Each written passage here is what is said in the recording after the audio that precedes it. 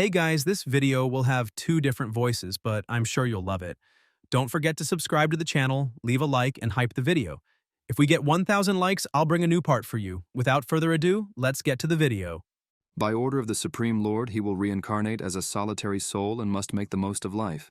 The protagonist wakes up inside a coffin, wondering where he is. He thinks the last thing he remembers was playing a video game. After 2 days without sleep, he finally finished the game. But as soon as he did, everything went dark, and he woke up there. He believes there is little air in the space, as he is struggling to breathe, so he needs to get out quickly.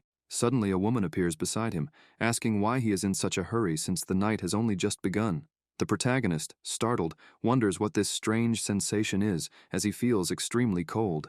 The woman, leaning over him, says he is cruel because they have just gotten married, yet he is already breaking her heart. The young man, confused, asks what the hell is going on, who she is, and where she came from. She gives a slight smile and asks if he has no heart, and if he has already forgotten his own wife. He wonders if she really is his wife. Embarrassed, the protagonist says he has no time for this, and asks her to stop joking and tell him how to get out of there because he has school tomorrow. He thinks this must definitely be a prank from his classmates, but even if it is, she is incredibly beautiful, and he doubts he has ever been with a girl as stunning as her before. She moves closer, placing her finger on his chin, saying that her husband is a man destined for great things in the future, and asking what he is doing lying there. He is confused as she approaches and says, 7 deaths, 7 stars. The girl kisses him and comments that it is time for him to return from the dead. The young man hears music and wonders where he knows it from. Meanwhile, the surroundings begin to change, and he questions why everything feels so familiar. Suddenly, a sword flies toward the coffin, but is deflected by a man. Le Che, a disciple of the 13 sects, tells Patriarch Chen to let him do his job.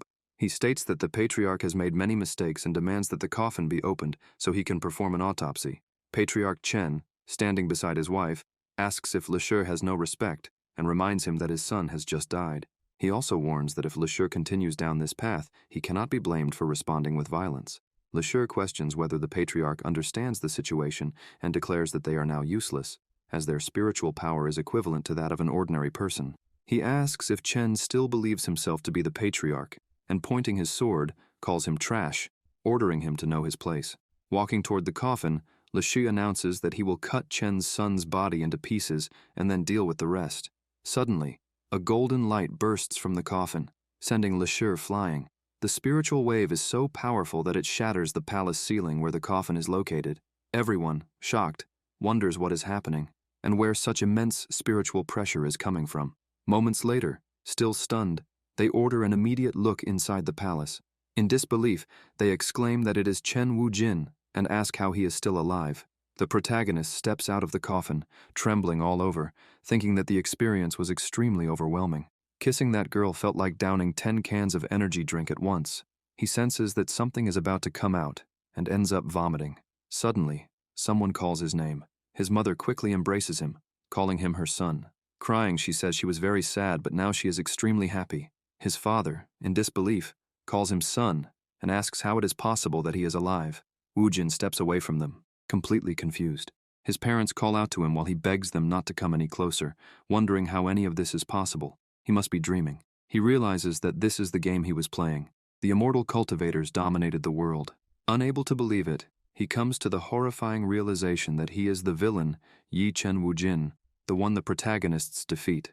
Disappointed, he thinks about how he spent 2 damn nights trying to defeat the villain that tormented all the characters. He was the enemy he hated facing the most, and now he wonders what kind of punishment this is. Why is he the villain? The men accompanying Le Che murmur that something is wrong with Chen Wujin. Le Che responds that they must not be deceived, as Wujin might be plotting something. Without hesitation, he lunges at the protagonist, swinging his sword and declaring that they will take advantage of his confusion to eliminate him. But Wujin instinctively blocks the strike using spiritual power. Le Che, in utter disbelief, exclaims that this is impossible. The protagonist, his finger glowing with spiritual energy, asks what they think they are doing and wonders aloud if Le Che fails to see that he is busy. He realizes that he still retains his spiritual power and recalls that his deep knowledge of the game gives him an advantage. He believes that the best way to unleash a cultivator's power is through spiritual text, as it contains the power of the heavens and the earth. Thus, he uses the soul rupture technique on Le Che, injuring him and hurling him back to where his comrades stand. Le Shu's companions immediately charge at Chen Wujin, vowing to destroy this scum and avenge their great brother. Wu Jin, with a slight smirk, remarks that since he is in a game world, he might as well have fun with the NPCs, and that they are no match for him. He begins inscribing a spiritual text with his power and slams his hand on the ground, summoning black spiritual soldiers. The dark soldiers unleash their abilities, crushing the enemies and causing even more destruction to the palace. Smiling, the protagonist comments that this is quite the show for a young master like him. Sometime later, the palace servants begin carrying the bodies, urging everyone to hurry as they need to take them to the woods and burn the remains. Wu Jin's mother, worried, says that he has taken the lives of many members of the 13 sects, and now they will never leave him alone. His father apologizes for being unable to help him. His mother thanks him for protecting them, admitting that it is their fault that he has once again put himself in danger. Even so, she is grateful that he is still alive and insists that she does not want to lose him again. The patriarch's wife calls her husband dear and asks if he has noticed that their little Wu Jin is acting strangely. The protagonist, lying down and irritated, questions how this could have happened to him. His previous life wasn't anything special, but why did he have to die so young? He hadn't even finished university. Chen Wu Jin was stabbed while in hiding. His defeat was premature, and he didn't even get the chance to marry his wife. Frustrated, he wonders why he reincarnated into this mess and curses the developers, calling them damn bastards. He asks if this is how they treat a loyal customer and exclaims that this is complete nonsense. Suddenly, a voice responds that it's not so bad and that he shouldn't be acting like this. Wu Jin asks who is there. The girl who was with him in the coffin appears above him saying, "Hello, dear." He is startled and asks if it's her again and where she came from. The girl, irritated, asks why he is reacting like that, and if he couldn't be a little kinder, stating that she is his wife. The protagonist replies that it's not his fault. Even though she is very beautiful, she is terrifying.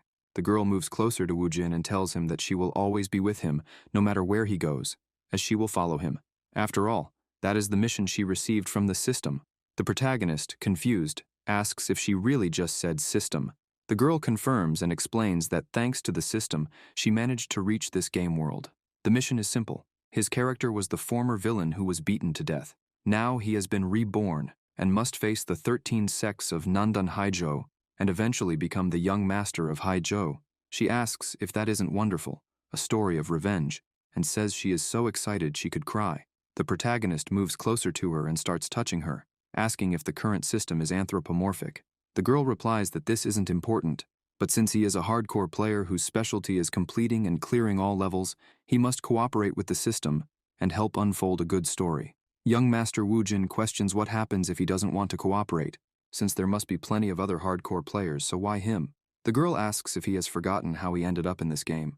Suddenly, he feels something strange and wonders what this sensation is. The girl explains that Wu Jin is lifeless in the real world, and that his consciousness was transferred into the game, which she personally selected. The protagonist realizes that the feeling he is experiencing is his heart stopping. The girl tells him that if he refuses to cooperate, it will be useless, and the only thing waiting for him is the end. Then she asks if he will help. Wu Jin, scared, quickly agrees, saying he will help, so she can stop whatever she is doing. He comments that she is very beautiful and attractive, so he would never dare go against her wishes. The girl responds that he is very seductive. The protagonist thinks that she can wait.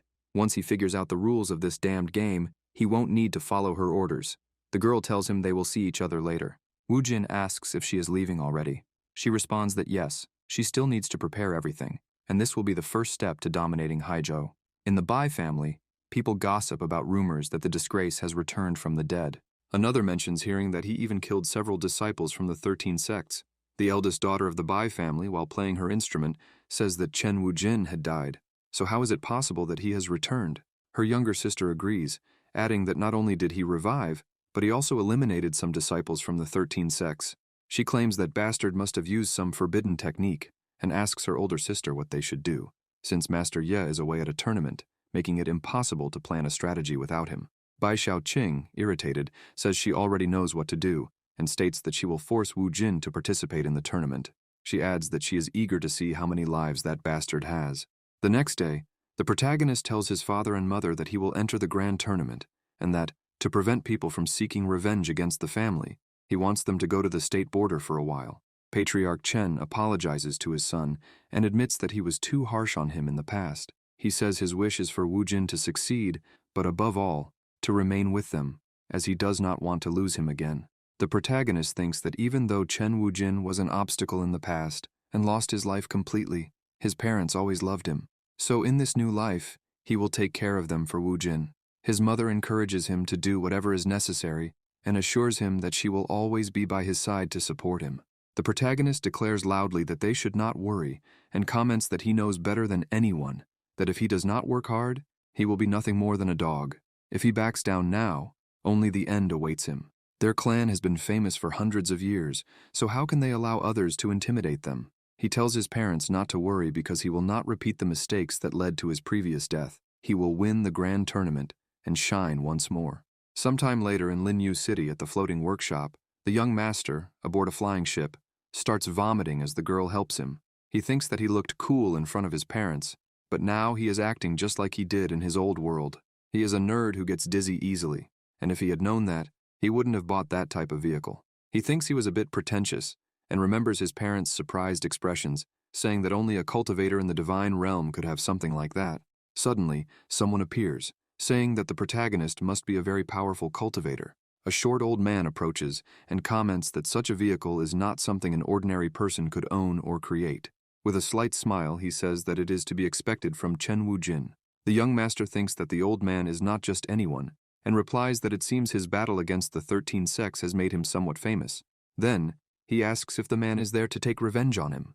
The old man laughs and says that the fight against the 13 sects is none of his concern. Besides, he has no intention of fighting a little boy. He tells the young master to move along and register, saying that in the first room he will find the registration for the grand tournament. The protagonist thanks the old man for his hospitality and believes that he is not seeking revenge, which is a relief since his cultivation base is still unreliable, and perhaps all of this is just a trap. The old man, watching the young master, thinks that this boy is not as simple as he appears, and that, in the future, he will become a powerful enemy to his son, Hua Fei.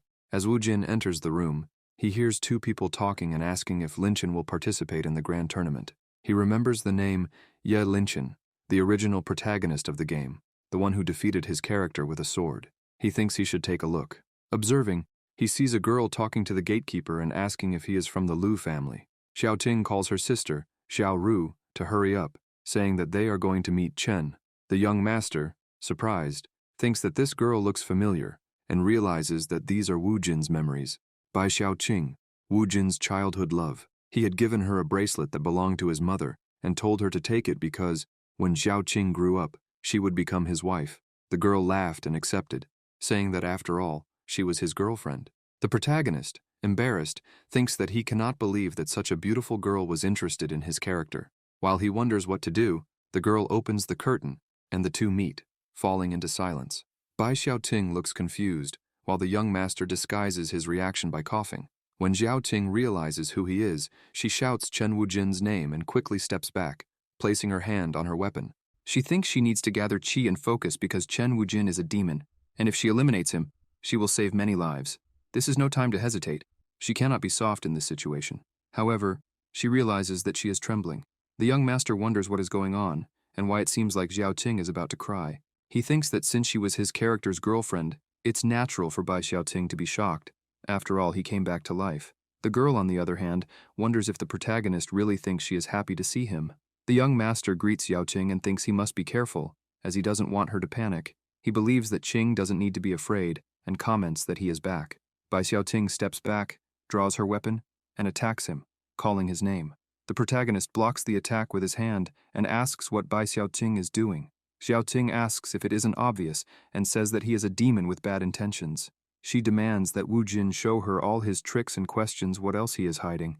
The young master wonders if she really wants to take his life and calls her little sister Bai. He comments that he thought Qing would be different, considering they haven't seen each other in so long, and asks if she couldn't at least smile. He also asks if she doesn't think she should be more courteous to her husband.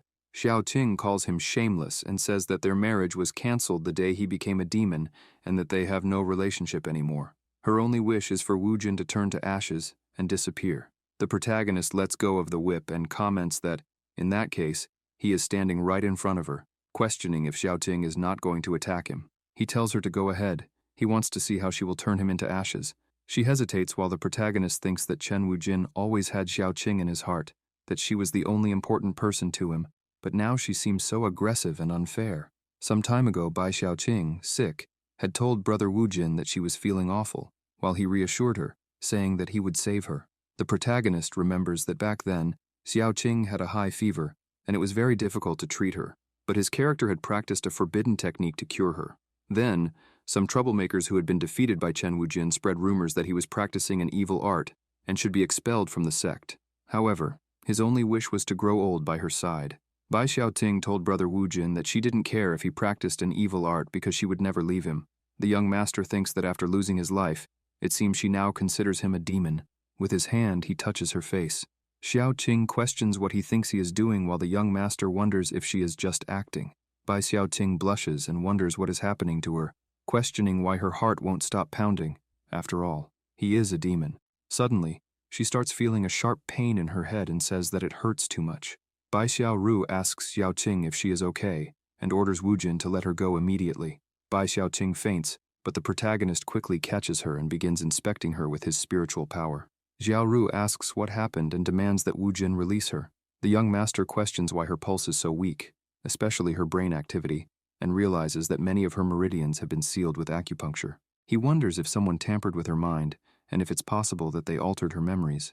Bai Xiaoru questions what he thinks he is doing, and orders him to release her sister. The protagonist hands the gatekeeper 2 gold coins and requests 2 rooms. The gatekeeper acknowledges, informs him that the rooms are on the west side of the 2nd floor, and wishes him a good day. Xiao Ru insists that the young master let go of her sister. Chen Wujin, irritated, tells Xiao Ru to shut up and says that the more commotion she causes, the longer it will take for him to save her sister. He comments that he just wants to help Xiao Qing, so there's no need for unnecessary drama. Xiao Ru is confused. Meanwhile, the young master Wu Jin climbs the stairs. The self-proclaimed wife of the young master tells Xiao Ru to leave it to them and suggests that she go ask for some treats. Xiao Ru thinks that Chen will take care of her sister because he has always loved her deeply and could never bear to see her sick, as he was always the first to try to cure her. But for some reason, she feels a strange chill. Besides, why is he with that sensual and demonic-looking woman? Xiao Ru shouts that she knew it and comments that Wu Jin is scum. Sometime later, Xiao Ru, standing outside the room and irritated, warns Chen Wu Jin that if he tries anything with her sister, he will have serious problems. Suddenly, she hears a noise and wonders what that sound is. Then, she hears a moan coming from the room and turns completely red. The protagonist blushes and comments that she is too dramatic. Suddenly, the pendant on the bed begins to glow. A few minutes later, a young man informs the master that the jade pendant is shining. He tells the head of the Bai family that this light must mean that his sister is nearby and suggests that she might be in the inn across the street. Bai Muyang orders them to go in and check. Inside the room, Xiao Ru, embarrassed, tells Chen Wujin that he is a beast and comments that she knows he is treating her sister, but he could be a little gentler. Outside, the innkeeper informs the Bai family members that the lady they are looking for is in that room. They thank him, and upon opening the door, they declare that they have come for her. However, everyone turns bright red with embarrassment upon seeing Xiao Qing in that situation, panting, while she begs Wu Jin to be gentler because she can't take it anymore. Hearing this, everyone blushes, and some even suffer nosebleeds. They become furious, and demand to know what the protagonist thinks he is doing, ordering him to let go of their sister. The young master, seeing the sword coming toward him, thinks this is a headache, but suddenly, the sword is blocked by spiritual energy. Xiao Qing's brother asks the master why he stopped him. Bai Muyang scolds him, calling him an idiot, and asks if he doesn't realize what's happening. He explains that Chen Wujin is curing Xiao Qing, and that he almost interrupted the process before it was completed. Bai Muyang thinks about Chen Wujin and wonders what happened before he lost his life and how he managed to resurrect with such a high cultivation level. Xiao Qing, as she is being healed, thinks that everything feels so warm and tells herself that his hand is large and comforting, and those touches are very pleasant. Suddenly, she hears a voice telling her to eliminate him. When she opens her eyes, she wonders if the chained person she is seeing is Chen Wujin, while the voices whisper that this is her chance. She thinks that she knows she should hate him, but he looks so lonely, and that makes her question why she feels this way. Suddenly, she feels an aura around her hands and realizes that the sensation is very familiar. Then, she starts crying and thinks that it can't be possible. She begins to remember the past when Chen Wujin called her little sister Xiao and told her not to worry about anything because he would take care of her. He gave her a bracelet, saying that it belonged to his mother but would now be hers because she was his fiancée. Bai Xiaoqing, crying, calls out to brother Wu Jin as she sees him losing his life to a sword, begging her not to leave him. She, in tears, says that she was brother Wu Jin's fiancée and questions what she has done. She starts apologizing, saying that she is sorry and wondering how she could have forgotten him. When she wakes up, she calls out to brother Wu Jin. Bai Muyang asks Xiaoting to calm down, saying that he is her grandfather. Bai Xiaoru hugs her sister and asks what is happening, begging her to wake up. Xiaoting, still crying, says she is sorry and asks brother Wu Jin not to hate her because it wasn't her fault. Muyang comments that it seems like she is returning to normal, while her sister says that this is a relief. Qing, crying, calls out to her grandfather and says that she dreamed about brother Wu Jin. She asks her grandfather what happened and why she thought brother Wu Jin was a demon when she was in love with him. Suddenly, the protagonist appears behind her grandfather, saying that it wasn't her fault because Xiao Ting was a victim of a sealing, but now she is better. Bai Xiaoqing, seeing him, asks if he really is brother Wu Jin. The young master replies that yes, it is him. Quickly, Xiaoqing embraces him, apologizing. The protagonist laughs and tells her not to blame herself for it because she was under a spell. He thinks that he was so focused on her treatment that he didn't notice, but she smells really good. He believes that Chen Wujin doesn't have a soul to keep her only for himself, and comments that he will fulfill his wish and take care of her from now on. Stroking her head, he tells Qing that everything is fine because he is here. Bai Muyang sighs and comments that it seems both are destined. Muyang calls Chen Wujin and asks him to come with him for a moment. Xiaoqing asks why her grandfather wants to speak to Wu Jin in private. The protagonist asks her to stay calm because her grandfather just wants to talk. Bai Muyang, irritated, questions who he is calling grandfather. The young master replies that he is already right behind him. The protagonist notices that Muyang is firmly holding Qing's jade pendant and gives a slight smile. In the outskirts of the city, in the forest, the protagonist meets with Muyang. The young master calls him Grandpa Bai, mentioning that he was asked to follow him to the forest, but he hasn't said a single word since then. He questions his intentions and thinks that one of the reasons why the old man never liked him was because he got along too well with his granddaughter. Bai Muyang asks if he knows why he was brought to that particular forest and states that many people's remains lie there. He explains that the grand tournament is a fair competition where everyone participates, but unfortunately, not everyone respects the rules. In competitions like this, there are always those who try to take advantage of others. The forest serves as a reminder of this, as many innocent lives rest there. Many promising cultivators were silenced by old men like him. With spiritual power in his hands, Bai Muyang comments that he never agreed with this, but he will do whatever it takes to save his granddaughter, even if he has to become a villain.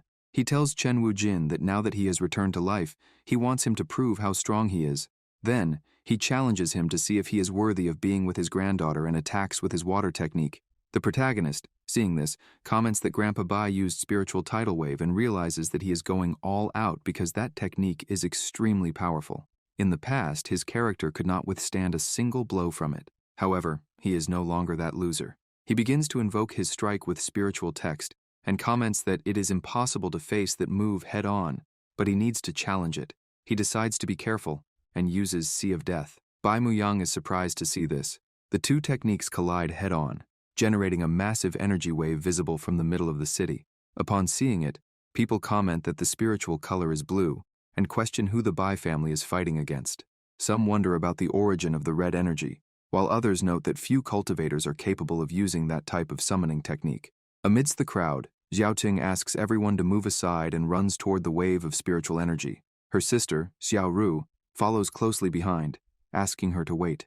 Xiaoting thinks that her grandfather and brother Wu Jin left too quickly and hopes it isn't too late, believing that she must hurry. Back in the forest, old Muyang notices the powerful aura and is surprised.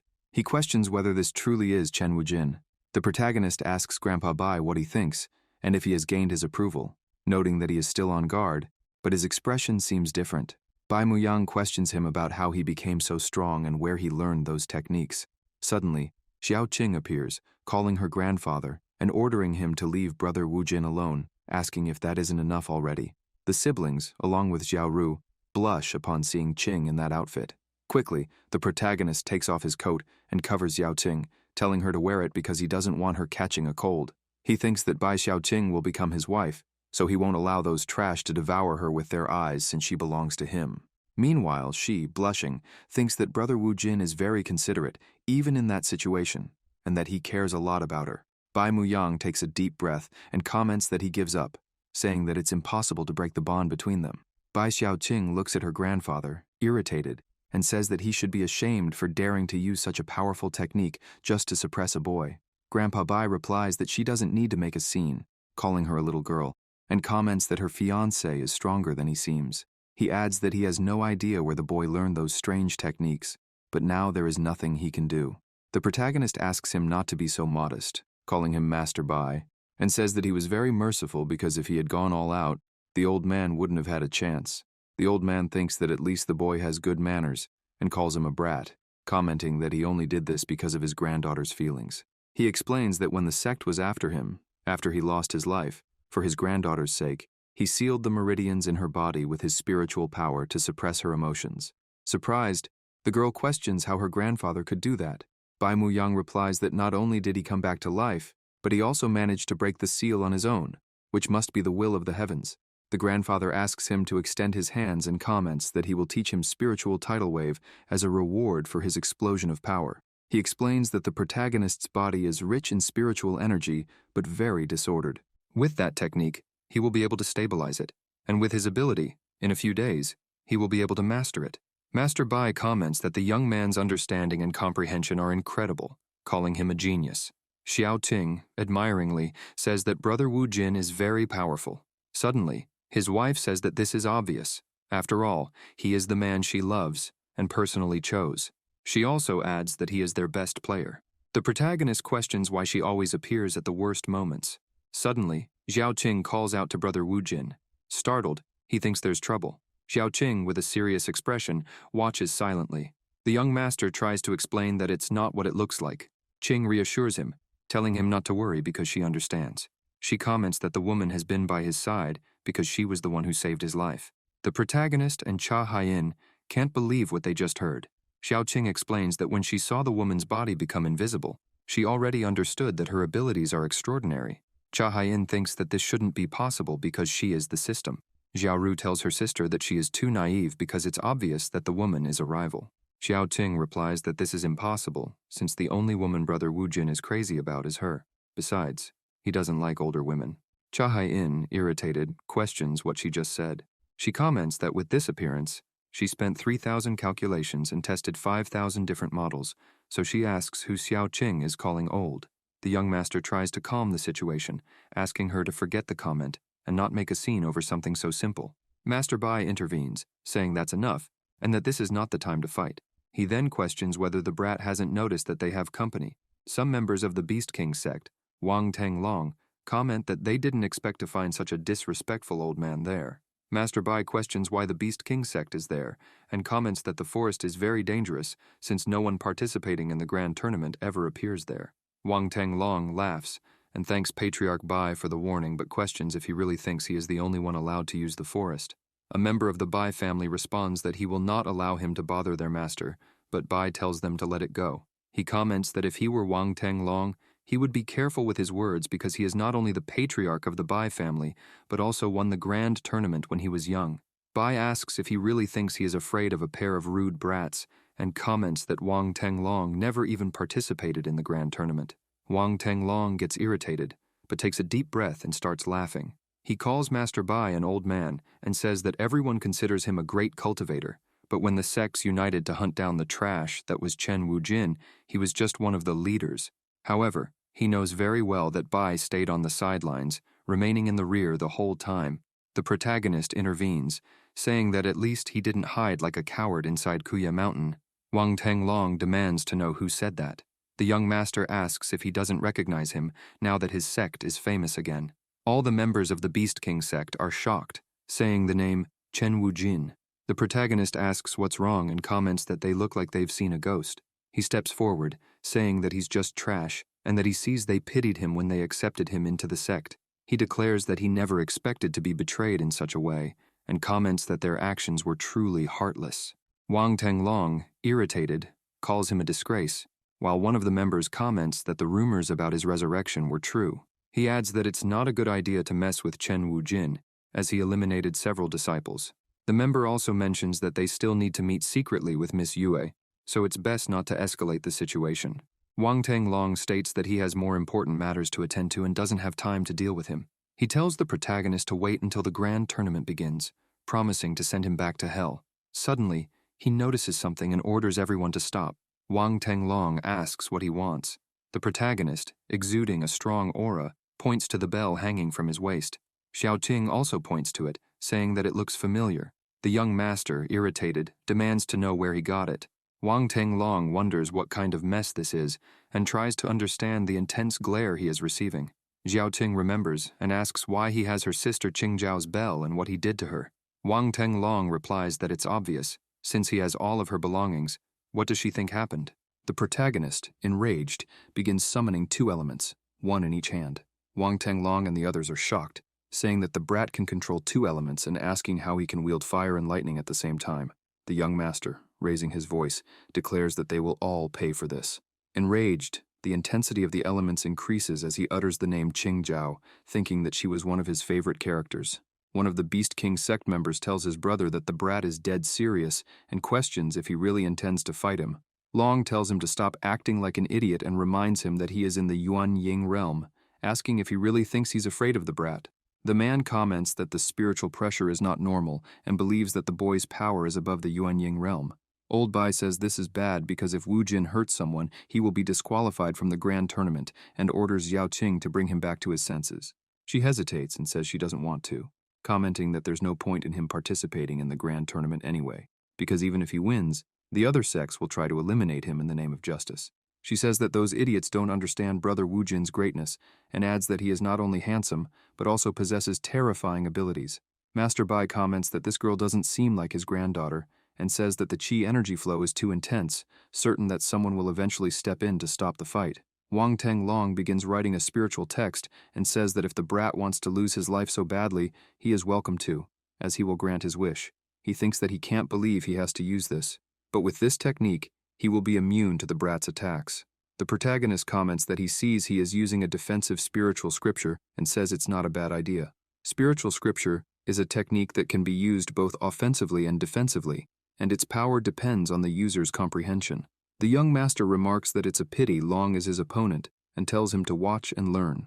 Wang Tenglong is in disbelief as the protagonist launches his technique, Serpent of Death. He declares that no matter how many tricks Long tries, an ant will always be an ant, and that he was never his rival. Wang Tenglong and the others are terrified, saying that this is the end for them.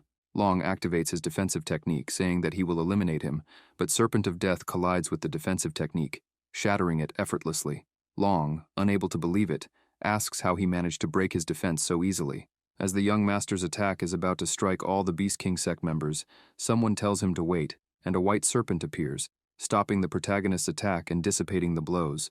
The voice comments that it was an excellent attack and that he expected nothing less, but says that he is still very young and must learn to control his emotions. Wang Tenglong demands to know who he is. Hao Lianshan from the Bitao sect responds that he is a friend of the boy. The young master, surprised, asks what the elder is doing there. The short Lianshan says he is happy to see him again, calling him boy. Master Bai calls the old man by his name, Hao Lianshan, and the two stare at each other seriously for a while. Suddenly, Bai slaps the short elder on the shoulder, and both burst into laughter. The protagonist wonders what the hell is happening, feeling completely confused. Master Bai questions Hao Lian if it hasn't been 10 years since they last saw each other and asks how he has been. He says that avoiding drinking is harder than negotiating with other sects. Lian responds that it's his own fault, because if he left Zhongzhou once in a while, they could see each other more often, as he passes by there every day. He also mentions that in recent years, he has had a lot of work because managing the Bitao sect is no easy task. The protagonist asks Yao Ting if her grandfather knows that old man, and she replies that they are probably friends. Master Bai says that now that he is here it doesn't matter. They have to drink like in the old days. Hao Lian agrees, saying that's the spirit. Master Bai comments that he is still an old fox and reminds him that he is the sect leader, questioning whether he shouldn't be managing it and asking what he is doing in the forest. He says he is sure that Lian was studying the other competitors. Hao Lian laughs and says that Master Bai never misses a thing. He got him. He comments that their fights in the past are now just memories and that they are too old for that now. Hao Lian explains that this time he is only in charge of organizing the grand tournament and that someone reported a fight in the forest, so he had to investigate. The protagonist asks about the report, while Xiaoqing questions what happened. He responds that it's nothing, but the situation seems a bit strange. He comments that, as they know, fights before the tournament are forbidden and could disqualify a participant, or in the worst case, eliminate them. Hao Lian explains that whoever reported this missed a great opportunity, because if they had waited a little longer, the participant would have been disqualified for breaking the rules. What he means is that there was a good chance of eliminating him from the competition. The protagonist asks Elder Hao who made the report and comments that he didn't expect to find such a noble person there. A voice responds to Chen, saying that he is very kind and that they just wanted to lend a hand. After all, it's been a long time since they last met. The protagonist remains silent and asks if he knows him. The young man laughs and says that it seems Master Chen has forgotten, but he doesn't blame him because the life of nobles is complicated. He introduces himself as Zhao Shu Ruo, a disciple of the Yue sect, and says it's a pleasure to meet them. Master Bai asks if he just said Yue sect. The young Master Wu Jin thinks that when the sects hunted Chen Wu Jin, the Yue sect was one of the most active, and he realizes that this guy is very suspicious. Elder Hao starts coughing and says that now that everything is settled, everyone should head back, as the grand tournament will begin in a few days, so it's best for everyone to prepare. Zhao Shuruo says that he was worried about Chen Wujin's safety, but now that everything is fine, he will take his leave. Bai Muyang questions whether they should trust someone from the US sect and asks how they can be sure that he is not pretending. Shuruo merely looks at the young master. The protagonist thinks that this sensation is very familiar and feels like he has seen him before. He questions Chahayan about the connection between him and his character, asking why he cannot access Wujin's memories. She, annoyed, questions how a man can be more charming than her, and tells him to figure it out himself because she won't give him spoilers. The system won't help him with this. Tenglong thanks Master Hao for assisting them and comments that it would be best to return to the sect since they don't want any more trouble. The young Master Wu Jin orders them to stop, exuding a powerful aura. Long asks what he wants and if he intends to provoke him again. The protagonist tells Master Hao that the reason behind this conflict is the sudden disappearance of a friend, Qing Zhao, and mentions that Wang Tenglong has her bell, which is suspicious. He comments that he hopes Master Hao will remain impartial in the grand tournament and not use this as an excuse to threaten him. Then he asks him to accompany him to the Beast King sect to help rescue her. At the Beast King sect, Long announces his return. The gatekeepers ask the elder brother what happened. Master Hao explains that he is one of the administrators of the grand tournament and that, unfortunately, it is common for other sects to try to gain advantages through dubious methods, so he is there to ensure that everything is in order. Teng Long tells Master Hao that they are merely assuming that Qing Zhao is there, but he never confirmed anything.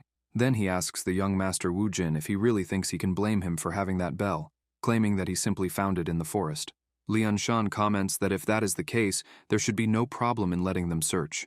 Long allows them to enter, but warns that if they find nothing, Chen Wu Jin will have to kneel and call him master.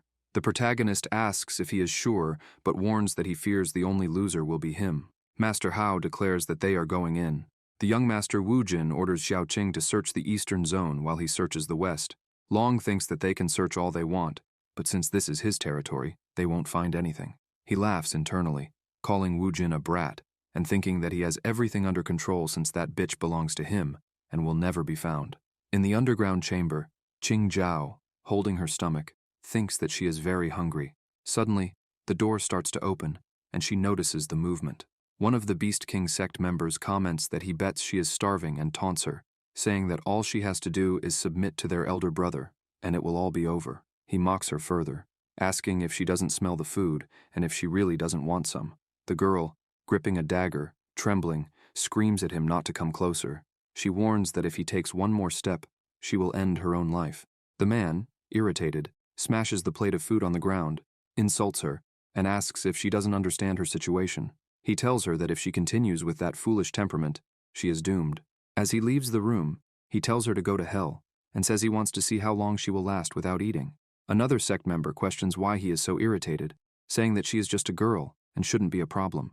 He suggests using a non-lethal poisonous incense so they can capture her easily. The man asks if he is new there and questions if he really thinks they haven't tried that already. He says that the girl is an expert in medicine, so no poison or aphrodisiac will work on her. Otherwise, they wouldn't be in this situation. They just have to wait until hunger does its job. Once her body is completely weak, they will capture her. He believes that she won't last much longer, and that the elder brother will soon be able to enjoy her. Qing Zhao, lying on the floor, thinks that she must resist. She cannot give up.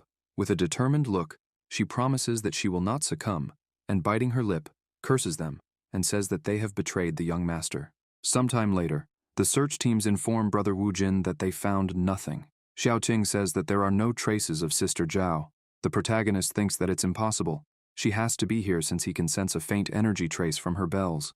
Long asks if he is tired of searching and questions if the young master will kneel and call him master. Outside the Beast King sect, people hear Long ordering someone to kneel and call him master. A crowd starts gathering in front of the sect, with some asking who that Chen Wujin with them is. Tang Long questions the young master about what is happening and if he is going to run away, reminding him that they made a bet and he gave his word. He orders Wu Jin to call him master immediately, intending to humiliate him in front of everyone and make him pay for his insolence. The young master says that if he has no other choice, he will do it, but he comments that since that bell doesn't belong to Long, he might as well return it, as the protagonist will still be its true owner. Long questions why he should return it. Master Hao intervenes, saying that Long is right, but that bell has nothing to do with his sect, and if he is a decent man, he should return it. Teng Long remains silent, hands the bell back to Wu Jin, and orders him to call him master already. The protagonist, holding the bell, says that he knew it. The closer he gets to it, the stronger Qing Zhao's spiritual energy becomes, and he is certain that she is definitely there. Long asks what the problem is, and if he is going to continue with this. The young master Wu Jin responds that a disgusting person like him is not worthy of her and warns that this is his final warning. He demands that Long answer honestly and asks if he kidnapped Qing Zhao. Long, irritated, remains silent. Meanwhile, the protagonist states that since Long refuses to admit it, he will find out himself. He declares that he didn't want to cause more trouble, but he has changed his mind. Now he will show everyone how rotten Long is inside, and says he is going to start using a technique on the bell. The bell quickly flies into the air. People are surprised, wondering what that is, while others comment that the technique is the spiritual locator, a mysterious technique that very few cultivators are capable of using. Chahayan thinks that she knew she made the right choice because, among the hardcore players, he is the best and knows how to use most tricks perfectly. A man points his finger and tells the crowd to look, saying that the technique is recreating the scene. The vision shows Wang Tenglong and his men carrying the girl in a cage, giving her some water, and telling Qing Zhao that he doesn't want her lips to be dry when they kiss. Qing Zhao, with a dagger pointed at herself, threatens him and warns him not to come closer. Long, irritated, calls her a bitch. He tells her to listen and stop thinking that he won't do anything just because she is threatening to take her own life with that stupid knife. He says that once she is too weak to resist, he will have a lot of fun with her and tells her to wait because he is sure she will love it. He throws the water on her, saying that they will remove that plague first, and orders her to stop being shy and stop covering herself. Long comments that once they are married, he will make sure she stops being so timid. Wang Tenglong orders the protagonist to stop and not to continue showing the scenes. The crowd outside starts saying that they didn't know Long was such a depraved person, and comments that they aren't surprised since he has always been trash. They remember that, to gain influence and enter his current sect, he betrayed Chen Wujin, and someone who betrays his former master for power can never be a good person. The young master says that he warned him before and comments that he would rather die than call Long master. With a serious look and exuding spiritual energy, he declares that if Long laid his hands on Qing Zhao, he will make him suffer. Teng Long orders his men to open the secret door immediately, but the protagonist breaks the door down and calls for Qing Zhao, saying that he has come to save her. Suddenly, he hears the voice of a man calling her a bitch and saying that she has finally lost her strength. The man near her says that he will take advantage of the situation and be the first to enjoy her. Hearing this, the protagonist rushes in and, upon arriving, delivers a full-force punch to the man, breaking his neck. The other man, witnessing this, begins to tremble in fear. The protagonist, exuding a sinister aura, calls him a piece of trash, while the man falls to the ground, shaking uncontrollably. The young master picks up Qing Zhao, who is trembling, and tells her not to be afraid because her master has arrived. Long says that Chen Wujin is too arrogant and comments that he just took the life of one of their disciples, which is highly unethical. The young master mocks them, saying that they, of all people, are talking about ethics and morality, and asks if Long really thinks he has the right to question him. He states that he ended the man because he insulted his sect and tried to take advantage of his friend. He declares that Long is lucky because the elders are there, and he cannot take the life of any participant before the tournament. Otherwise, Long wouldn't be alive. But once the grand tournament begins, he won't escape and will meet a miserable end.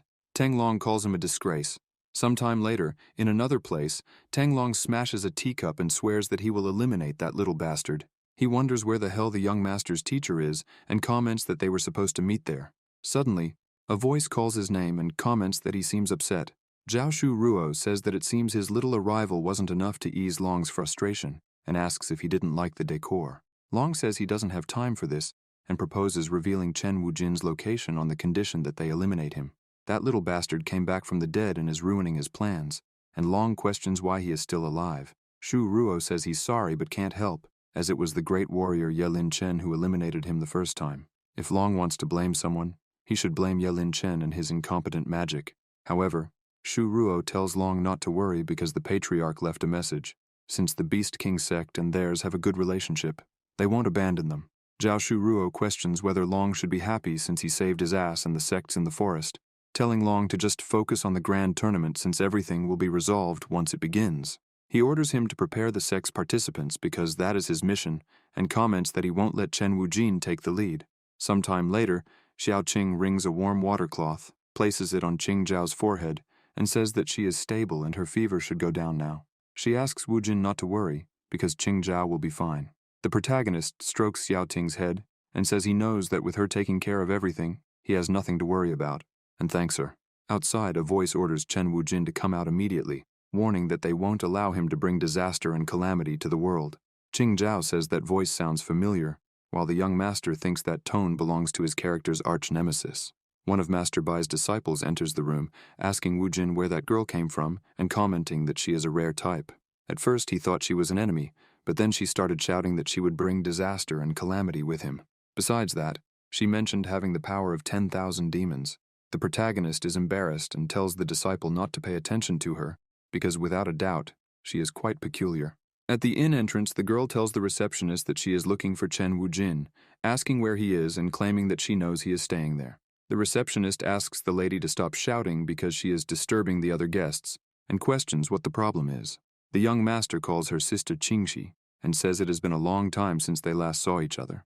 Chu Qingxi, from the spiritual sect, quickly turns around upon hearing his voice and calls out to him, running up the stairs while saying that she knew he wouldn't die so easily. She comments that it's expected from the young master of their sect since he is more resilient than her, having the blood of a god.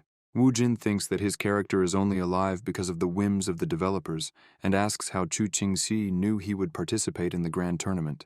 She replies that the master and his wife sent her a letter and apologizes for leaving the sect to continue her training 6 months ago. She didn't expect them to face such a great catastrophe. The young master tells her not to worry because everything is fine and the storm has passed.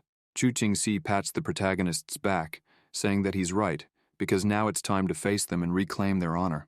Irritated, she comments that the bastard Ye Linduan will also participate in the grand tournament, so it's time to take revenge.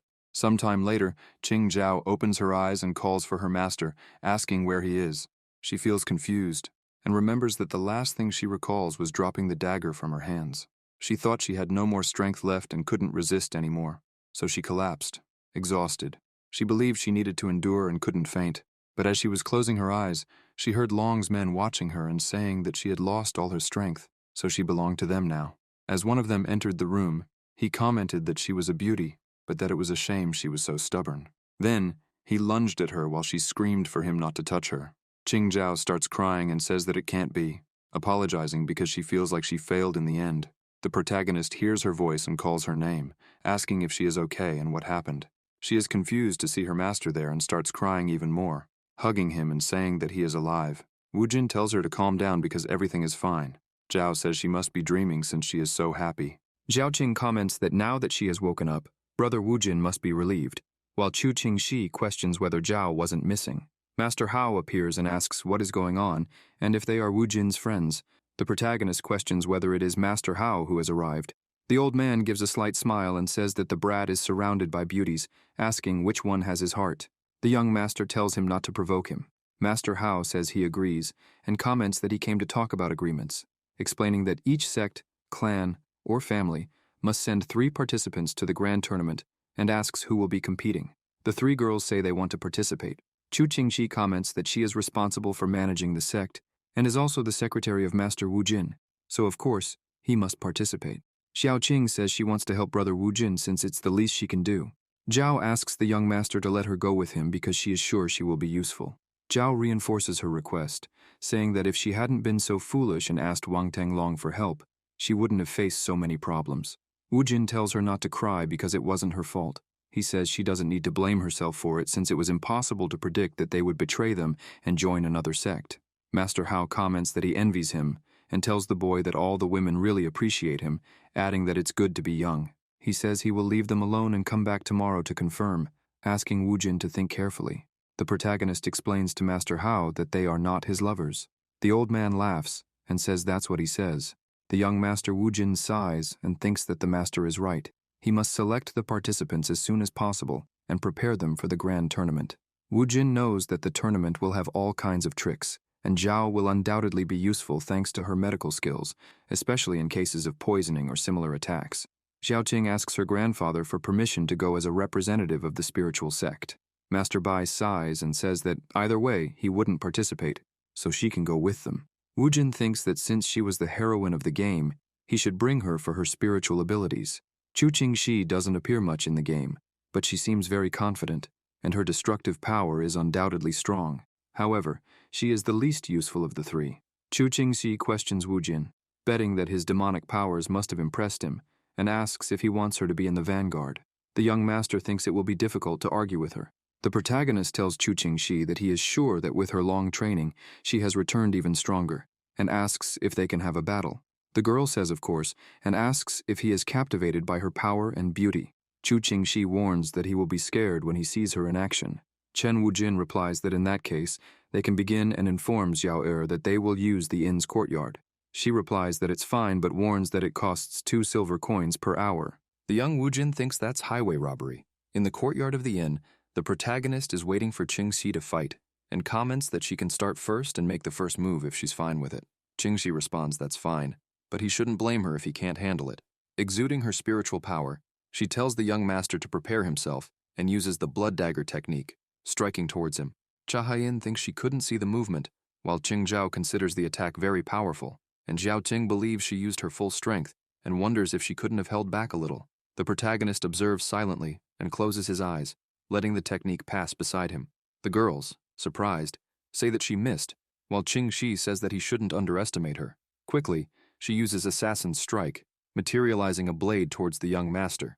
Xiao Qing comments that it's incredible to be able to materialize an attack like that, and Master Bai says that certainly, it's not bad, but it's a pity because even with a strange and unique cultivation method, her power is not above the Jindan realm, so she won't be able to do anything.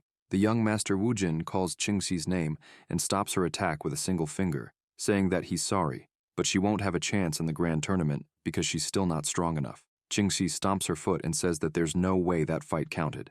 Pouting, she says she didn't use all her power because she was afraid of hurting him, and calls Wu Jin to fight again. Xiao Ting says that's enough, and comments that she knows very well that she has no chance, while Zhao states that it's not a good idea to insist on this. Chu Qingxi tells both of them to shut up and challenges them, asking if they think she's weak, then why don't they try to defeat her? Qingxi notices something and comments to the protagonist that he did this on purpose because he wanted to prevent her from participating in the tournament.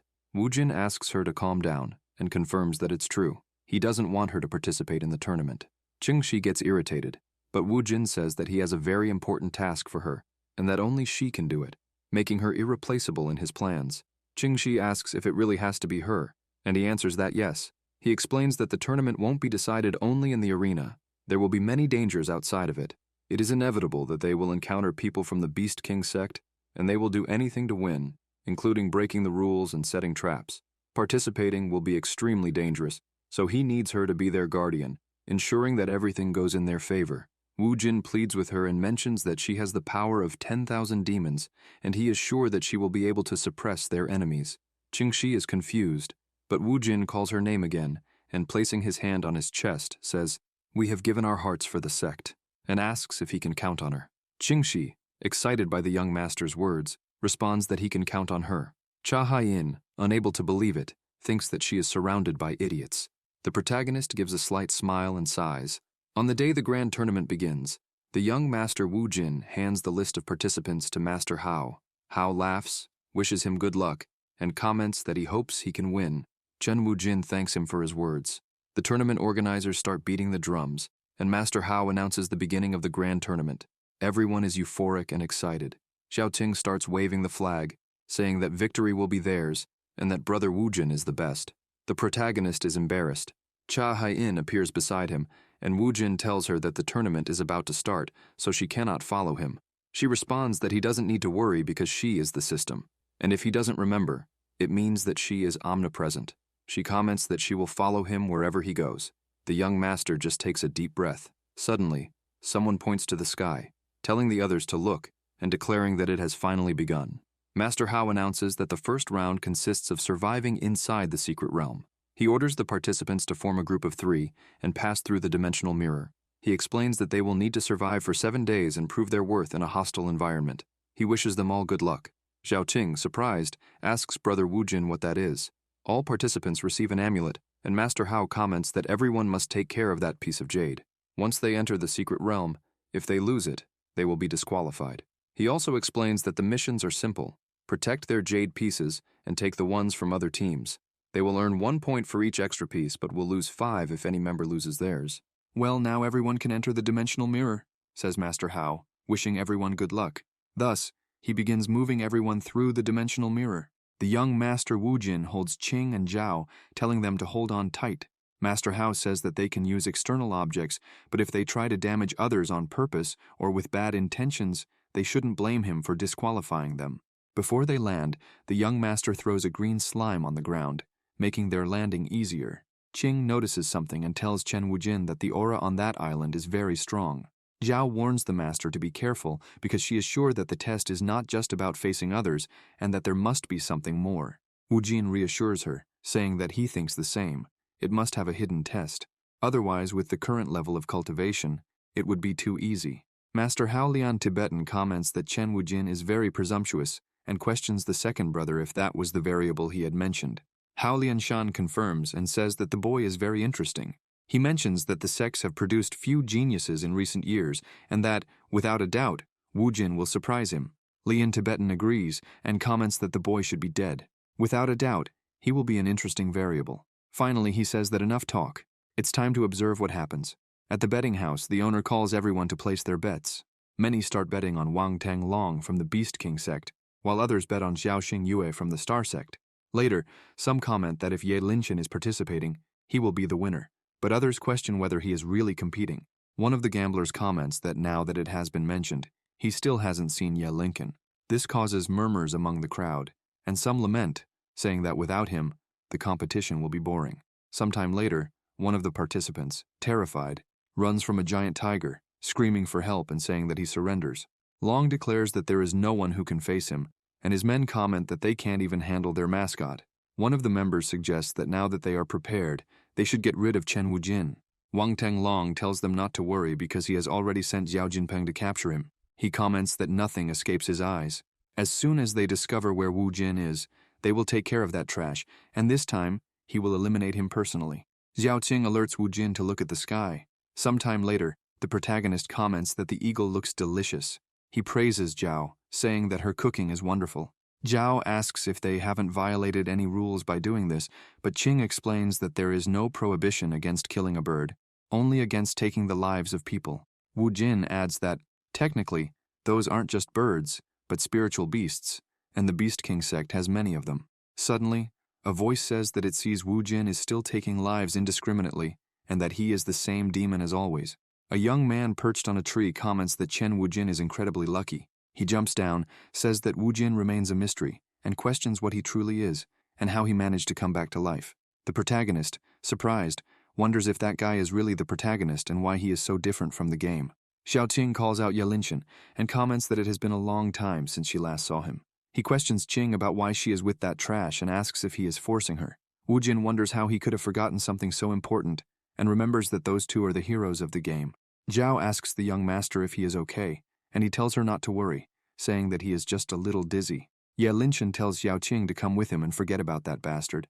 The protagonist gets irritated, questions what he thinks he is doing, and asks if he still thinks he is dead. He declares that he will not tolerate such insolence and uses spiritual writing, but Qing commands her snake Linguer to take care of him, leaving Wu Jin and Ye Linchen confused. Linchen dodges Linguer's attack and asks what she is doing. The girl questions if he thinks she is the same fool as before and declares that he will pay for everything he has done, promising to send him to hell. Ye Linchen responds that she is as impulsive as ever and, using his flute, says that he understands. In that case, he will teach her a lesson, and she will pay the price for her recklessness. Outside, on the large screen, everyone is watching in shock. They comment that it is undoubtedly Ye Linchen. The crowd says that since he and Chen Wujin are enemies, there is no better opportunity. Master Bai quickly stands up, calling his granddaughter Xiaoqing. Master Hao tells him to calm down and reminds him that he knows the rules. Nothing can interfere during the tournament. Bai Muyang responds that he cannot sit idly by because she is his granddaughter. Hao says that as long as she does not surrender and does not drop the piece of jade, he cannot do anything. Muyang insists that he must act before it is too late and orders Hao to get out of his way. Suddenly, an explosion occurs in the mirror. Master Bai, shocked, calls for his granddaughter and runs, saying that if anything happens to her, everyone will pay the price. As he approaches the mirror, he says that he can no longer see anything and is sure that she has been reduced to ashes. The protagonist comments that Ye Linchen's fire is useless against his wind, defending against the attack and dissipating the flames with a gust of wind. With Qing in his arms, Wu Jin tells Ye Linchen that this time, things will be different, and declares loudly that he will not let him harm his woman. The spectators watching through the mirror comment that it was incredible. Someone asks if Chen Wujin really managed to block Ye Linchen's attack, while another questions what kind of techniques that boy cultivates. Ye Linchen, irritated, wonders what is happening, as when they got rid of Wujin in the past, he was not this strong. He questions how Wujin came back so powerful and who he really is, as it is impossible for trash to be this strong. The young master and the system are confused, but Wujin finds the question strange and comments that he is Chen Wujin, the person Ye Linchen killed and used as a sacrifice to become famous. Qing asks him not to phrase it that way because, even if it is true, it makes him sound like a loser. Ye Linchen responds that it seems he was worrying for nothing and says that he does not understand why he got so serious about trash like him. In that case, he suggests that they hand over their pieces of jade, and he will let them go. Qing states that Linchen's attack is Sem Hai's song, a melody capable of piercing the soul and damaging the heart. Outside, people comment on Ye Linchen's intense aura, while others beg for the fight to be stopped, saying that they can't take it anymore and that he will end up going crazy with that. Hao Lian Tibetan says that, as expected of Ye Linchen, that girl is very talented. Master Hao agrees, saying that he is right and that the situation has become difficult for Chen Wujin. He reassures Master Bai, telling him not to worry, as he is sure that they will be fine, and comments that it is better to let the young ones resolve their own problems. Wujin orders Zhao to listen and use the bells to create a shield quickly. She responds that she understands and begins to create the shield with the bells. Zhao comments that she managed to create the shield, and the protagonist thinks that now he doesn't have to worry about them anymore and can fight without holding back. Meanwhile, Linchen continues using his technique, but the young master Wujin reflects that, in the second original game, Linchen was a decent protagonist because, even while launching that attack, he wasn't actually trying to take Xiaoting's life. To Wu Jin, this lack of intensity makes Linchen superficial and incapable of comparing to him, the true villain. He believes it's time for Linchen to learn a lesson. Even if he is the hero, that means nothing to him because, in his eyes, Linchen is nothing but trash. Ye Linchen laughs and comments that Wu Jin is an idiot because now that he has left the two behind, there is no longer any need to hold back. He says that Wu Jin has fallen into his trap and warns him not to move, because if he does, the song will become stronger and stronger. Suddenly, the young master, whom Linchen thought he had caught, begins to dissolve, revealing that it was just water. Lincoln, confused, asks what happened. The water that had been falling to the ground suddenly rises and surrounds him, trapping him inside a sphere of water. Ye Linchen can't believe what he's seeing and wonders if that is a spiritual transformation. The spectators, shocked, comment that the situation is bad and ask what Wu Jin is doing with his hands. Master Bai, in disbelief, thinks that the brat managed to master his technique because the Shanhai style is one of his most powerful moves. Zhao Qing, excited, tells brother Wu Jin that he did it and that the spiritual song is over, while Zhao comments that the master is incredible. The young master replies that it was just luck, but internally, he knows it wasn't luck, but all carefully planned. He believes that this doesn't happen just because he is a hardcore player, but because he understands the fundamentals. He reflects that Ye Linchen's ability is related to water, but for someone of his level, he doesn't even understand the basics. Suddenly, a spiritual shark appears and attacks Ye Linchen, while Long tells him that he is useless and orders him to withstand the hit. The spiritual beast strikes Linchin and activates its explosive ability, landing a direct hit, seriously injuring him and sending him crashing into a rock.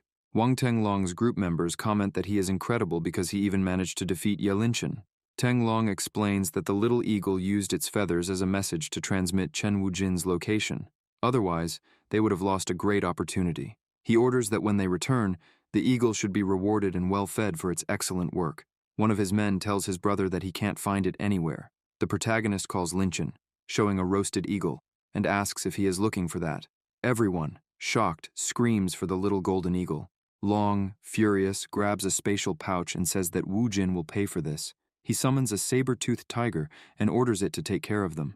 Wu Jin tells Yao Qing to use the silver serpent dance, but then remembers that the current Yao Qing probably isn't capable of doing it yet. She and her snake look confused, while the young master thinks that it doesn't matter how well he knows the game, because with the palm of his hand, he only needs to teach her how to develop her abilities. He tells Yao Qing that he will show her how to do it and asks her to concentrate.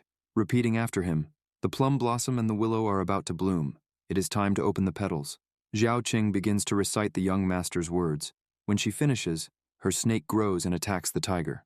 Qing orders Lingguo to take care of it. The serpent lunges at the saber-toothed tiger, but it is quickly knocked out. The young master and the girls cannot believe what just happened. While the tiger lowers its guard and advances toward them, the snake suddenly uses its technique and traps the tiger. Long is incredulous, while Wu Jin and the girls sigh in relief, saying that it worked in the end. Xiao Qing's snake takes on a humanoid form, transforming into a serpent woman. When Lingguo attacks the saber-toothed tiger, she realizes she has reached her limit and begins returning to her original form. Zhao Qing thanks Lingguo and says that she did a good job. The protagonist comments that her first transformation lasted very little because it was her first attempt, but he is sure that next time, she will be able to maintain the form for longer. Long, irritated, says that Chen Wujin will pay for this. He takes out a spatial pouch and comments that the saber-toothed tiger was just a warm-up. He then declares that he will not allow anyone to underestimate the Beast King sect and releases several spiritual beasts. Wang Tenglong starts laughing and comments that this is the end for Chen Wujin. The spectators say that the Beast Clan has released all their beasts just to finish him off. One of them comments that Wu Jin has already faced the beasts before and that they are very dangerous, claiming that he is in trouble. Qing calls out to brother Wu Jin and asks what they will do, as there are at least a dozen beasts surrounding them, each with a piece of jade attached to their collars. Long comments that it cost him a lot to acquire all those beasts and that he had to promise the elder that they would win, so he cannot fail. But in the end, he says it was worth it because he will finally get rid of that trash. Xiao Qing, surprised, says that there are so many beasts, and it's terrifying, but she also comments that they won't have to struggle to collect the rest of the jade pieces.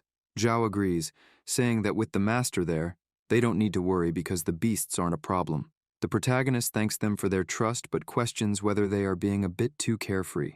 Long, irritated, calls him a bastard and declares that he will not let him underestimate him, saying that his arrogance will be the cause of his demise. He gives the signal for the beasts to attack them all. The protagonist tells Yao Qing and Zhao that this is a good opportunity and that it will help with their training, asking them to pay attention to his movements. Suddenly, a voice orders him to stay quiet, saying that that little bastard belongs to her. When he looks to the side, the young master Wu Jin is surprised to see a storm of chi blades cutting through the spiritual beasts. Ye Linchin uses a chi sword and continues defeating the beasts, which begin to explode. The members of the Beast King sect are in shock. Then, Ye Linchin uses the storm to attack the sect's members, creating a hurricane that sends them flying. The young master watches the scene as Ye Linchin states that this will take care of those pieces of trash, but now it's her turn to settle things. Wu Jin thinks that she is more resilient than he imagined. Ye Linchin calls out to Wu Jin to finish their fight and asks what he is looking at. When she realizes that her clothes are torn, she turns red with embarrassment and yells at him not to look, calling him a pervert. Meanwhile, the members of the Beast King sect, confused, ask what she is doing since she has already defeated them. Ye Linchin, embarrassed, orders everyone to leave and throws them away. Long and his men shout that they shouldn't think they've won so easily and promise that they will return. Suddenly, the jade plates begin falling from the sky. The young master comments that that was easier than he expected. Suddenly, an attack passes near him, and Linchin calls his name. She says that no matter how many jade pieces he has, it will be useless because he is destined to lose. No matter how much he struggles, she declares that there will be no more opportunities for him. Suddenly, an earthquake shakes the ground, and Chen Wujin questions what she is trying to do. asking if Lynchen is going to use her isolation technique again. She, confused, asks what he is talking about, and comments that she has no idea what he is saying. Suddenly, a massive dust storm rushes toward them. A voice emerges, asking what they are doing standing there. A man, running in despair, orders them to hurry and flee because a demonic wolf is attacking them. They comment that demonic wolves can smell the blood of their prey and always go after them, making them extremely dangerous to face. The demonic wolves begin eliminating the tournament participants while howling. A member of the Moon sect asks Kuki what they should do. He responds that no matter how powerful it is just a beast, a mere demonic wolf, and that it is no match for them. He then begins using spiritual writing, creating a mass of plants and trying to immobilize the wolves, but the demonic wolf easily dodges the attack. Kuki, surprised, asks how this is possible. Suddenly, the wolf lunges at him in the middle of the forest. The spectators continue watching through the mirror while Master Bai asks if they shouldn't do something since that beast is eliminating the tournament participants. Master Hao responds that as long as the participants don't surrender, they cannot interfere because it must be the will of the heavens, and says they can only trust them. He comments that the island was originally home to these creatures, and that when the beast sect released their pets, it may have awakened the rest of the beasts that were dormant beneath the ground. In other words, when the blood of the pets touched the soil, it caused the demonic wolf to awaken. As Kuki from the Moon sect runs toward the protagonist and his group, Wu Jin, using his spiritual power, creates a barrier to defend against the demonic wolf's attack. The protagonist says that the wolf has been accumulating demonic energy for 1,000 years, and if they only defend themselves, they will be in serious trouble, so they need to find its weakness and defeat it as quickly as possible. Yelinchen, with her flute, tells the young master that just this once, they will work together. However, when she raises her arms to use her flute, her shirt tears even more, leaving her completely embarrassed. Yelinchen remains silent, completely flushed, but Chen Wujin throws his coat at her and tells her to put it on. He comments that he knows they are enemies, but asks what kind of man he would be if he let a woman fight in that condition. He orders Zhao and Xiaoqing to take care of maintaining the protective shield because he will be busy fighting. They respond that they understand.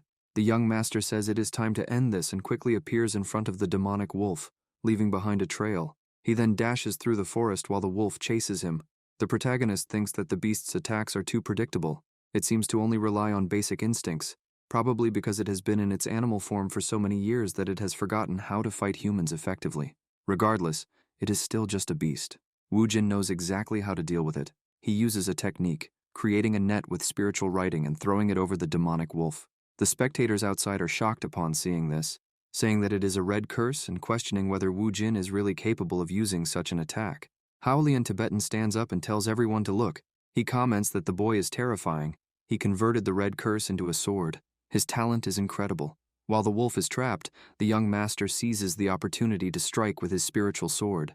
Kuki, watching, comments that the spiritual sword is incredibly powerful. The demonic wolf begins to roar. Wu Jin notices something strange about the roar and wonders if the wolf is crying. He questions why a beast of that level would do that, then uses spiritual writing to look into the heart of the beast. He sees the spiritual beast on the plains, playing with a bird. He hears someone calling it Shadow. The beast becomes happy and calls out to its brother. Its older brother says that he has finally found a master who needs his protection and that, starting tomorrow, he will be able to follow him and explore the world. Shadow becomes excited and asks if it's true, but then he becomes sad, saying that it's great, but he also wants to become strong and explore the world himself. His older brother tells him that he understands his eagerness, but Shadow needs to choose his master wisely. The wolves of their clan can only select one person for the rest of their lives. The wolf thinks he understands and wonders how much longer he will have to wait. The leader of the wolf clan tells Shadow that too much time has passed and that he still hasn't found a master. If he continues like this, he will only be a burden, and according to the clan's rules, he will have to hibernate and rest underground. Shadow responds that he doesn't want that. He just wants to find a master who will accept him, and he won't give up. The leader, irritated, calls him insolent and asks if he intends to disobey the clan's rules. Then he attacks him, throwing him backward, and asks Shadow if he doesn't see it. He states that no one wants him because he is too weak. A demonic wolf like him is nothing but a misfortune, and the leader says he should have finished him off long ago by throwing him into the underground. As Shadow falls, he begins to question if he really is trash and why they want to eliminate him. He believes they are right. Even though he tried his hardest, it was useless. He trained in many things, but he believes that this is the end. The young master Wujin, seeing these memories, calls him naive. He comments that if they truly wanted him to die, they wouldn't have sealed him underground. The seal was broken due to the blood of the beasts, and Wujin asks him if he really thinks that was a coincidence. The wolf becomes confused as the young master destroys his techniques, causing an explosion. The people around question what is happening and say that it is a disaster. The protagonist comments that it seems his expectations were too high because the wolf is too weak, hasn't even finished developing, and is still too small. A warrior asks if he really thinks that beast is small and comments that Wu Jin must be delusional. Wu Jin gets an idea and tells Shadow that he is very lucky because fate is on his side. With his help, he won't have to worry about anything. The wolf realizes his intention as the young master explains that the difference between him and those idiots from the beast clans is that he doesn't underestimate the power of spiritual beasts. With that, he begins using spiritual writing with both hands. Ye Linshan, seeing this, says that it cannot be. Qing states that it is dual spiritual writing. Zhao comments that Brother Wu Jin is incredible because he is trying to tame the demonic wolf. Inside the beast, a voice asks for its name. The wolf responds that his name is Shadow and asks who he is. The protagonist responds that it doesn't matter because he used his power to see into his heart, and comments that Shadow has a serious inferiority complex, asking if he knew that. Shadow, irritated, asks what he just said and whether he also thinks he's weak, declaring that he will teach him a lesson. Wu Jin says he likes his personality, but questions if that is the right way to talk to his new master. He comments that Shadow spent years waiting for someone to recognize his efforts, but the only one who ever did was himself. The beast, surprised, asks if he really said master, and if he will finally have one. Chen Wujin laughs and tells Shadow not to cry, saying that it was a lot of work to get there, and calls him to go with him. The spectators watching tell others to look, because the demonic wolf is shrinking. They say this is the perfect opportunity, and order everyone to follow and take his jade pieces. Xiao Qing comments on how they dare attack Brother Wujin now that he is weakened from using the spell. Several swords are launched in the young master's direction. Qing warns Wu Jin to be careful, but suddenly all the swords and blades are easily cut down. The attackers then receive multiple cuts. Shadow, irritated, calls them trash, and questions how they dare take advantage of the situation. He declares that he will not let them hurt his master, and asks Wu Jin if he is impressed, betting that he must be. Then Zhao and Qing jump toward the young master, calling his name. Qing says she's happy he's okay, while Zhao comments that he worried her. Shadow kneels on the ground, saying that his master is a ladies' man, and asks if he can also have that kind of relationship with his new sisters. Wu Jin responds that he cannot, because they are his alone. Ye Linshan, irritated, thinks that the damn dog is just like its master. She suddenly notices something and throws a chi blade at Kuki, questioning what he thinks he's doing. The blade cuts his arm, but Kuki responds that it's too late because now that the signal has been sent, the rest of the disciples will see it and come to the location. No matter how strong they are, with nearly 10,000 disciples present, they will have no chance. He comments that Chen Wujin is just a filthy rat and asks if he really thinks he can win the grand tournament. He also declares that they have taken the lives of many of their brothers and that now they will collect that debt, even if it costs them their own lives. The young master questions Kuki, asking if he is telling the truth and whether there are really 10,000 disciples there, wondering if he's lying. Wu Jin then gives a malicious grin and says, "Excellent." He comments that this is the perfect opportunity because he can finally use his little treasures. Zhao and Qing ask if he is really going to use that, but young Wu Jin tells them to calm down, saying that it's not what they think. Using his power, he orders everyone to step back and summons the tiger tanks. Some disciples start running while Kuki questions what those things are because he has never seen anything like them. A chubby disciple laughs and asks if Wu Jin really thinks those will scare them, claiming that no matter what strange artifacts he uses, he cannot defeat them. The others agree, saying they are not afraid of that trash. Wu Jin asks if they really think that, and comments that the people of that world are even dumber than he thought. He declares that no matter their cultivation level, they stand no chance against his attacks. He asks if they truly believe that even if all the sects united, they would have any chance at all, and tells them not to make him laugh because they are nothing but trash. The disciples, irritated, ask what he just said and declare that he is just bluffing, vowing to make him pay for his words. The young master summons a targeting control and comments that, in that case, he will show them a power beyond their comprehension. The tiger tanks begin to attack all the disciples, causing multiple explosions. Kuki uses spiritual writing to create a shield, but the explosion from the attack shatters the shield effortlessly, sending him flying to the ground. The disciples begin running in fear, saying they cannot fight against those things. Meanwhile, the young master Wu Jin, standing atop the tank, laughs and asks who's arrogant now. He orders them to remember this well. They are nothing but trash, and since he is the villain, he will destroy anyone who stands in his way. Zhao comments that the master is acting strangely and asks Qing if she thinks the same. Qing responds that it doesn't matter because his evil side is also very sexy. Wu Jin then calls out to Ye Linchen, referring to her as darling, and asks what she will do, suggesting if she wants to join their group. Ye Linchen responds that he must be joking and asks if he really thinks she wants to work with him. She comments that she doesn't need help because she can handle herself, but as she speaks, her stomach suddenly growls with hunger. Embarrassed, she complains, "Of all times, why did I have to get hungry now?" Zhao suggests they eat something first, saying they can continue the discussion later. Sometime later, inside a cave, Zhao begins cooking. Qing comments that the food smells amazing, while Ye Linchen insists she doesn't need their pity. Zhao serves the food and hands a portion to Qing, who immediately starts eating and praises it, saying that Sister Zhao's cooking is amazing and that she will definitely make a great wife in the future. Zhao, excited, asks if she really thinks so, and explains that it's all thanks to the young master, who gave her some very useful artifacts to improve her cooking skills and spiritual power. With his help, she can now prepare such delicious food. Wu Jin approaches Ye Linchen and asks what she thinks of the smell, saying it's delicious, and asking if she doesn't agree. Bringing the food closer to her, he asks if she is sure she doesn't want some.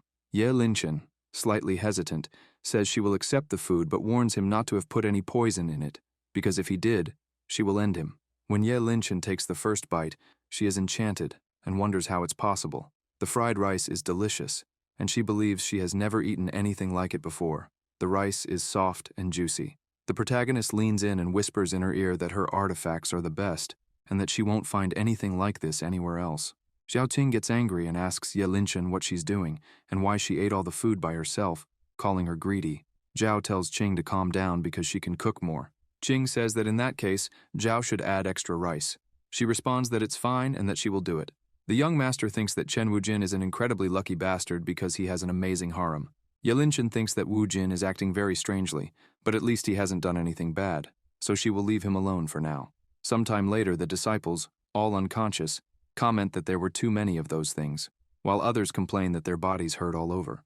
Kuki thinks that Wu Jin can enjoy his temporary victory, but once he gets in contact with his master, it will be easy to eliminate him with his own hands. Zhao Shu Ruo, feeding his birds, tells them to eat up so they can grow strong and healthy. Suddenly, Shu Ruo's medallion begins to glow. Kuki calls him master and reports that they have a problem because the situation is more complicated than they thought. He states that Chen Wujin is far too strong and that his subordinates were powerless against him. Even Wang Tenglong was defeated. Shu Ruo tells Kuki not to worry, saying that from the beginning he never expected anything from them, though he also didn't expect so many casualties. He then says that it's time for his babies to make their debut. Kuki, surprised, recognizes them as Zhuan Chuan birds and comments that he heard they can explore any part of the world, making them excellent for scouting dangerous places. The birds break out of their cages and take off at high speed, while Shu Ruo asks if they know what they truly are and explains that they aren't just for scouting. They can do many other things. Behind their cute appearance, they hide extremely dangerous abilities. Back at the dimensional mirror, Kuki throws his jade plaque to the ground and curses Zhao Shu Ruo, commenting that that bastard thinks they're useless. One of the disciples, irritated, says that they thought they could take down Chen Wujin, but he was just using them. Kuki tells him to relax because it's not their fault. They didn't know he was this strong. The leader of the Kai Feng sect, Gong Yao, declares that if they can't do anything, she sees no reason to continue their alliance. Kuki asks what she's implying. Gong Yao says that it should be obvious and comments that this is only the first round, and that there will be multiple winners, so there is no need to risk her people for something so pointless. From now on, everyone will fend for themselves, and she calls for her girls to leave. Kuki pleads with them to wait, saying that his master already has a solution for their problem. Another competitor says that the girls are right, and that it's a waste to risk his men as well, adding that it's better to leave now. As the Kai Feng sect girls walk away, one of them asks their leader if she's sure about this and what their plan is. Gong Yao responds that they just need to wait for the other sects to fight each other. Once they are weakened, they will attack and take all the jade stones. One of them comments that it feels shameful to resort to such low tactics. Gong Yao, irritated, states that the only thing that matters is victory, no matter what methods they use.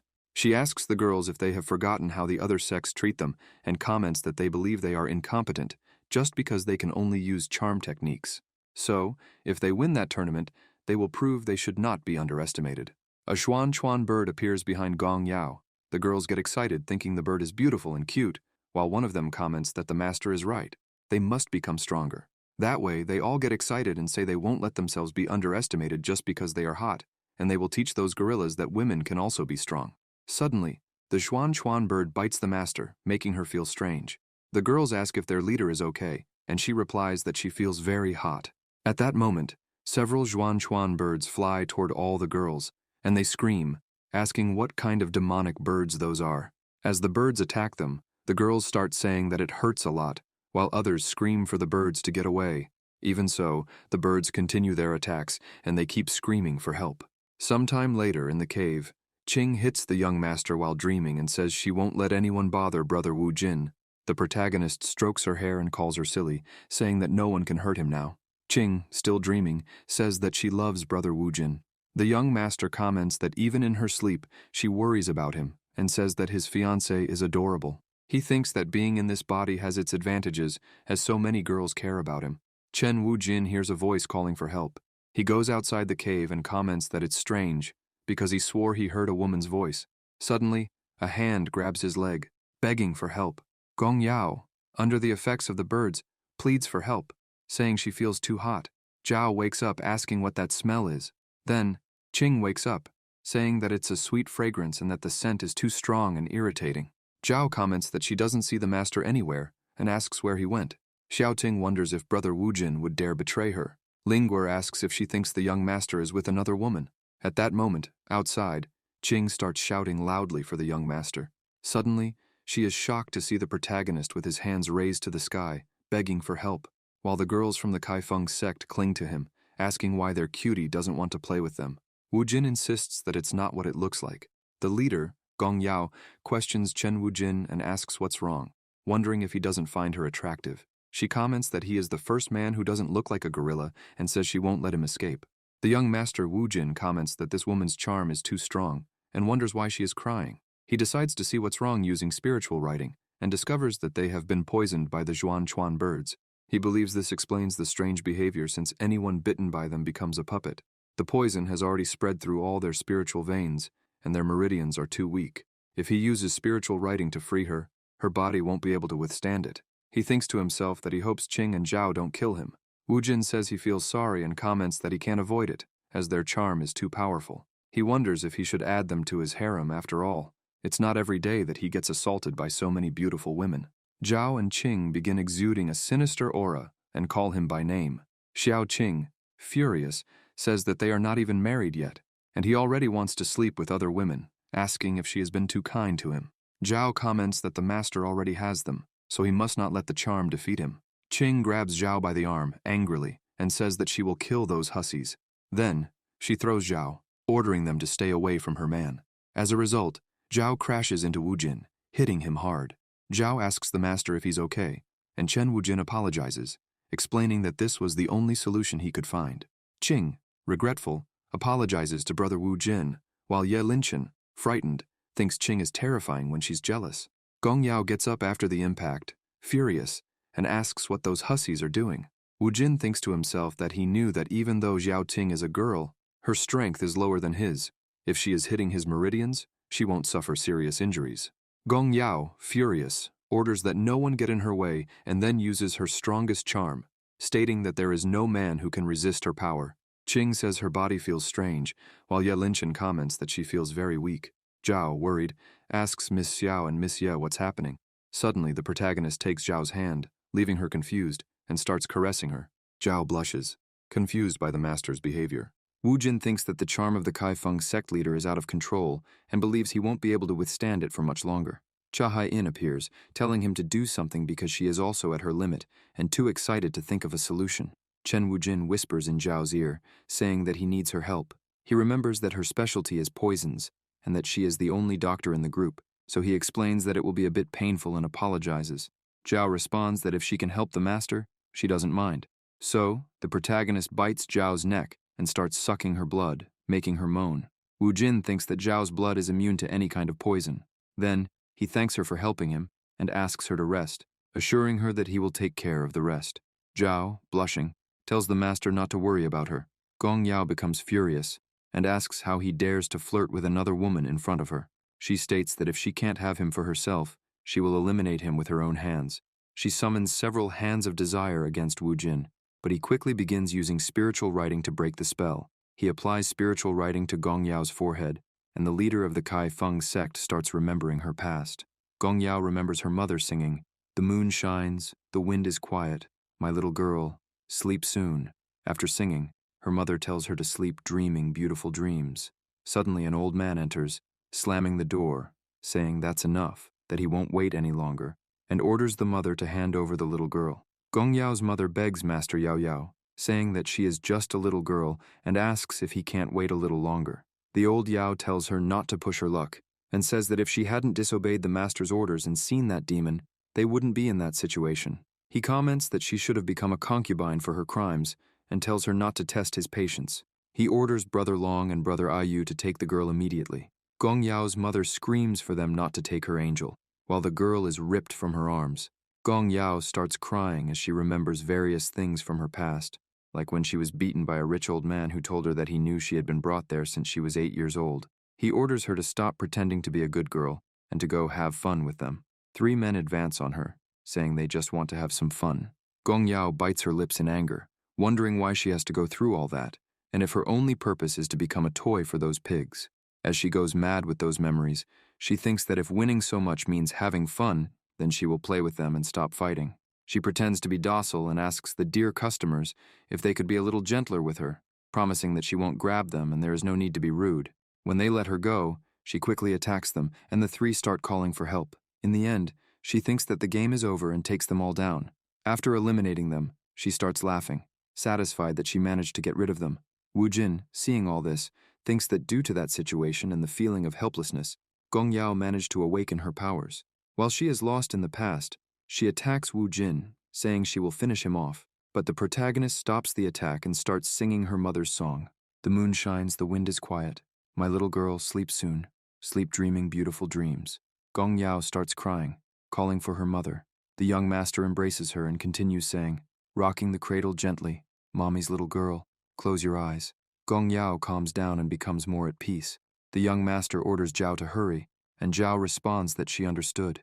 She uses the healing technique, Butterflies of Life. Then the young master activates spiritual writing and combines his techniques with Zhao's, extracting the poison from Gong Yao and the other bewitched girls. Zhao comments that she absorbed all the poison into her system and will now get rid of it using the disperse technique. Feeling very tired, Zhao is caught by Wu Jin, who asks if she is okay. She tells him not to worry and explains that it's just the poison from the Xuan birds, which is very powerful, so it will take a little time to dissipate completely. Qing sighs, commenting that her legs are still weak, while Ye Linchen says that she finally feels normal. Xiaoqing, irritated, says that it's all that Hussey's fault and questions why she is still there, telling her to leave at once. Gong Yao asks her to wait because she just wants to talk. Qing, furious, says that she won't let her get close to Brother Wu Jin. The protagonist asks her to calm down, explaining that everyone is cured. Gong Yao says she just wanted to thank him for saving her, even when he could have attacked them but held back. Moreover, he helped the rest of the girls. She says she knows they are enemies, but would like him to accept them as allies, and comments that the Kai Feng sect will withdraw from the tournament, hoping he will take this action as a demonstration of loyalty. The girls call for their master, but Gong Yao states that she has already made her decision and will not go back on it, as this is the least she can do. Young Master Wu Jin, holding a dress while a portal is open, comments that it looks good but is childish and continues searching for more options, saying he cannot find any useful clothing for the situation. Gong Yao, confused, asks what the hell he is doing. Suddenly, Shadow shows a bikini, asking the master what he thinks. Wu Jin says it is perfect, and that Shadow did well. Qing snatches the outfit from them and declares that, of course, she will not allow this to happen, saying that the only one who can wear that for Brother Wu Jin is her. Zhao jokingly comments that Miss Qing should not be offended, but thinks the others suit that outfit well. Gong Yao, still not understanding, asks what they are doing. Chen Wu Jin responds that it is very simple and says he will give her a chance, proposing that she join them and guaranteeing that they will secure a spot in the top 3. The leader of the Kai Feng sect asks why he is helping her. The young master replies that it is because he wants to. If he had to give a reason, it would be because he likes her. He explains that she is a courageous woman, as instead of dying or becoming a mistress, she took advantage of her own pride and managed to overcome her problems. He also comments that he would rather help a beautiful girl than a bunch of losers. Gong Yao, embarrassed, asks if he really thinks she is beautiful. He smiles and says yes. She states that if he agrees, they will be respectful and obedient, as well as grateful for his trust. Quickly, Wu Jin calls the other girls to come closer and choose an outfit, saying it will be a surprise and that they do not need to be so respectful. At the end of the day, Qing says that the sunset on the island is very beautiful. Zhao agrees and comments that, thank God this is the last day of the tournament. The protagonist asks Xiao Qing if she agrees with his idea of helping the Kai Feng sect. She tells him not to worry, and says to Brother Wu Jin that she knows this is part of his plan, and that he is not a pervert. Wu Jin responds that he is happy she understands, and quickly turns his face away, while Gong Yao, dressed in a maid cafe uniform, comments that this is a bit different from the usual dress and hopes he likes it. Chen Wu Jin ends up with a nosebleed and faints. Qing, irritated, comments that she will not tolerate that tramp who excites him, while Zhao calls him a pig. One of the Kai Feng sect girls calls the master and steps out from behind a rock wearing a bikini, showing the master that these outfits are a little better than the previous ones. Wu Jin, excited, thinks that he finally succeeded. He completed his dream and made all the girls fulfill his fantasies by wearing the clothes of his favorite characters. Thus, he embraces them. Qing, annoyed, says this is a curse, and declares that she will not lose but must maintain her composure. Zhao sighs and asks her not to be upset because they need to stay calm. The protagonist shouts from the top of the mountain that his wish has finally come true. Suddenly, a lightning attack explodes next to him, scaring him. Young Master Wu Jin, irritated, questions if that is a star platinum. A spellbound, supermuscular man calls out Chen Wu Jin's name. The young master asks what he wants and whether he really thinks he can defeat him, saying he is nothing more than a piece of trash.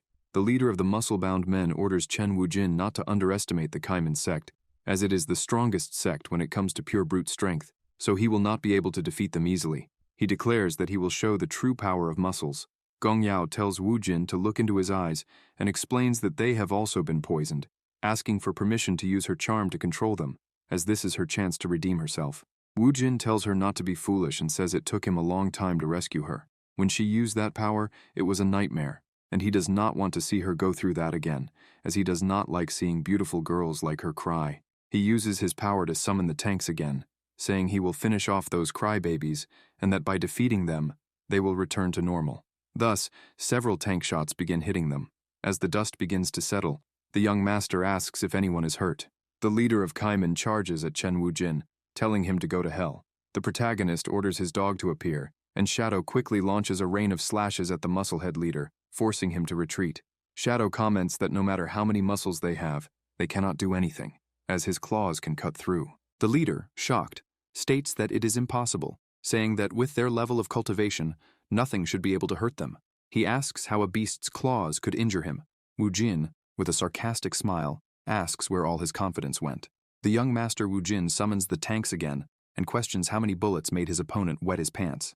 While using his spiritual energy to launch the tank's attacks, he comments that if he gets really serious, not even his opponent's physical strength will be able to stop the attacks. The leader of the Kaiman sect orders his men to move quickly and not let Wu Jin use those things again. They respond that they understand and rush toward the young master, but he uses spiritual energy and fires the attack, causing an explosion that illuminates everything around. Qing, impressed, comments on his sadistic and sexy side. The protagonist responds, "Control yourself, woman." Suddenly, someone releases a large amount of spiritual energy. Ye Linchen notices and questions who is there. Using his flute, he blocks the mysterious person's attack. Zhao warns the master that it is a trap. In the sky, a mysterious young master appears, emanating tremendous spiritual energy. Wu Jin questions what he thinks he is doing. Silently, the opponent fires a wave of energy toward him, creating a hurricane that lifts the tanks off the ground. The strong wind makes the girls of the Kai Feng sect cling to each other. Qing, holding her dress, asks Brother Wu Jin to do something. He reassures her, telling her not to be scared because he will take care of her. Outside, people watch the energy storm and wonder what is happening and why they can't see anything. One of them comments that it is the spiritual net of the Yuzhang sect, but another person argues that it is impossible since only the leader could do something like that. and they didn't think Wu Zhang was participating in the tournament. Bai Muyang asks what is going on and if Hao Liang knew anything. He confirms and comments that there is a very strange aura in the net. Then, he says he will investigate and confirms that the net is contaminated with the poison of the Zhuan-Chuan birds. Hao Liang Tibetan questions if he is sure, arguing that the Zhuan-Chuan birds are demonic creatures and would never use something like that in the tournament. Hao Liang Shan comments that someone must have deceived them. One of the Hao brothers states that they need to stop it immediately and have no other option. He suggests suspending the tournament to save the kids. Lian Tibetan, however, opposes. The little one questions if his older brother has gone crazy. He responds that today is the last day of the tournament, and if they stop now, all their effort will be wasted. Then, he proposes that once they determine the winners, they punish the people responsible for it. Bai Muyang retorts, saying that he has lost his mind because the net is contaminated with the poison of the Zhuan-Chuan birds, which is too much for the children to handle. Suddenly, someone orders everyone to look. Wu Zhang, surprised, asks what the hell is happening and sees several lights heading toward his net. Various red blades begin cutting through it like needles, causing a spiritual collapse and destroying his technique. Qing states that brother Wu Jin managed to destroy the spiritual net. The protagonist responds that he would take care of it because it is nothing more than a child's game. Immediately after, the tanks begin attacking, generating an explosion and launching Wu Zhang far away. Lying on the ground and severely injured, Wu Zhang laments, saying that his spiritual net was perfect and wonders how it was destroyed. The young master Wu Jin responds that he was being too ambitious because the power difference between them is immense. He advises, next time, it's better to look for prey at your level. Ye Lingchen thinks that Chen Wu Jin is incredible for converting his spiritual energy into small needles and piercing the opponent's spiritual net. The Zhuan-Chuan bird was flying nearby, but Wu Jin captures it, saying that even though it is a monster, he cannot deny that its appearance is very beautiful. Quickly, he uses his spiritual writing, stating that it is time to find out who is behind all this chaos. The technique transforms into threads that move toward a tree, capturing a man. After restraining the target, the technique brings him to Chen Wu Jin. When he arrives, the young master comments that he is the culprit and says that the birds have the same essence as that man. Qing comments with disgust, while Zhao questions why he recognizes the scent of a man. Ye Lingchen adds that she didn't know he had that kind of fetish and tells him to stay away, calling him a weirdo. Wu Jin explains to the girls that it was just a metaphor and that what he meant was that those creatures have Yuan energy impregnated in their bodies. Then he grabs the man by the neck and lifts him, saying that in the past, he was responsible for manipulating and controlling everything from the shadows, but in the end, he is nothing more than a coward. Wu Jin hopes that next time, he will have the courage to face him directly. Hao Lianshan appears, calling Wu Jin and saying that they will take care of the rest, so he does not need to worry. The protagonist comments that Master Hao has arrived. The other two brothers of the little one look at each other, and using their technique, announce that the first round of the grand tournament has ended. They ask all participants to leave the location and go to the arena to see the results. Lian Shan tells Wu Jin that he should prepare for the second round, and that he himself will handle that matter, ensuring that Wu Jin can leave everything in his hands. The young master agrees and throws the captured man to the ground. With the end of the first round, the dimensional mirror begins to crack and shatter. Several portals appear, and the people watching the tournament comment that the participants are returning. The survivors begin to make their way back to the arena.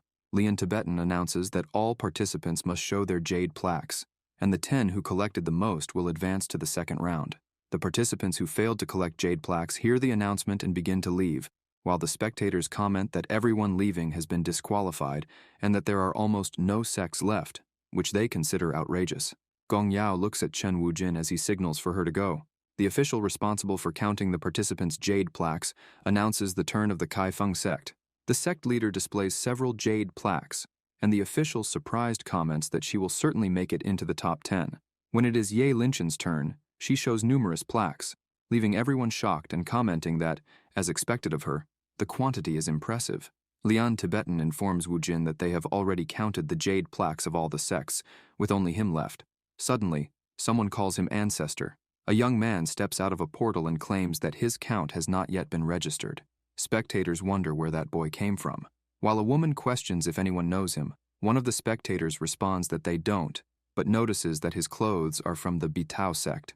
Lian Tibetan asks if he belongs to the Bitao sect, and the boy confirms, explaining that he joined the sect 2 days ago, and in fact, did not expect to participate in the grand tournament. Lian Tibetan agrees but questions how he doesn't know him despite wearing the sect's clothes. The young man apologizes and explains that he forgot to mention that he was recommended by a man from the Huo Yun sect. Lian Tibetan says that, in that case, the young man can show his jade plaques. The boy responds that's fine and wonders if that is Chen Wujin. Then, he displays an enormous number of jade plaques, stating that he thinks he surpassed Ye Linchen and asking what they think. Spectators comment that the boy must be strong but wonder why they don't know him, given the impressive number of plaques. Lian Shan tells Wu Jin that only he is left and asks if he thinks he can win. The mysterious boy laughs and asks if he really won the first round. Chen Wujin replies that he wouldn't be so sure and orders Shadow to appear. Shadow grabs a dimensional pouch and starts pouring out jade plaques on the ground non-stop. Spectators, seeing the absurd quantity, comment that it is ridiculous and that, although they knew Wu Jin was strong, that number of plaques is unimaginable. Lian Tibetan announces that the winner of the first round is Chen Wujin and states that as a prize, he can choose 2 sects to be his companions. The protagonist then takes the hands of 2 girls, raises the hands of Ye Linchen and Gong Yao, and declares that he chooses those 2 suites, affirming that having beautiful girls on his team is the best. Ye Linchen, embarrassed, questions what that idiot is doing. Suddenly, a voice manifests, saying that Wu Jin is making a mistake. The boy from the Batao sect, who came in second place, asks why they are not on the same team, since that would increase their chances of victory, and questions if Chen Wujin does not agree. The young master responds that he absolutely does not. The boy, confused, asks why, and Wu Jin, without hesitation, replies that it's because he is not a beautiful girl. The comment leaves the boy and the leaders of the Bitao sect incredulous. Ye Linchen and Xiao Ting grab Wu Jin and cover his mouth. Xiao Ting asks him to control himself and says he is embarrassing them, while Linchen declares that they are already leaving. Lian Tibetan and the young man from the Batao sect remain silent, unable to believe what they just heard. The other participants start leaving, with some saying that Wu Jin must be high. Tibetan laughs and comments that he sees the young man is very strong, but it's strange that he doesn't have a name in the cultivation world with such abilities. The boy tells him not to exaggerate, and claims it was just luck. Tibetan remarks that his traits remind him of an old friend of his sect, a formidable man who no one could defeat, but unfortunately, he left the sect and disappeared.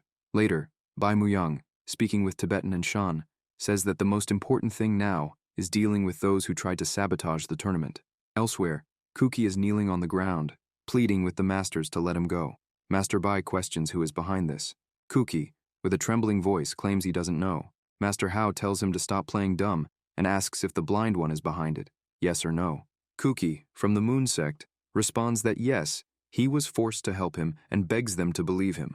Tibetan uses his finger blade technique and says that was exactly what he wanted to hear. He orders Kuki to deliver the message to his master, to get out of his sight, and to warn him that they will take care of him personally. Kuki says he understands and leaves with a cut arm. Shan asks if they should act. Tibetan tells him not to worry, saying he knows Shan is impatient, but he wants to test Wu Jin a little more. He comments that Wu Jin is a boy with great potential, and if they helped him now, they might hinder his progress.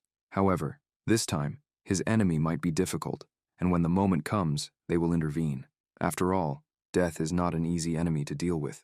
A servant informs Shu Ruo that Master Shang is waiting for him. Shu Ruo carries a basin of water. As he walks, he hears his name being called. Shang tells him to come quickly and stop acting like an idiot, reminding him that he knows the rules.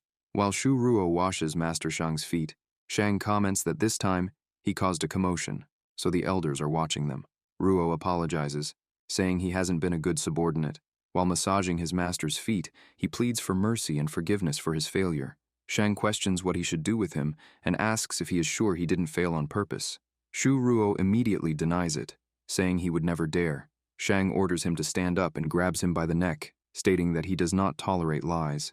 He comments that he knows Ruo is very intelligent and a great strategist, but feels that he is not putting in his full effort. Shu Ruo begs for his life and admits he didn't expect the enemy to be so strong. He swears he won't fail again, and insists that he has always been loyal. Shang releases him and says that he notices Ruo is still good with words and, indeed, has been very useful, proving to be a valuable subordinate. That is why he holds great consideration for him. However, he grabs him again, stating that as the sect master, he cannot make exceptions, and that Ruo must be punished. Shu Ruo pleads for him not to do it. Master Shang throws him onto the bed. Meanwhile, Shu Ruo screams loudly saying, "No!" Later, in the middle of the storm, Shu Ruo returns to his room and throws himself onto the bed, furious. Covered in bruises, he curses Shang, saying that not only did the master toy with him, but now, because of him, his eyes are in this condition.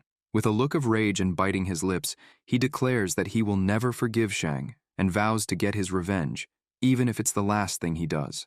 Meanwhile, in another place, the young master, taking a bath, sneezes and wonders if he caught a cold, saying he shouldn't feel cold since he was sure he had adjusted the water temperature correctly. Suddenly, a voice comments that someone must be thinking about him. Cha Hai-in appears behind Wu Jin in the bath, questioning if perhaps someone cast a curse, considering how many enemies he has.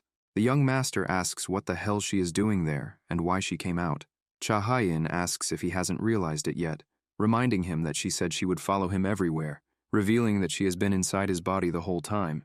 She thinks that, despite being a great player, he is still a virgin, so it's fun to tease him, since it's impossible for him to resist her charms. Che Wujin pulls her closer, and she, flustered, asks what he is doing.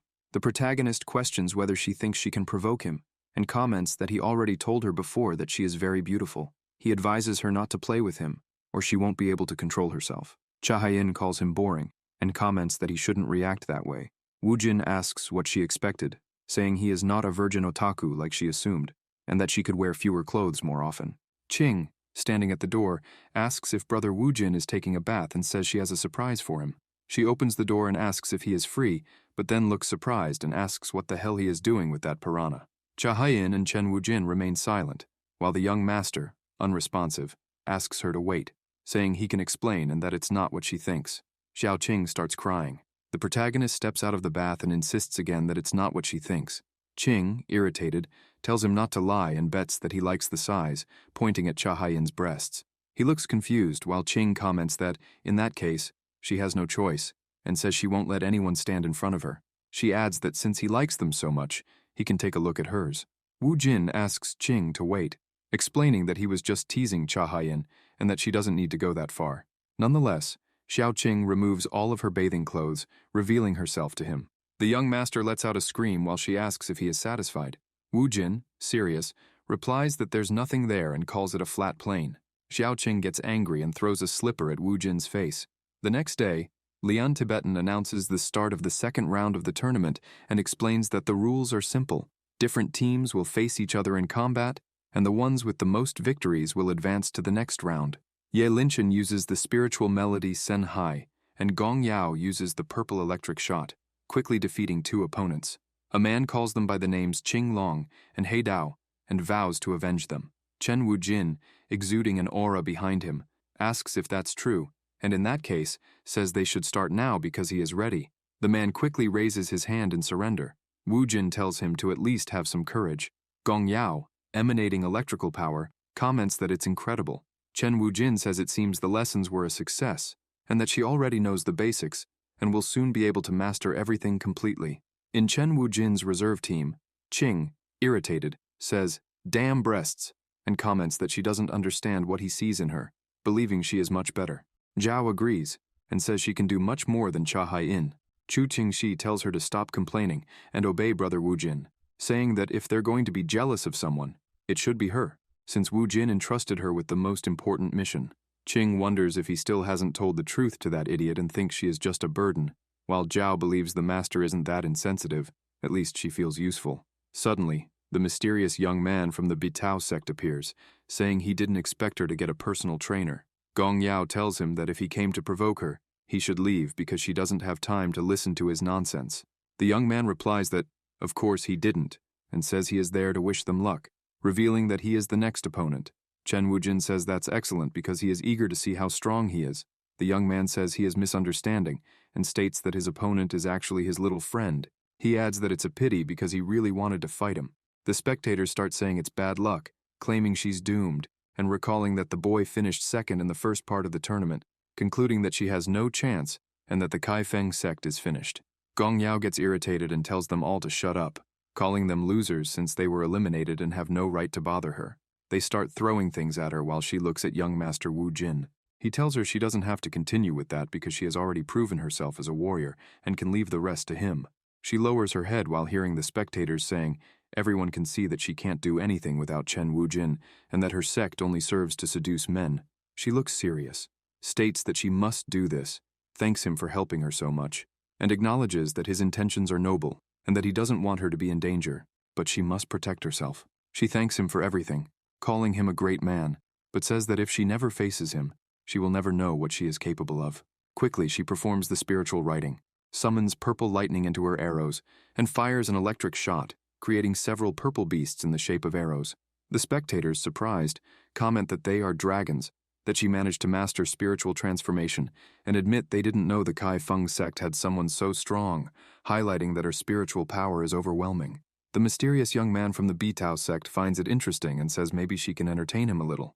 When the attack is about to hit him, Zekin jumps over the dragons and says that, for someone with a much lower cultivation base than his, the attack is not bad at all.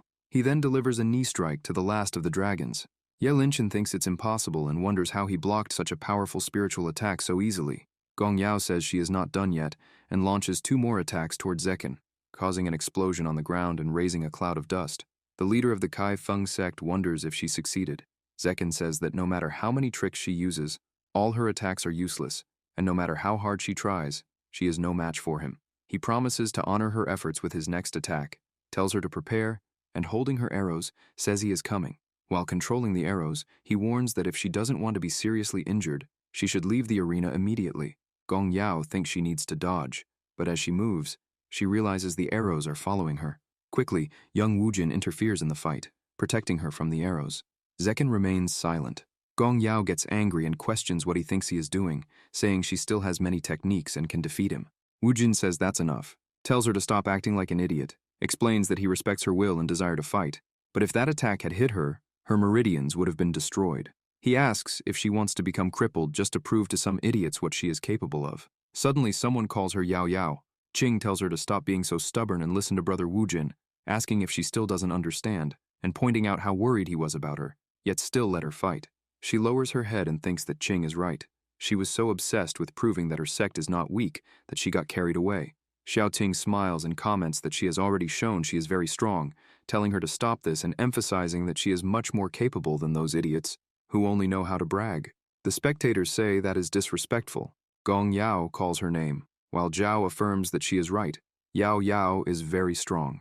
Chu Tingxi comments that even if she has the power of 1,000 demons and only her master can defeat her, she also recognizes her strength. Qing tells her to listen and not let the insults of those useless chauvinists make her feel weak, affirming that she is very strong. Wujin smiles and asks where that speech came from. Qing asks if her words made him fall in love with her. Xiaoqing comments that lately many girls are interested in him, but she can't blame them since he is irresistible, and says that if he is going to have a harem, she will be the best. Cha Hai-in starts emerging from within him, telling her to stop talking nonsense because she is the best, and won't let Qing take him. Wujin slaps his hand to push Cha Hai-in back, looking scared. Meanwhile, Qing wonders what that was. He replies that it must have been the wind and tells her not to worry because his heart belongs to her. Suddenly, someone calls Chen Wujin. Ye Linchen, irritated, orders him not to dare interfere in her fights, stating that she will win that tournament alone and does not need his help.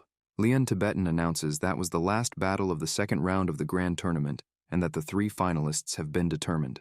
Zekin laughs while thanking everyone for their support. Tibetan says they will now begin the final round and wishes them good luck. Wujin says that Sister Ye was incredible. Master Hao grabs a chest with his spiritual energy and takes out a spiritual scroll. As he opens the scroll, it begins to glow around the arena, and everyone is surprised, asking what is happening. Master Hao explains that it is an image of the demon goddess and reveals that the map was a gift from the ancient gods of this world, kept secret for a long time. The reason for this is that the ancient demon goddess Feng Ling entered that place out of curiosity and has been unable to leave ever since. Their mission is simple. They must find her, and the first to succeed will be the winner. Ye Linchen states that this is madness because the demon goddess's cultivation is immense, with over 1,000 years of cultivation, and asks how they could be of any help if even she couldn't escape. Zekin agrees, saying that Sister Ye is right, and questions what will happen if they also get lost. Master Hao starts laughing and explains that, in reality, it is very easy to find the exit, but it is a bit slower. As they can see in the image, the place does not seem dangerous, but there are traps, and the area is full of mountains, so they need to be careful, or they will fall into the abyss of destruction, where the body will be separated from the spirit, leaving nothing but ashes. The spectators comment that this seems terrifying and risky. Qing asks Brother Wujin not to go because it is too dangerous, and she doesn't want to lose him again. Ye Linchen provokes him, saying that if he is going to chicken out, he should do it quickly and let her win for both of them. As the three enter the scroll, Wujin thinks that Linchen is a very brave woman, and that it is great to have her by his side. Lian Tibetan tells them to wait, and comments that he forgot to mention something very important, saying they cannot take their weapons, as the slightest disturbance will cause the scroll to collapse. In this challenge, they will not be able to use them, leaving the three confused. Master Hao orders them to store their weapons in the spiritual pouch and explains that once they return, they will be able to retrieve them at the end of the tournament. They begin placing their weapons inside the pouch, while Zekken comments that he doesn't use weapons. Wujin tells Shadow to get inside immediately, but he gets annoyed and responds that he is not a weapon. Master Hao opens the portal and asks if they are ready, telling them to wait a second, and explains that these are refined Horcruxes specially designed for them based on their abilities. Ye Linchen picks up the sword and says it is very comfortable, while Zekken states that he likes cats and comments that they are adorable.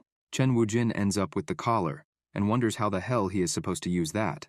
Suddenly, the collar fastens around Wujin's neck, leaving him startled, but he thinks of something and believes that this kind of fetish is quite extreme. However, if he can still have fun with the demon goddess, then it's fine. Thus, Master Hao declares the beginning of the third round of the grand tournament. Meanwhile, young Master Wu Jin thinks that as soon as he enters the painting, he will carefully study that weapon. While lost in his thoughts, several flower petals begin to appear around him. When he realizes that the scenery has changed, he asks if he has already entered the realm. As he starts walking, he feels something under his foot and trips, falling face first to the ground. He then notices that the collar transforms and creates an outfit of its own. Annoyed, he asks what the hell that is and curses the elder. Quickly, he begins performing spiritual writing to destroy half of the outfit, but it regenerates on its own. In disbelief, he says that normal attacks don't work and concludes that he can't remove that damn thing, wondering what Master Hao was thinking. Wu Jin senses something coming his way and quickly dodges an attack, wondering if those are flower petals. Even dodging, he notices that his face ends up with a small cut and questions how it is possible for them to be so sharp. Then, another attack comes toward him. He defends himself but realizes that the outfit restricts his movements. The attack, which looks like a pink cloud, hits his face again.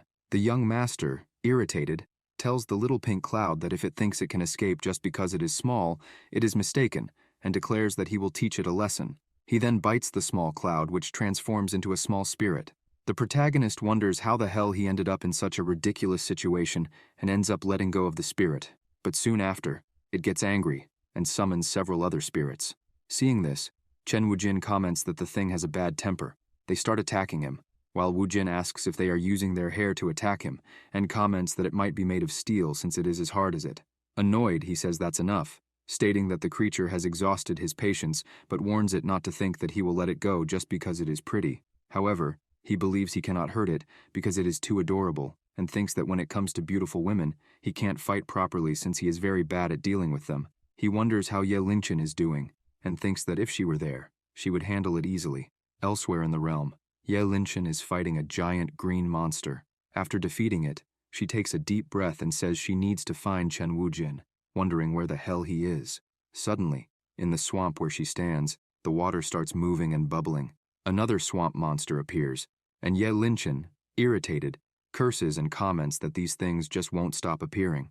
She believes it is too late to defend herself with spiritual writing and finds it difficult to use that sword since every time she wields it, it gets heavier. Suddenly, Zekken's cat appears, effortlessly slicing the monster in half, and then a powerful spiritual force explodes the creature.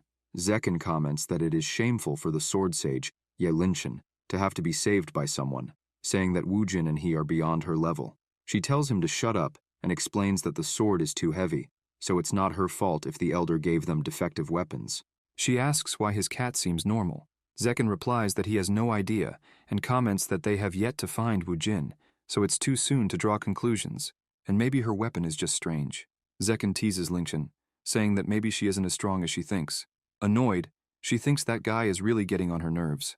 Suddenly, he becomes incredulous upon seeing Wujin passing by them, being carried by the spirits. Lincoln asks what happened and if he saw anything. He replies that a naked man just passed by them.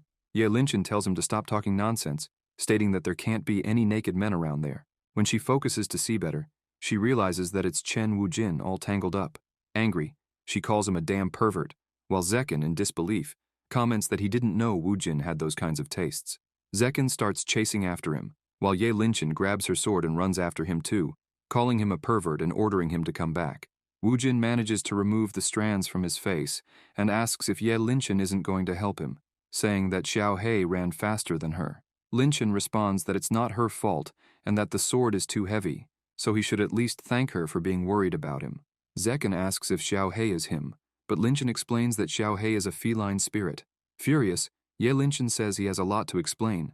She begins using spiritual writing and launches a technique that traps the spirits, telling Wujin to hold on a little longer because she will free him immediately. When she uses spiritual writing again, Chen Wujin calls her name. She asks what happened, and he asks her to be careful. Ye Linchin blushes, saying that this isn't the time to worry about her, calling him an idiot and reminding him that he is the one in trouble. The protagonist explains that he wasn't referring to that and asks her not to hurt those little beauties because they are too adorable, and he doesn't want to see them harmed. Lincoln and the spirits look confused. Suddenly, she stops running and starts laughing, saying, "So that's it." Then, exuding a sinister aura, she comments that she had been worrying about him like an idiot, but tells him not to worry, as she will take very good care of those little beauties. Chen Wujin says Ye Linchin did it, and the spirits finally untie him. Then, Ye Linchin delivers a sword strike infused with wind, transforming the spiritual attack into an Oni shape. When it hits, the strike sends Wujin flying. As he falls toward a tree, a woman is leaning against it. Linchin warns the protagonist to be careful and look behind him, while Zekin, watching the scene, comments that the woman is huge. Chen Wujin, confused, asks what they are talking about, but in doing so, he crashes into the woman. Dazed from the impact, he comments that the sensation is very soft and that his neck is killing him. A voice says that this is shameful, leaving Wujin puzzled. The giant woman comments that her breasts are weaker than that little one and says she thought they were firmer. Ye Linchin asks what the hell is going on, tells the woman to watch her mouth, and calls her a pervert. Wujin thinks that she is enormous. The giant asks if she was called a perverted woman, and comments that it has been a long time since anyone has said that to her. She says that all the creatures in this place revere her as a queen, and, while holding Wujin's collar, remarks that poor creatures don't realize they are inside a painting. She starts examining Chen Wujin and asks if he is her food, saying that it has been a long time since she has seen such delicious meat. Ye Linchin tells Chen Wujin to do something and asks if he is going to let that vulgar woman have her way with him. He asks if she thinks he enjoys this, and comments that the damn collar is suppressing him. He says he thought he would be the one in control and declares that he is not a sadomasochism fanatic, much less wants to play the submissive role. The demon goddess tells him to struggle as much as he wants, but explains that those weapons were deliberately made by old Hao, so he won't be able to do anything. She says he is very skilled, has a beautiful body, and that she will have fun with him before finishing him off. Zekin comments that he wouldn't be so sure and throws his Xiao He. The cat scratches her, making her release Wujin. The goddess tells the cat to stay away, but it returns to Zekin, who questions if that is all her weapon can do.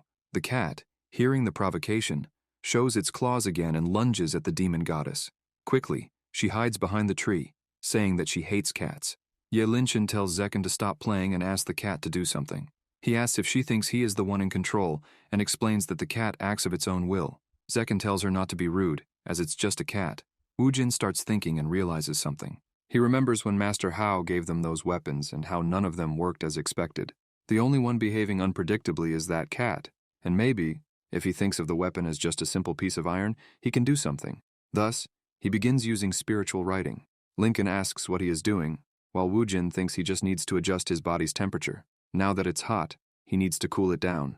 Ye Linchin, watching the scene, comments that it's incredible and acknowledges that he is using the Jinghai technique. The protagonist realizes that he succeeded. The goddess's control is weakening, and his outfit is returning to normal, breaking the collar. Chen Wujin celebrates, saying that he did it, and is finally back to normal. Lady Ye asks if he broke the Horcrux. The queen then strikes the cat with a whip made of vines and says she won't let a bunch of brats humiliate her, asking if they really think a stupid cat can stop her. Zekin runs to the cat and asks if it's okay. The demon goddess gets serious and says they have left her no choice, promising to teach them a lesson and show them the difference in power, asserting that they are no match for her. Using his spiritual writing, Zekken quickly creates a barrier to defend against the goddess's attack. Yelinchen also starts using spiritual writing to protect herself, but realizes the sword is getting in the way, as it drains too much spiritual power. Her technique is broken because of this, and when the demon goddess's attack is about to hit her, Chen Wujin reflects it.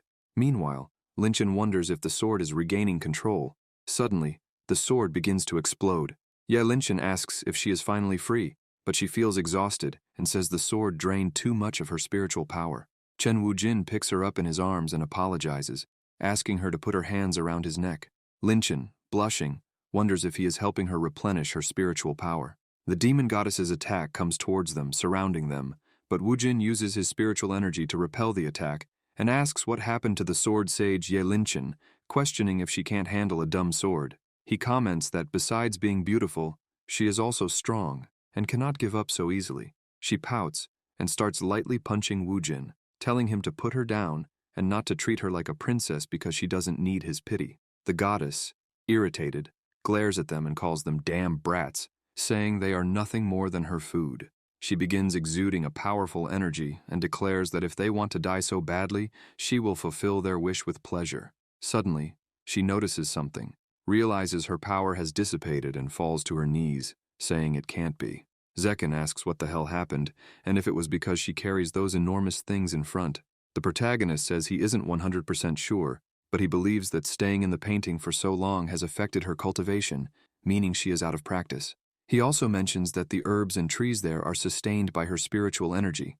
The demon goddess replies that she won't say anything. The young master explains that they have no problem with her, and only want to leave the painting, then asks why she doesn't come with them. She questions what makes him think she wants to leave and, angry, says she understands now, blaming that old man.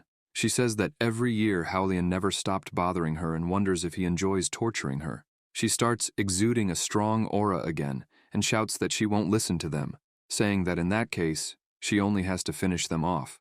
Zekken comments that her demonic aura is very strong and that they are no match for a goddess who has been cultivating for thousands of years. Chen tells him not to give up and says that, fortunately, they are inside the painting, so they still have a chance.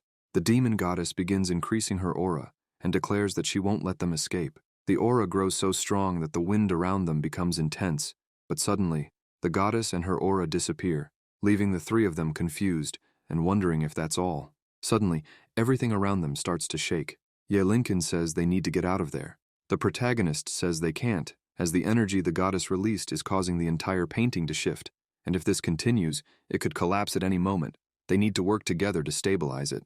Zekken starts vomiting profusely, and Wujin holds him up, telling him this is not the time to get sick and ordering him to endure. The ground around them starts crumbling, but Chen Wujin is shocked to see a golem emerging from the earth. The golem asks what is happening and comments that 3 ants are bothering him. Yelinchen starts feeling dizzy due to her fear of giants, and Wujin holds her too, thinking, damn, not her too. The golem orders them to reveal themselves, while the protagonist covers Lincoln's mouth to keep her from vomiting. The golem asks if they think they can hide from him and says it's a pity, because now that they are on his body, they won't be able to escape. Suddenly, several other golems begin to rise, walking toward them. The golem adds that he hopes they can entertain him for a while. Suddenly, the part they are standing on starts to collapse. Chen Wujin leaps, holding Zekken and Linchen, calling the golems a bunch of crap and questioning what kind of cosplay this is, wondering if they think they are a Cthulhu or a mountain giant. He comments that he has seen many monsters like them in his games, and that being mere NPCs, they stand no chance against him, the villain of this story. The golem tries to crush them, but the protagonist leaps to the top of the mountain. The leader of the golems commands his brothers to finish them off and not underestimate them. Chen Wujin says that the other 2 are out of commission and that he needs to do something. He asks Yelinchen to listen and put her arms around his neck, telling her to just follow along and not argue. He also orders Zekken to snap out of it, calling him useless and slapping him multiple times, telling him to react. Zekken opens his eyes and asks if the earthquake is over. Chen replies that they don't have time for that and need to face that thing. Zekken asks what thing, and then they notice a punch from the golem coming their way. They barely dodge it, and Zekken comments that the golems think they can win just because they are big. He then uses spiritual writing to deliver multiple strikes to the golem's arm, causing an explosion, and asks if that's all they have. The protagonist, observing, thinks that Zekken knows how to use spiritual scriptures and is incredibly strong.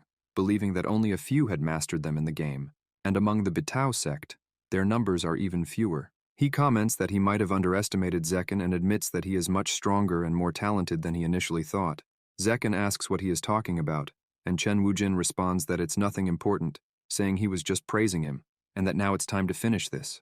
Chen explains that only those who have reached the heavens can use this technique and summons the lightning storm. Zekken tells him to stop boasting and attack already. Thunder begins to appear in the sky, and lightning strikes down upon the golems, causing them to fall apart. Zekken realizes what happened and understands that lightning is the golem's weak point. He wonders why he didn't think of it earlier and calls himself an idiot.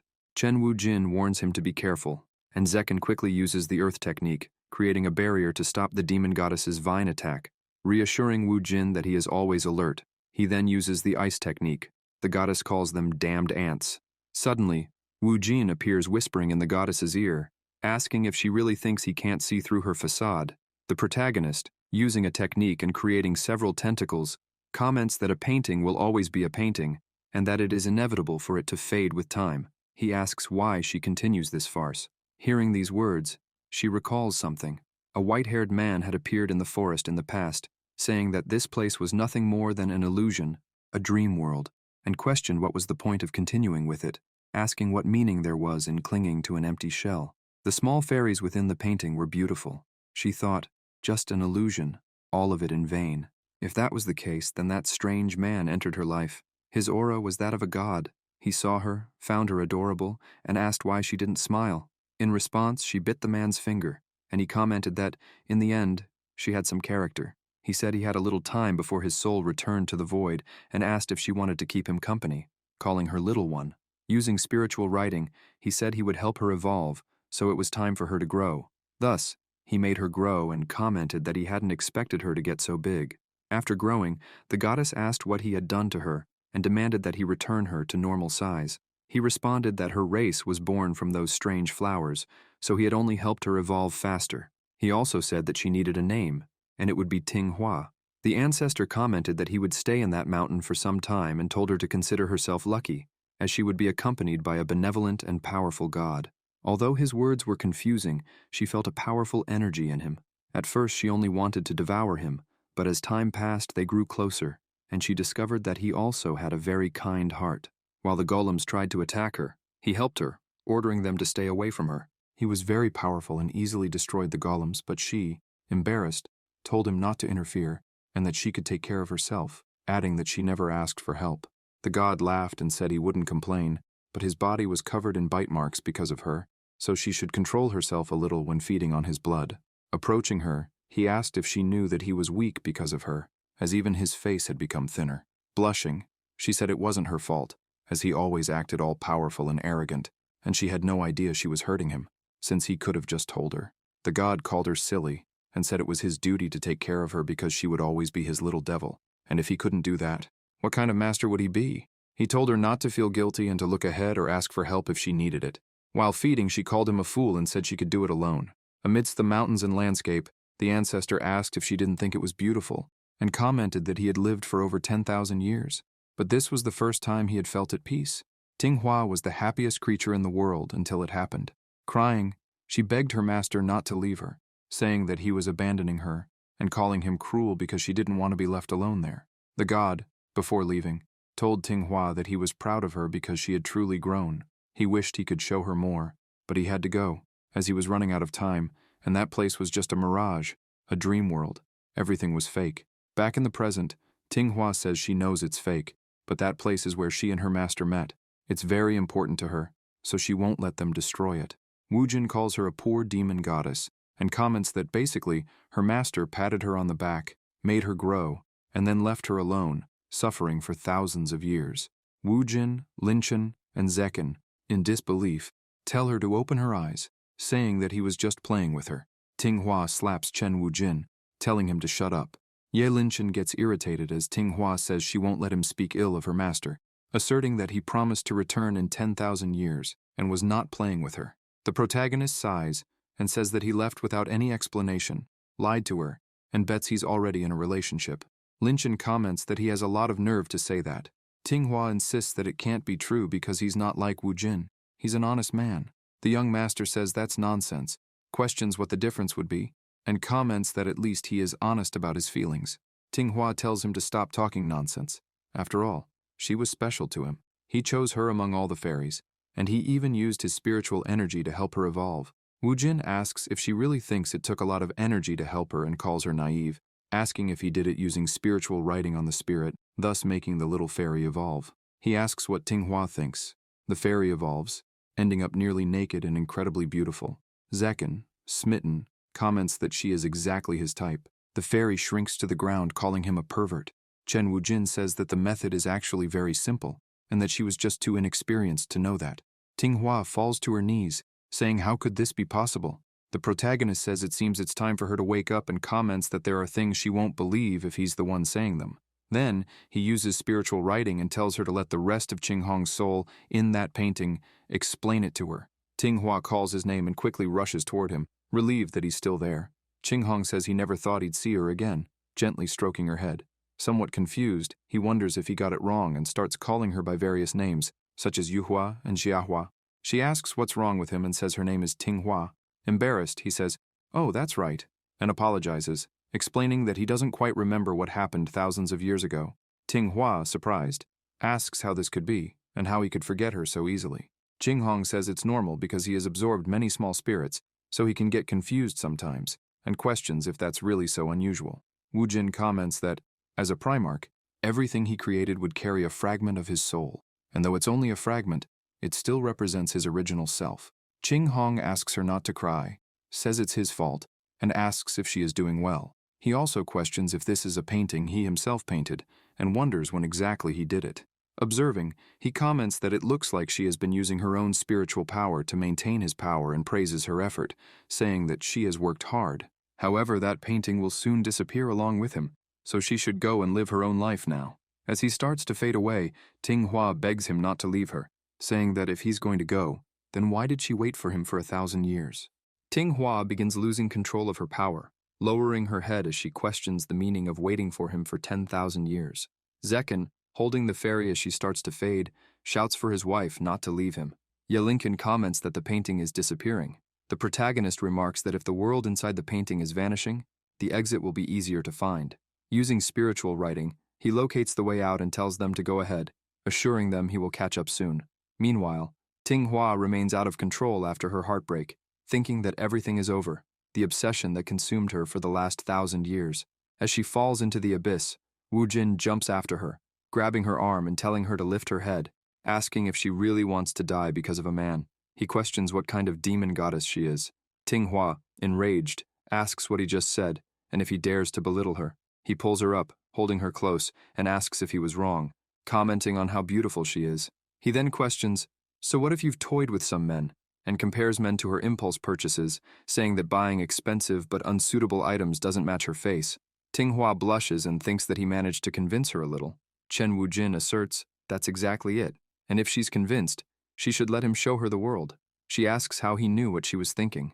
As they begin to climb out of the abyss, a black tentacle suddenly grabs Wujin's leg. He realizes that the soul-destroying abyss is expanding and pulling them back down. Both panic and scream, but the protagonist tells Tinghua to go first. He grabs her and throws her upward, shouting for Zekken to catch her and get out of there. As the abyss pulls him down, Wujin tries to use spiritual writing, but the tentacles move quickly, grabbing his hands and dragging him even deeper.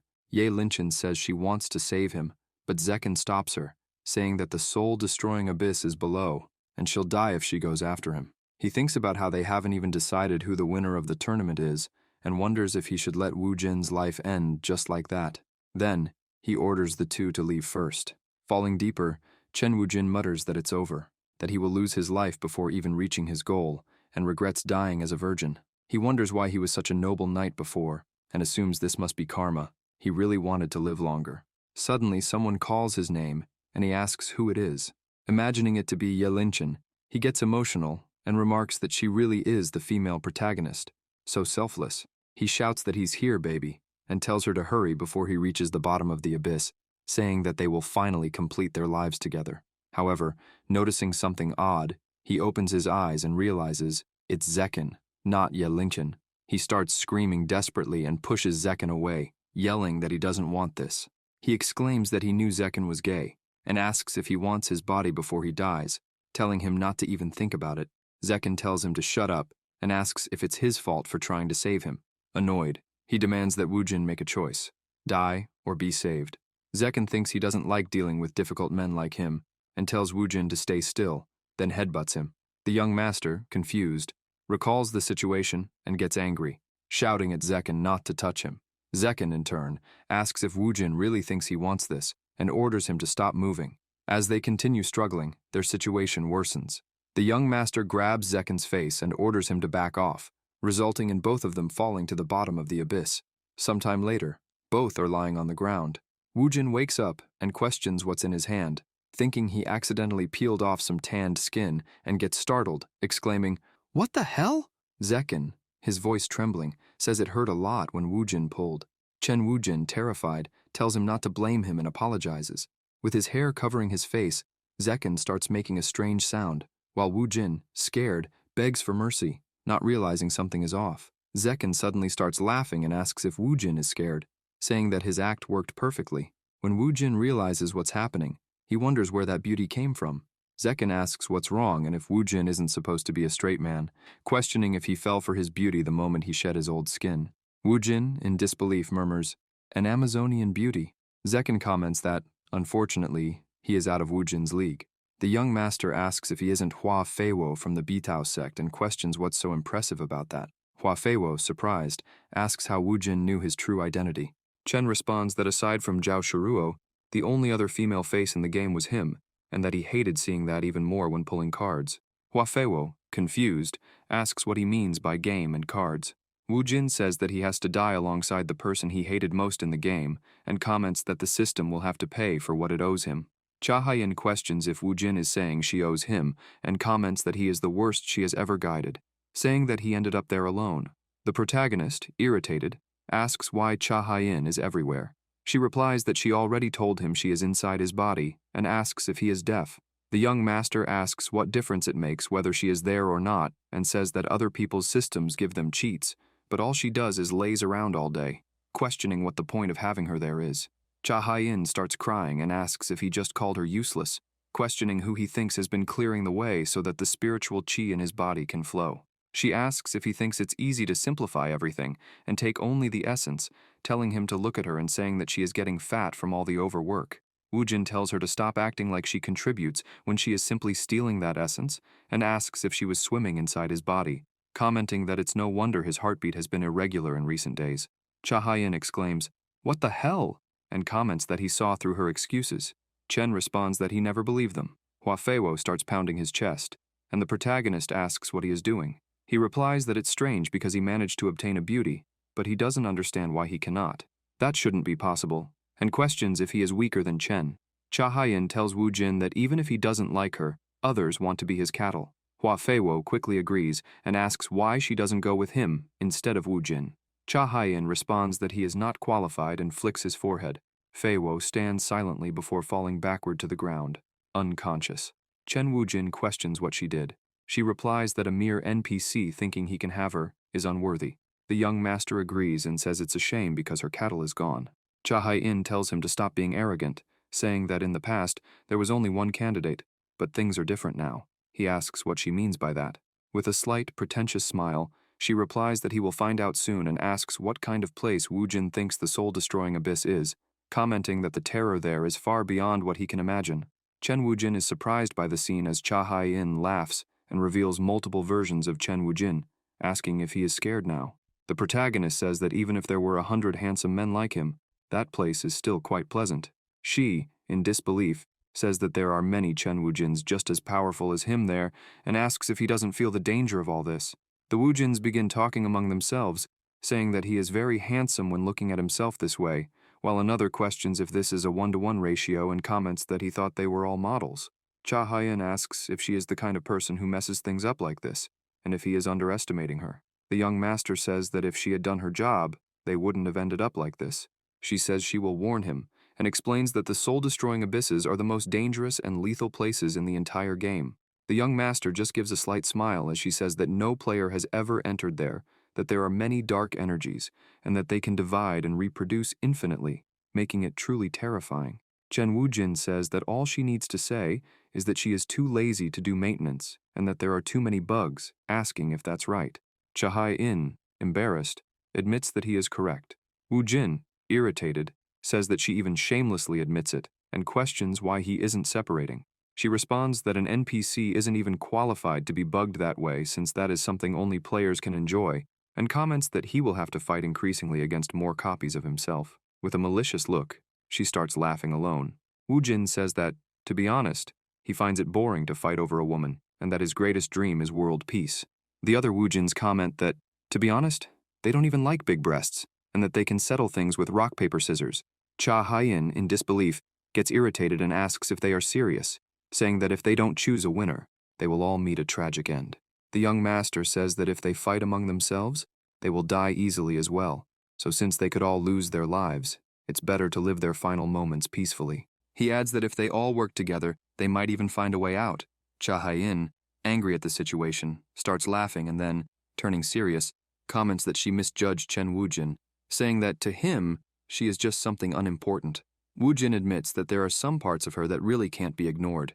The girl says she is sad that he treats her this way, and suggests that he really doesn't care about them, including Xiaoting, Qingzhao, Ye Linchen, Chu Qingxi, Gong Yao, and others. The young master says that if she puts it that way, it might be true. Thus, all the Chen Wujin start thinking deeply about them. When Wujin thinks of one of the girls, a massive brawl begins between them, with each one saying something different, like, "Only I can protect the harem," while another insists that he must be the first to leave, and yet another claims to be the real Chen Wujin. Cha Haiyan watches the chaos unfold, while one of them suggests there's no need to fight since there's one for each of them, only for another to shut him down, saying that they are all his. She, crying, thinks that they finally started fighting but isn't happy about it at all. Suddenly, the real Wujin begins dodging all the attacks and, irritated, asks why everyone is targeting him. They respond that he has been having fun the longest, and they don't like that, saying that if anyone deserves to lose their life, it has to be him. Cha Haiyan calls their attention and comments that everything has to be done fairly because what they are doing is cheating.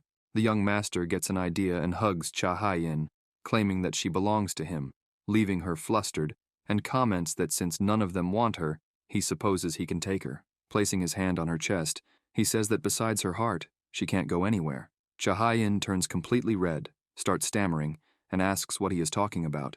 All the Chen Wujins get furious and shout that this is too much, commenting that watching themselves act like that is beyond reason, and that he is disgusting when saying such things.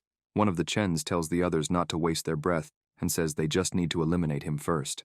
The protagonist tells them to wait, but they respond that they won't wait for anything. The young master says that although they are all very similar to him in terms of power, none of them are as good as him at one thing, and that thing is very important and is related to happiness, asking if they don't want to know what it is. All the others find it interesting and tell him to hurry up and say it. Wujin thinks that this is just like him, the damned curiosity, and starts laughing, saying that since they asked so sincerely, he will reveal the answer in his infinite mercy. He raises a finger and points downward, saying that it's that. All the other Wujins fall silent and comment that it's impossible since they should all be the same. The protagonist asks why they don't check and wonders if they want to make a bet or if they are afraid. They get irritated and ask who he's calling a coward, while another claims that his bird is the best. The young master says it's decided then, and on the count of 3, they will do it. Cha Haiyan, blushing, asks what they think they are doing. As they count down, she comments that although she is the system, she is also a woman, and asks if they can't be more considerate, thinking that she hopes it's big. When the count reaches 1, the protagonist orders them to reveal. Then they all comment that there is an imposter among them. Young Master Wujin, with his purple bird, comments that it looks like he is the winner and, throwing it into the air, says he is happy to have kept the Zhuanchuan bird and didn't expect it to be useful. Now he just needs to strengthen it a little. Thus, he uses spiritual writing to evolve the Zhuanchuan bird into a humanoid form, and comments that now she is worthy of the title of the #1 monster in the game. He orders her to come and bite. She then begins biting his neck, and his energy starts overflowing. Then, the young Master Wujin jumps high into the air. Cha Haiyan understands, and says that he is going to destroy the clones in one move, but she thinks it won't be that easy. The Wujin clones say that now it's over since, after being bitten by the bird, he has become too strong, and question what the point of facing him now is.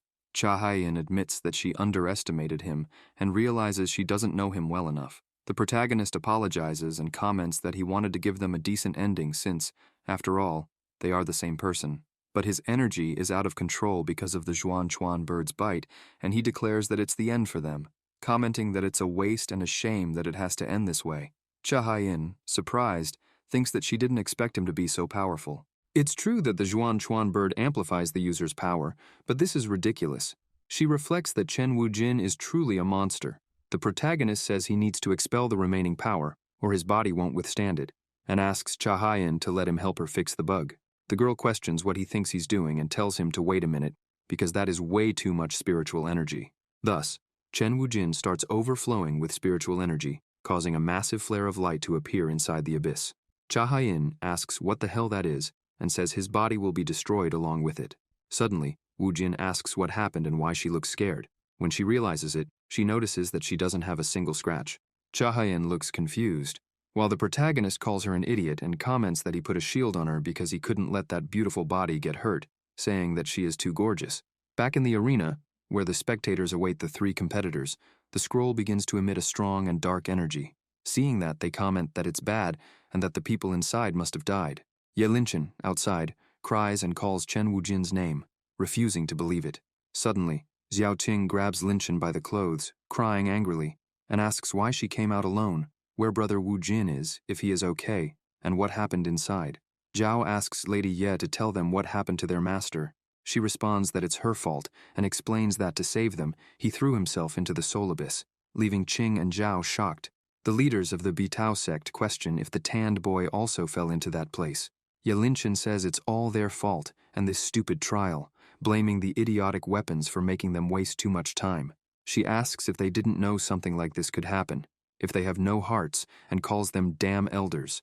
Lian Tibetan tells Lady Ye that he understands her pain but orders her not to be arrogant. The other brother Hao comments that it was all part of the trial and tells her not to blame them for it. Irritated, she lets go of him and looks at the scroll, determined to repay her debt to Wu Jin and promising to go back inside to save him. The demon goddess tells her to wait and comments that if she's going to save him, she should take her along, as she has been suppressing the miasma of that painting for all these years, and if she goes, she might be of help. The three Hao elders order them to stop, declaring that the image of the demon goddess was destroyed, and that if they enter, they will die, announcing that the tournament is over. Suddenly, a voice from within the scroll asks who said it was over, leaving everyone around shocked. Chen Wujin jumps out of the painting carrying Zekin and Cha Haiyan, telling Master Hao that he is too young to die. Ye Linchen, Zhao, and Qing run toward him, calling brother Wu Jin's name. The protagonist calls Zhao and Qing, telling his two treasures to come to him. The two immediately slap his face and start arguing, asking what he is doing hugging that woman. Qing says she was very worried about him and that he is wasting time with Cha Haiyan. Zhao says she wasn't too worried but asks what the hell happened inside. Cha Haiyan makes a face at the two and comments that Wu Jin belongs to her. The young master thinks that Xiao Ting's jealousy is terrifying and that she looks like an asura when she's angry, but in the end, it doesn't matter because he missed them, so he hugs them. Suddenly, a voice complains about a headache. Zhao hears it and looks back. The two fall silent, looking in the direction of Hua Feiwo. Zhao asks who that person is. Qing, jealous, says that Wu Jin had too much fun in the soul-destroying abyss and asks if he was too busy. Chen explains that it's not what she thinks and comments that it's a misunderstanding. He approaches Hua Feiwo and tells them to look, saying that he is a man. Hua Feiwo, irritated, asks if he could be a little more polite and calls him a little brat. Qing says that doesn't necessarily make him innocent, and comments that she can smell that man from the depths of hell. Wu Jin calls her name but notices something and says that she is right. He can smell it too, but the scent isn't coming from him. Suddenly, a voice asks if he's talking about him. The protagonist is surprised and questions what he is doing there. Shuruo comments that the incense he uses is of the highest quality and says he didn't know it was so alluring, adding that he is very sad that Wu Jin doesn't like it. Everyone falls silent. Tibetan declares that the grand tournament is already over, that no one invited him to be there, and asks what he wants. He also questions if perhaps his sect is unhappy with the tournament results. Shu Ruo says there's no need to be so serious, and comments that Master Ye is the best swordswoman in the world, so it's no surprise that she is the winner, congratulating her and saying he only came to invite her on behalf of his lord. Shu Ruo hands over an invitation and praises Master Wu Jin, saying that he is an outstanding man and very talented. asking if he would be willing to have a special dinner at his mansion. Bai Muyang tells Chen not to listen to him and comments that the Yue sect is too bold and should not be trusted. Zhao Qing says that her grandfather is right and tells the protagonist that they are not trustworthy people, stating that she is sure their lord is just like Shu Ruo, a worthless brat, and that they do not deserve his time. Lian Shan comments to Wu Jin that although the others are right, the Yue sect has a lot of prestige, so it would be discourteous to refuse such an invitation. Qing tells the old man to shut up and says that because of their weapons, she almost lost the person she loves, and now they want him to go to that sect and risk falling into a trap. Master Hao says that he did not mean it that way and tells her not to be an insolent brat. Wu Jin tells Qing not to worry and asks before accepting the invitation whether it is for just one person or if he can bring someone else. Zhao Qing calls out to brother Wu Jin. Shu Ruo responds that if that is his wish, they can adjust the invitation. Brother Wu Jin then comments that, well, he is not interested. Shu Ruo tells the young master that they have no ill intentions and that if he rejects them, it will break their master's heart. The protagonist comments that if they are so desperate, he will go, but only on one condition. They must invite all the disciples from all sects to the banquet, and he wants to be a VIP guest, received with honors. That is his condition. Later, in the lunar sect, Ken Shang starts laughing and comments that the boy is very interesting. Shu Ruo says he is ungrateful because it is an honor to be invited to dinner with their lord, yet he dared to set such ridiculous conditions. Shang calls him an idiot, grabs Shu Ruo by the collar, and asks if he has not realized that the boy is using them to improve his reputation. Shu responds that it is impossible because he is just trash that met his end, he cannot be so magnificent, and there must be an explanation for how he managed to return so strong.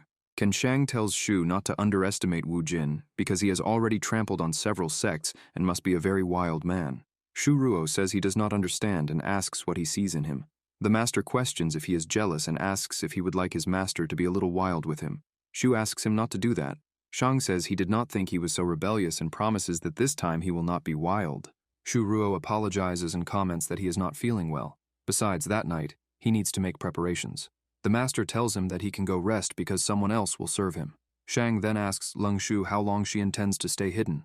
She replies that she did not want to disturb the patriarch and comments that they were having a very lively conversation. Leng Shu says it is an honor to see her brother and asks if it has been long enough. Shu Ruo says that she has finally appeared. Leng Shu asks the patriarch why her brother does not seem happy to see her. He replies that she is very beautiful, and it is natural for him to feel uncomfortable. She laughs and says that the patriarch is very cruel, and that since Shu Ruo is already nervous, they should not bother him so much. Shang says there is no problem because they are just playing, and besides, he has improved a lot in recent days. Shu Ruo comments that if the master does not need him anymore, he is leaving. Ken Shang watches as Leng Shu tells the patriarch that his answer was too vague because he did not even look Shu Ruo in the eyes. She states that if the master keeps him by his side, sooner or later, he will betray him. The patriarch pushes her to the ground and, with a serious look, says that his matters with Shu Ruo have nothing to do with her, so she should not interfere. In the Bitao sect, Lian Tibetan tells the third brother that he has always been the most stable among them, and asks why he is nervous. Master Hao says there is an 80% chance that everything will go well, but until it is over, he cannot be at ease.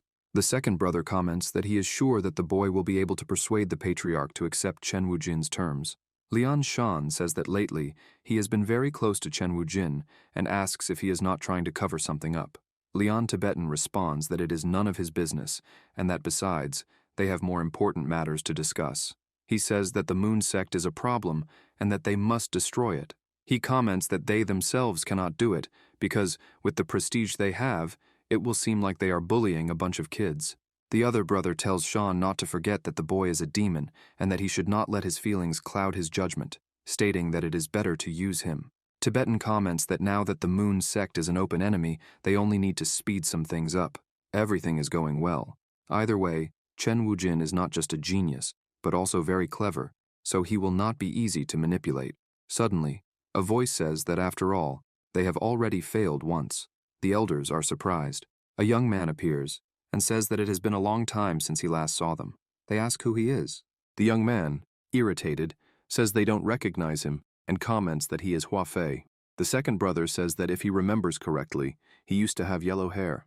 Master Hao says that his eyes and nose are very similar. Hua Fei comments that they are so blind it's despairing. Tibetan recalls that he made a vow 10 years ago when he left the Bitao sect and asks why he has returned.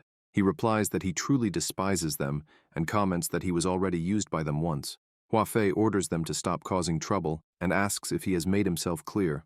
Sometime later, as Hua Fei walks, he says that Wu Jin owes him one and that he saved him, fulfilling his word.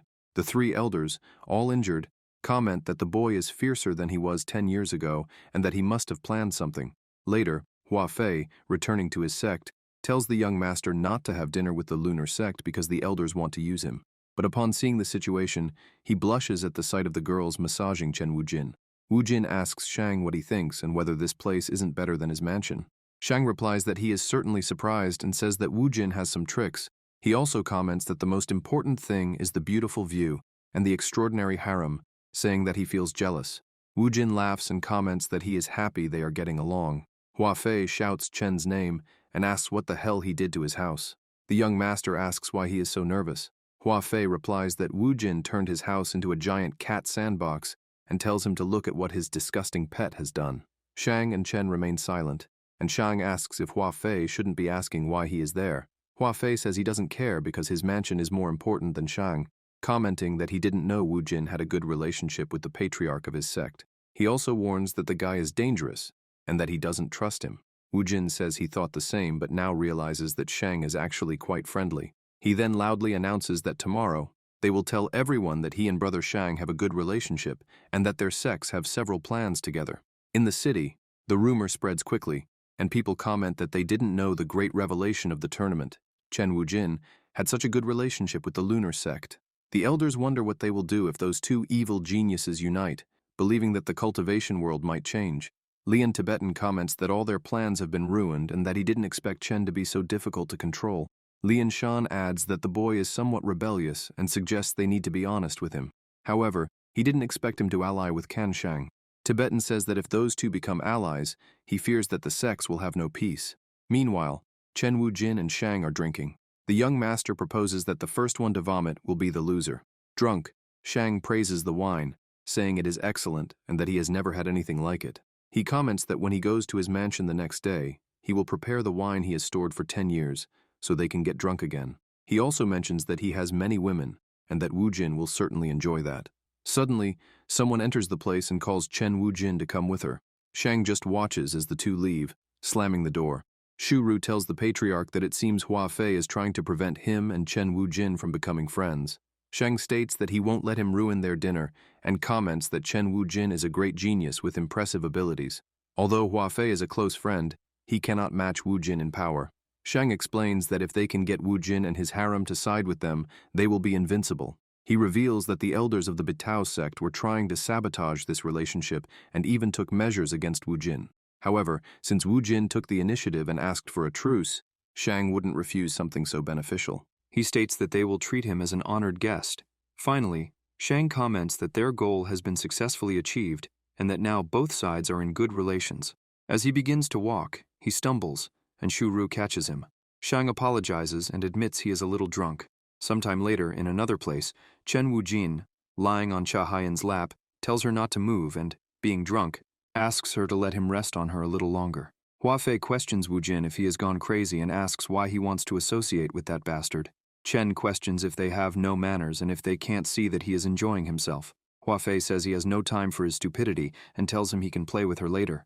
Wujin responds that he talks too much. He sighs and comments that he misjudged the young master because he always knew he wasn't a good person, but at least he thought he was decent. He then questions how Wujin dared to associate with that human trash and states that he shouldn't consider him a brother. Wujin, drunk, asks since when they have been so close. Hua Fei calls him a little brat and says that he treats Kan Shang like a brother, but doesn't treat him the same way. The protagonist asks if he is jealous and explains that he is only interested in beautiful girls. Furthermore, he says he was just being polite to Shang and doesn't truly consider him a brother, thinking that Shang is just acting and that he doesn't trust that guy. However, he admits that Shang's house is full of rare and exotic things, and he needs to gain full access to the mansion to investigate. Additionally, the main reason he is there is because his second favorite character is in that house, and he can't let such a beauty escape. Hua Fei lowers his head and comments that he means nothing to Wu Jin. Hearing that, Wu Jin looks confused. Fei says he thought he had some place in his heart, but now he sees he doesn't. The young master apologizes, but explains that he is only interested in girls and suggests that Fei come back when he has breasts. Hua Fei gets angry and comments that he doesn't care because he will use his spiritual power to save him in the soul abyss. Chen Wujin asks what spiritual power that is. Fei asks if he doesn't remember and comments that the big-breasted woman knocked him out. Chen says he remembers that. Hua Fei comments that at that moment, he saw many golden vultures trying to devour him. While experiencing unbearable pain, he opened his eyes and saw a purple light in that sea of suffering. It was like rain in the desert, something incredibly beautiful, and his body bathed in it. Wu Jin, startled, says there is no way he has those kinds of tastes. Chahayan asks if he really saw vultures and if he is referring to that. Fei comments that the most important thing is that from that moment on, Wu Jin became a god in his eyes and explains that he looked majestic with those wings. Chen Wu Jin tells him to leave and calls him a little rat. Chahayan says she was also captivated and would love to see his little purple bird and why it was different from the other copies. Wu Jin gives her a light slap and tells her not to worry. Sooner or later, she will find out why. Hua Fei says he doesn't care if Wu Jin hits or hates him because he will never be angry with him, as he was his savior. Throughout his life, he has had many achievements. He is someone very strong and respected, but he never cared about those achievements, and this is the first time someone has fought by his side and saved his life. Chen says he is misunderstanding. Fei quickly hugs Wu Jin and says that if he is moved, it's because brother Wu Jin was willing to live and meet an end with him. The protagonist says that's enough, and that he has no interest in any kind of brotherhood with him because he only cares about breasts. Hua Fei starts crying and says that he is very cruel, commenting that Wu Jin is a very important person to him. Meanwhile, Wu Jin covers his ears to avoid hearing such nonsense. Suddenly, someone drops an ice cream on the floor. The other people call out the master's name. The young master, shocked, says it's not what they think. Qing says she already knew. Wu Jin asks her to listen and not get angry with him, but Xiaoting gives a slight sarcastic smile, saying that brother Wu Jin likes the flat ones, so she is the winner. The protagonist remains silent while the others look at him. Zhao calls the master and asks if what Sister Xiaoqing said is true. Gong Yao tells her not to say nonsense because brother Wu Jin loves big breasts and constantly stares at hers. Qing says it's normal for him to have some kind of reaction to beautiful women, and looking toward Hua Fei, she comments that, actually, it's a normal reaction after everything.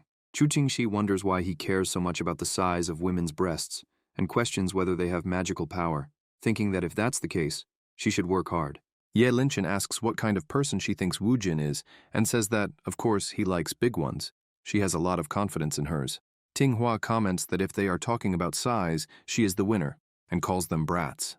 Chahayan thinks that piranhas are bigger than hers, and that she shouldn't have designed the model that way.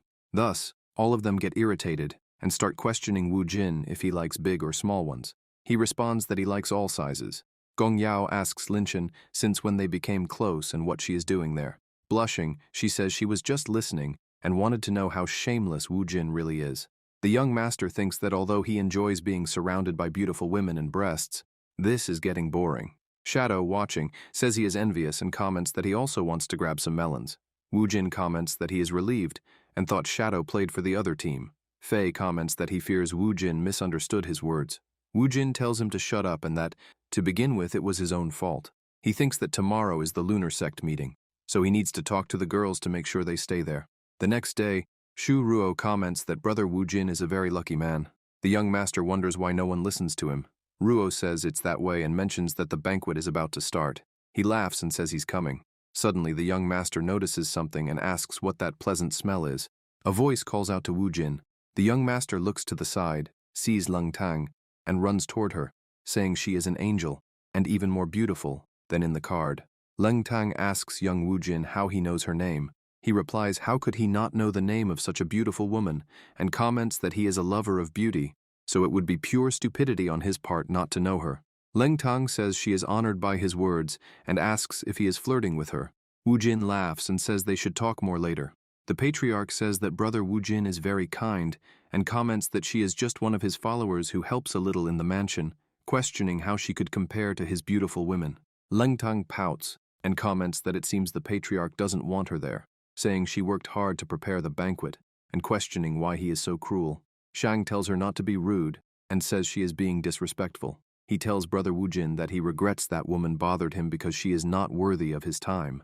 The young master Wu Jin laughs and tells him not to be so harsh on her, saying she is a very beautiful and shy girl, so how could she be a bother, and thinks about how Shang dares to covet the swan's flesh when in the end, she will be his. Wu Jin comments that he is very hungry, so they should go to the banquet. Shang agrees and mentions that he is the star of that banquet and that everyone wants to talk to him. Chen laughs and says he can already see it, thinking that as soon as he secures his position, that girl will be his. Cha Hai-in whispers that this is just as expected of the man she chose because he is like a true villain, and she comments that she is very proud. Wu Jin asks why she always has to appear out of nowhere.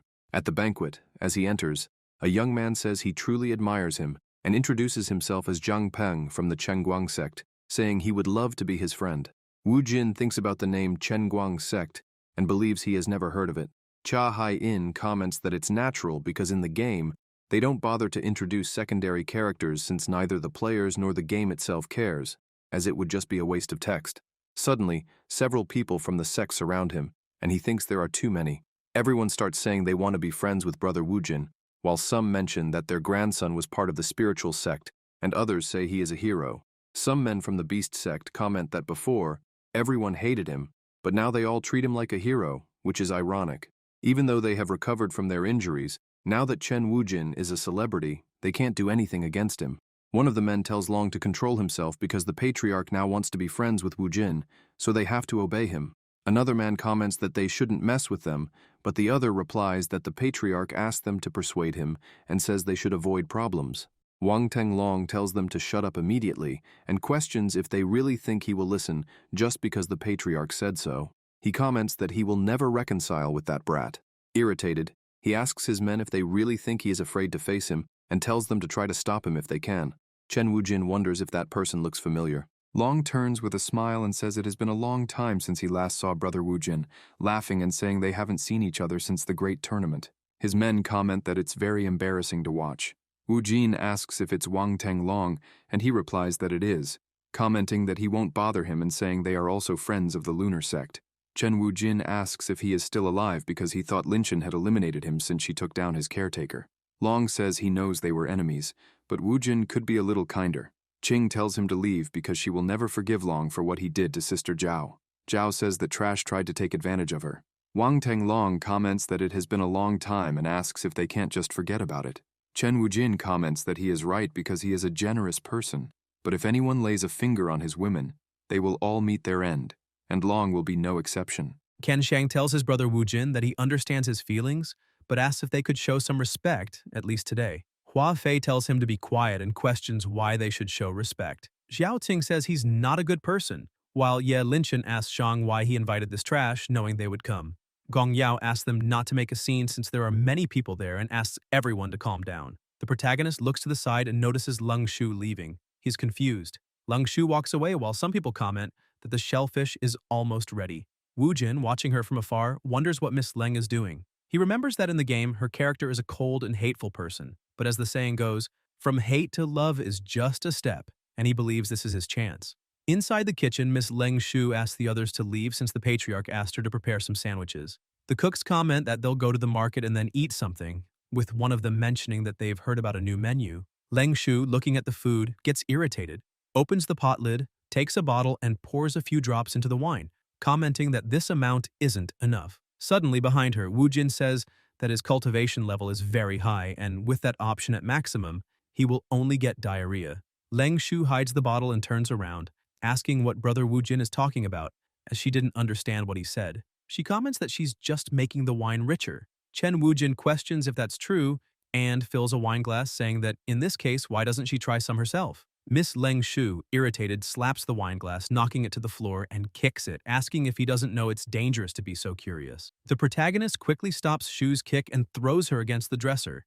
The lady is embarrassed and asks what he thinks he's doing. Wu Jin comments that he should be the one asking that question and wants to know why she wants to eliminate him with that poisonous potion. She answers that it's none of his business.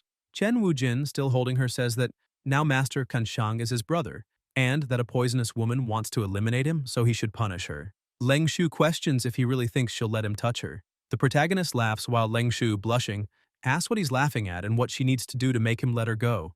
Wu Jin comments that it's so fun to provoke her and asks what Shu thinks he's planning to do. Leng Shu thinks that she can't let this become public and believes she has no other choice. The young master Wu Jin says that he only wants her to tell the truth. Shu is confused and asks if that's all. She comments that people say he's a demon and wonders if he won't ask her to do perverted things. Wu Jin answers that if that's what she wants, he won't oppose it. The protagonist pushes her against the wall again and asks if she has so many desires, questioning if Shu wants him to play with her. Leng Shu responds that she doesn't want to and wonders what that was, as this guy only mocks her. She believes he's very unpredictable and can't fully understand him. Suddenly, Master Kan Shang appears, saying that he's been looking for him because he left so quickly. He asks if Chen Wujin likes his concubine. Leng Shu feels awkward, but Wujin interrupts her, saying of course, and questions who doesn't like beautiful women. Approaching Shang, he says they are brothers and that she doesn't interest him, so he asks why he doesn't leave her to him. Shu, embarrassed and angry, asks what he's talking about. She tells the patriarch that it's not what it seems and explains that she just went to prepare the food and wanted to see if the wine was good since it seemed strange. She just wanted to make it more delicious for the guest today. The protagonist says it's true as, being a guest, Miss Shu wanted to surprise him. Kanshang says he understands and comments that in this case, it's Leng Shu's fault. Taking the jar in hand, he says that Wu Jin can drink all the wine he wants and tells him to go ahead. Leng Shu asks the patriarch to wait a moment, but Chen Wujin takes the wine jar and drinks it all at once. After drinking, he says it's been a long time since he had such good wine and comments to brother Kanshang that he has a beautiful collection of liquors. He thinks the wine smells like banlangen and assumes it's the poison's fault, knowing that drinking it could cause some problems. Shang comments that he's glad he liked it. Wu Jin says that his mansion must be full of treasures and invites him to take a walk. Ken Shang laughs and responds that, of course, commenting that they've just brought him a very rare coral from the Western Sea, and he needs to see it. Cha Hayin asks if Chen Wu Jin is okay since there's poison in his body. He questions since when she cares about him. Embarrassed, she says she guesses they're more honest with their feelings now. The young master tells her not to worry, as he hasn't actually drunk the wine. Cha Hayin is confused, while the protagonist explains that he has some tricks and can fool cultivators with them. However, he comments that he's glad she cares about him and says she deserves some affection. Shang asks if brother Chen Wujin is okay and why he's smiling and blushing. Wujin answers that he's excited because he can spend time with his brother. They stare at each other for a moment. Shang blushes and comments that he's happy too, but Wujin tells him not to make that face when saying it, as it sounds strange. Suddenly, someone starts calling for Wujin. Xiao Qing appears, crying and running, saying that Linger is not well and hugs Wujin, saying it's her fault. The protagonist asks her not to cry, to calm down and explain what's happening, while wondering who Linger is, since he has so many women to remember. Chu Qingxi comments that it's Xiao Qing's fault as she shouldn't have let a snake drink. Zhao asks her not to be like that. Xiao Qing tells her not to say nonsense, as Linger is a spiritual beast and even 1,000 bottles of alcohol couldn't affect her, so something must be irritating her. The protagonist remembers and realizes she's talking about his pet, so he tells Xiao Qing to relax because he will use his spiritual power to find her. Suddenly, a villager appears running. Wu Jin, seeing him, comments that it seems that won't be necessary. The old man, panting, says there's a snake trying to bite people. Xiao Qing quickly grabs the villager, questioning what he's talking about and what happened to Linger. He replies that he only saw a snake that turned into a woman and tried to bite him. Wu Jin wonders about this woman and believes the villager has just been bitten, noticing his clothes. Lin Chen calls for Chen Wu Jin, while Xiao Ting calls the villager an idiot and slaps him in the face, saying that Linger is like a daughter to her, and asking how he dares insult her. Furious, she goes after him, but Zhao scolds her. The protagonist quickly holds Xiao Qing, telling her to calm down for now and saying he can catch this kind of bastard even if he runs. He comments that the most important thing now is to find Linger. Xiao Qing hugs Wu Jin and says she can't stand seeing Linger insulted like that. While crying, she says her Linger is a well-educated spiritual orb and would never bite without reason, wondering how the villager can say that about her. Wu Jin, irritated, kicks the villager and demands to know where Linger is. Sometime later, they search for Linger in the mountains while calling her name. Lin Chen asks how they still haven't found her, and Xiao Ting says the man claimed she was behind the rock. The protagonist notices something behind the rock and says she might be there. Qing runs to the rock calling for Linger, while Shang thinks that the rock formation is made of high-quality white spiritual stones and wonders how she could be there. As he gets closer, a snake's tail attacks him, but Wu Jin quickly appears and shouts for her to be careful. Xiao Qing lowers her head, but Chen Wu Jin says that Linger was probably stimulated by something beastly and that he will check it out. The protagonist walks around the rock to observe. As he gets close, he's surprised by the snake's tail wrapped around his waist and thinks it's very hot. Quickly, he uses the spiritual writing to make the snake release him. Near the rock, he questions if Linger is feeling well and comments that she's there when Suddenly, a hand comes out from inside the rock, startling him. He grabs the hand on the rock and realizes it's very strong. Then, he uses the spiritual writing towards the rock, destroying it into pieces. In the misty curtain, he believes he's found her and jumps to grab her, but ends up hitting his face on something soft, causing a raccoon spirit to scream. The young master, surprised, asks if it's really a raccoon spirit and then quickly apologizes, saying he mistook it for someone he knows. He calls himself an idiot because snakes don't have claws. However, he notices a strange tail behind the raccoon spirit and stares at it. The raccoon spirit gets angry and annoyed by him staring and tells him to go to hell, trying to slap Woojin. Quickly, he defends the strike, throws her to the ground, and pins her down. Looking to the side, he sees Linger lying on the ground and questions how she managed to take this human form. He asks if she did it on purpose to attract more prey with her beauty, but believes he should first deal with the other spirit. Using the spiritual writing, he begins to create clothes for the raccoon spirit and soon ties her up. Walking over to Linger, Chen Woojin notices she is tied up and questions if that guy wanted to play with Linger by reaching her in her human form. She just shakes her head. The protagonist holds her for a moment and says he will check. After a few seconds, Woojin smiles slightly and comments that everything is fine because she is a healthy woman. Linger remains silent. The protagonist, blushing, says that the bastard didn't manage to do anything and questions how he dares to play with an innocent snake. He thinks he was lucky because he didn't expect her to be so beautiful and her appearance rivals the others.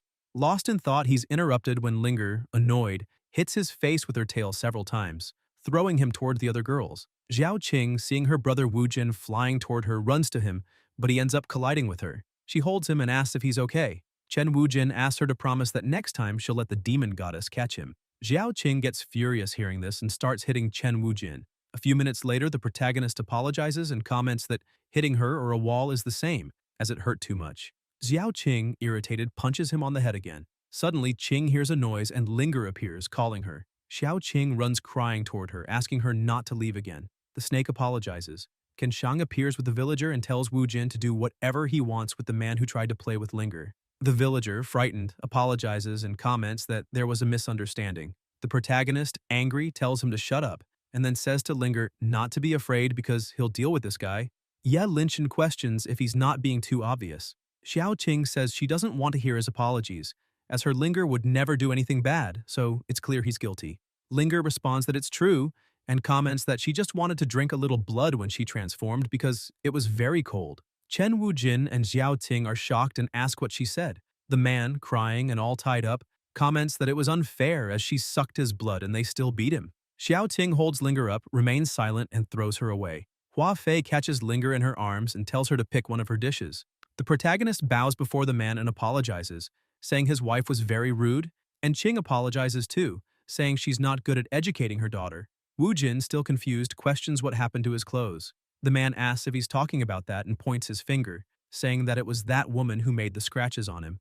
The raccoon spirit cuts the ropes and says that his tying skills are insignificant. The protagonist says that this is a vulture's trick, and that she is a raccoon spirit with a hard backside. She responds that he is impolite and points her finger, saying that they all just transformed, and Linger is also without clothes, but they only laugh at her. The protagonist comments that maybe it's because Linger looks better than her. The raccoon spirit gets angry and says that's a lie, calling humans the most irritating animals. Chen Wujin questions Shang if that raccoon spirit is his. He responds that he doesn't remember, as the house is too big, and having a few animals is not uncommon. The raccoon spirit, irritated, says she didn't expect this, and comments that he lost more than just a few, and then several raccoon spirits appear, emitting a massive and strong aura.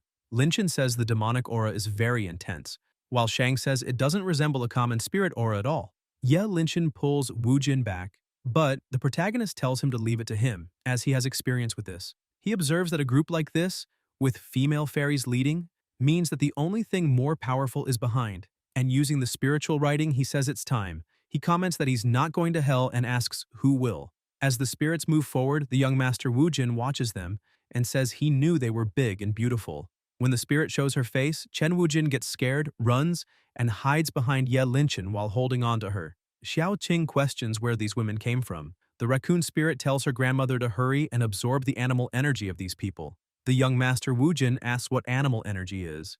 Zhao, using the barrier, tells Chen Wujin that the monsters are under some kind of poison, and this poison makes their animal side uncontrollable, turning them aggressive. She explains that it's impossible for them to fully transform into their human form under these conditions. Woojin asks if she knows what the problem is. Zhao responds that maybe it's because their beastly side is very weak. The raccoon spirit, irritated, asks what she said. The protagonist comments that he understands and says, it would be a shame to eliminate so many women, so he wonders if he can have a little fun with them. The spirits shiver upon hearing that. Woojin asks Zhao what he should do to make them human and complete the transformation. She says she's never seen such a poison, but if he can find a stronger demonic energy, he might suppress it. Woojin says he understands and asks if the demon goddess could help him with that. She asks if he really wants her to help with these low-level spirits. The protagonist grabs her by the arm and comments that he knows she's pretending to be arrogant, but he loves that side of her, as dominant women like her charm him. The demon goddess calls him an idiot and says she's not pretending. Suddenly, the young master starts taking her shoe off, and she questions what he's doing. Woojin comments that he's going to make her his and says she still has traces of that guy. He starts using spiritual energy on her feet, telling her to relax and enjoy, as this will make her much stronger. The demon goddess begins to feel the energy and lets out a few moans, thinking that it feels very good. His strong fingers are touching her. It's as if all of his aura is entering her. And if this continues, she won't be able to resist anymore. Zhao says that her demonic energy's purity is getting much stronger. Linchin asks if she's evolving. Xiao Qing, irritated, comments that this isn't fair as her body got smaller, but questions why her melons are bigger than hers and complains that it's unfair. Qing asks Woojin if she could also do that and questions why he never did that with her. The protagonist responds that she's already wonderful as she is. Xiao Qing says that's not true. He says that she's the only one with flat melons and that she's very special to him, so he won't let her precious flat melons just become a memory. He thinks that, in reality, it takes a lot of talent to make her melons grow, but if he says that, she might end him. The demon goddess comments that this is a little boring, as now that she has a younger body, her breasts are very heavy. Woojin says that's enough. The raccoon spirit, watching from afar, says that aura is very strong and wonders how she got such a powerful demonic aura and who that guy is, believing she should devour him because raccoons are the strongest. The spirits begin to advance toward them. The demon goddess says that this is reckless, and, waving her hand and exposing her aura, makes the spirits hesitate while saying how low-level demons dare to attack them. The goddess turns around, telling Woojin that she's not helping him or anything, just teaching them a lesson. Then she casts her technique toward the raccoons. The protagonist tells her to wait and asks what she's doing. The demon goddess, with a slight smile, tells him to calm down, as she's not eliminating them, just commenting that the demon blood still holds some value. All of them place their hands on their faces, while the young master asks what she did to them and says they're even uglier now. The raccoon girl asks if her grandmother is okay. Angry, she calls the demon goddess a bitch and says that no matter what her cultivation is, she will never forgive her for hurting her grandmother. The grandmother tells the raccoon to stop. When she looks at her grandmother, she's surprised, and the grandmother stands up, commenting that they can't defeat her. The protagonist, seeing that they all lost their scary masks, is surprised and excited, saying that a MILF with a lowly face is very cool. Approaching her, he says that a woman of her age has her charm and asks if she knows what dual cultivation is and if she'd like to practice it with him. The demon goddess grabs Woojin by the hair, asking what he's doing. He falls on his backside while the goddess asks how he can like such inferior creatures when he already has her. Chen Woojin says it's true and apologizes, saying he was blind. Xiao Ting comments that they're no match for her beauty, as her face is much more beautiful. Chu Qingxi says that her melons are also very big and asks why she doesn't have as much demonic power as the demon goddess. The raccoon spirit, crying, tells them to stop provoking and asks if they think it's easy to cultivate in their human form. She says they are small, low-level demons who don't have many methods of cultivation to get stronger, and that even her grandmother, the strongest of them, is only 1 year older than her. The grandmother comments that there was no need to say that. Suddenly, all the raccoons start crying, saying they are just girls and that life has been very hard on them, as they are harassed every day by other higher-level demons. The demon goddess, irritated, questions if they are really that small and comments that she doesn't like to intimidate children. Kanchang comments that he built his courtyard last year, so it's normal for the raccoons not to be so big. The raccoon grandmother says that, in summary, they are very weak compared to the others, and walking up to the goddess, she kneels and asks her to have mercy and let them go. Woojin becomes thoughtful while the raccoon grandmother, kneeling on the ground with a slight smile, asks Woojin to help her people, but he notices something strange, and when he looks at the raccoon mistress, she attacks him, saying for him to have mercy. The protagonist, however, quickly dodges the blow and grabs her hand. The raccoon grandmother lets out a slight laugh and comments that she knew he would do that, so he fell easily into her trap. In her other hand, she holds a red crystal and, in a swift motion, strikes the crystal against Chen Wujin's stomach. All the girls scream for him, while the raccoon mistress says that she didn't want to use it, but this crystal can absorb the essence of the gods, and now her yang energy will be hers. The protagonist starts laughing and says she's just an amateur who doesn't know how strong her enemies can be. Approaching the raccoon mistress, he comments that he likes unpredictable women like her, so he'll need to teach her a lesson, and explains that his power goes far beyond her imagination. The crystal begins to glow very brightly, leaving her shocked, while he says that the dantian of a man like him cannot be harmed, and that he will show her what happens when they try to attack him. The crystal eventually explodes, throwing her to the ground. Wu Jin says it's better for her to talk or he'll have to return and punish her, asking where she got that crystal from. Sometime later, back at Shang's mansion, there's a huge chunk of crystal emanating power. The protagonist, seeing it, says it's a very pure spiritual power. The raccoon mistress says the pressure is too strong and that she can't resist it. The young master Wu Jin uses his spiritual energy to help her, creating a barrier to prevent the energy from affecting her. Shang asks if she stole the crystal from his coral, but she answers that she didn't do that. Scared, she explains that it was taken by someone and comments that it all happened that night when she went out to fetch food as usual. A flash of light appeared, and when she looked, the crystal hit her head. After that, her body felt very tired, so she didn't have time to see who the person was.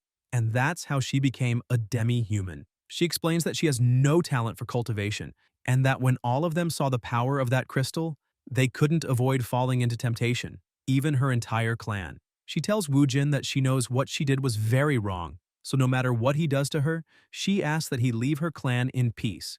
The protagonist calls brother Shang, who responds that he doesn't need to worry, as he appreciates beauty as much as he does, and believes she would make a good pet. Besides, this matter was settled by his wife, so he'll leave everything in her hands and tells them to do whatever they want. The demon goddess blushes and says that she's not his wife. The protagonist hugs her and thanks brother Kunshang.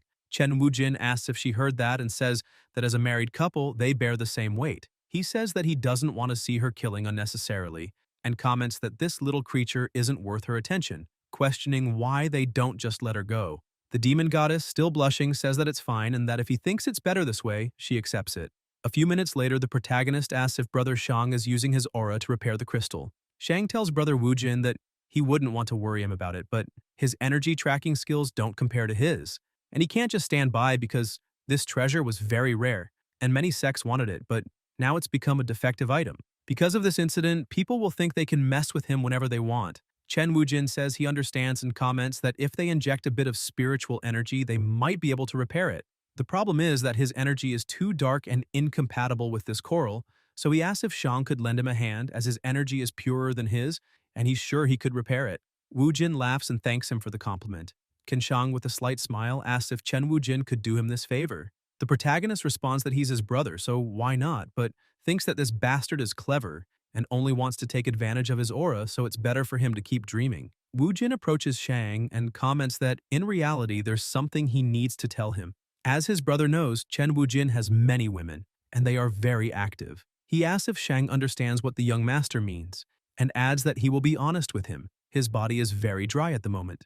Deep down, he thinks he won't let him have that woman. Shang says he's sorry and comments that he didn't mean to embarrass him. Wu Jin replies not to worry and laments that he can't be of help. Shang then comments that, in that case, he quickly grabs Leng Shu by the neck, saying he will have to punish the one responsible and that it's her fault, so she must pay for that mistake. Leng Shu, out of breath, tells the patriarch that she didn't do anything. The protagonist tells brother Shang that he knows he's angry but asks him to calm down, as she's a woman, questioning if he isn't exaggerating, asserting that he's being too cruel.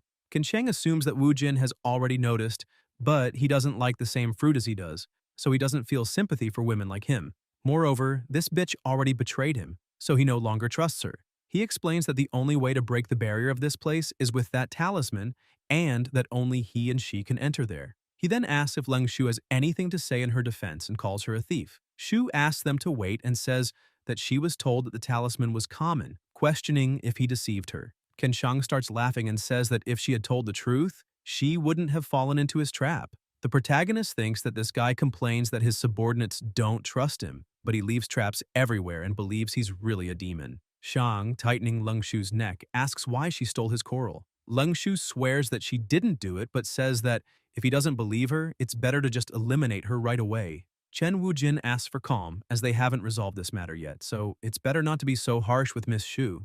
Kan Shang questions why he's being so kind to his concubine, saying that it's not the first time he's shown clemency. He then releases her, and comments that just because Wu Jin asked, he'll have a little mercy. He comments that they'll conduct a thorough investigation, and asks if that sounds good to him. He says that this place had a talisman formation, and that if someone left, a talisman would remain on their skin. Even if they tried to remove it or took a bath, they wouldn't be able to get rid of it, so now it's time to see if she's innocent. He tells Leng Shu to take off her clothes because they'll check her body.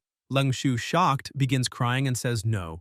Zhao comments that this is too much, while Qing questions how he can ask a woman to undress in front of everyone, and Lin Chen calls him a pervert. Ken Shang says he's sorry, Brother Wu Jin, and comments that it seems she doesn't want to do it, even after he's been so kind. He states that if someone had fixed his coral, he would have been willing to let her go.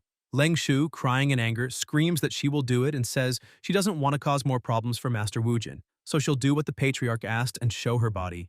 Thus, she removes her clothes, embarrassed, and comments that she's clean. Shang says not yet, as she didn't take everything off, and asks how they'll know if it's true that she's innocent. Leng Shu becomes irritated, but the patriarch comments that he'll give her a hand and, using his spiritual energy, cuts the other parts of her clothes. Shang, with a mischievous smile, comments that it can't be, as she doesn't have the mark, but quickly the protagonist throws his coat over Leng Shu. She's surprised while Shang appears bothered, but Chen Wujin starts using his spiritual writing on the coral. Thus, the spiritual writing begins to create an image of what happened. A ninja appears, breaking the barrier and entering the room. Qing questions if this is the person who stole the fragment, and comments that he broke the barrier with a single move. The protagonist and Shang watch the ninja in front of the crystal as he uses spiritual writing, but a barrier appears around the coral, breaking only a piece and causing a huge wave of energy. Thus, the coral fragment flies out, while the ninja flees the room. Zhao says that's how the coral was broken and stolen.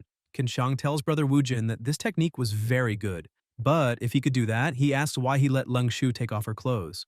The protagonist says he didn't use it before because it wasn't useful for finding the culprit, and since the thief was disguised, he thought it would be pointless to use the technique. He comments that he knew Shang didn't like women, but didn't expect him to be so harsh with her, so he did that to help her. Thus, Wu Jin pulls Leng Shu by the waist to him and asks if Shang saw, but the melons of this girl don't compare to his, so he won't lose. He says that Brother Can is very intimidating and that women do not dare offend him, but questions if he's hurt her, as it seems that his toy no longer wants to play with him. Suddenly, Zhang Lao from the Gu Yen sect appears at the door, greeting Patriarch Shang, and, shocked, questions what Wu Jin is doing and how he dares to embrace the Patriarch's concubine in front of him, calling them immoral scoundrels. Zhao Qing, irritated by this, tells the elder to shut up and says that Brother Wu Jin just saved her. Zhang Lao questions what he means by just helping her and asks how they know she isn't trying to win his favor. With her cultivation skills, she could have planned everything. He asks if she thinks they didn't see the big tournament and comments that if he were a handsome and strong man like him, he wouldn't be doing this. Qing thinks that he can't refute this logic. Ken Shang says that they don't need to continue with this, Brother Wu Jin, as they are still friends, but questions why he's jealous of him. The protagonist can't believe it, while people outside say that he's ungrateful, as the patriarch was very kind to him, and they wonder how he dares to do something so inhumane. Zhang Lao says that he is very disrespectful and comments that Chen Wujin doesn't deserve his mercy. Ken Shang sighs and comments that he doesn't care about the relationship between Leng Shu and Wujin, but says that his coral, which he's very proud of, was severely damaged. He asserts that no matter what Wujin wants with his concubine, the only thing he won't tolerate is him destroying his precious coral, and says that Chen Wujin must repair it with his own hands. Cha Haiyan starts to tell the protagonist not to do that, as the coral can absorb people's auras, and if he tries to repair it, it will be very dangerous. The young master Wu Jin replies that he knows, so she doesn't need to worry, and thinks that this little brat just wants to get a little of his aura at all costs, and it's easy to understand that. He's even lying to get it. The protagonist asks Cha Haiyan if there are more of these corals in the place. She responds that yes, and says she saw it when she was creating parts of the game. Leng Shu asks who he's talking to, and Chen Wujin tells her to relax, as this will be easy. Chu Qingxi tells the young master that she believes these people were planning this and just want a little of his aura. He replies that he's surprised she knows this, and comments that even she can be smart when she tries.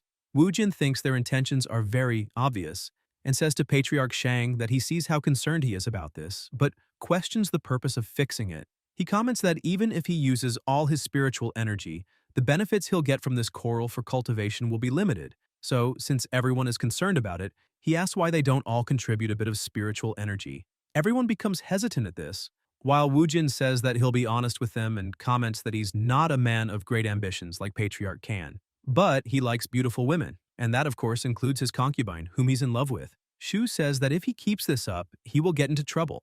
The protagonist says that even though he tries to control his feelings for her, he can't, and feels guilty about it. For that reason, he made a decision and says that he will personally go find a new coral for them, as that should solve things. He then questions if that's not true. Everyone is shocked, asking if they heard him correctly. Shang is shocked in silence, while Zhang Lao asks if he's crazy and questions if he doesn't know the dangers in Shihai. In Zhihai Island, the fiercest and oldest beasts are there. No matter how strong he is, even if he can take the coral and its magical power, the ancestral beasts are not easy to face. This is madness.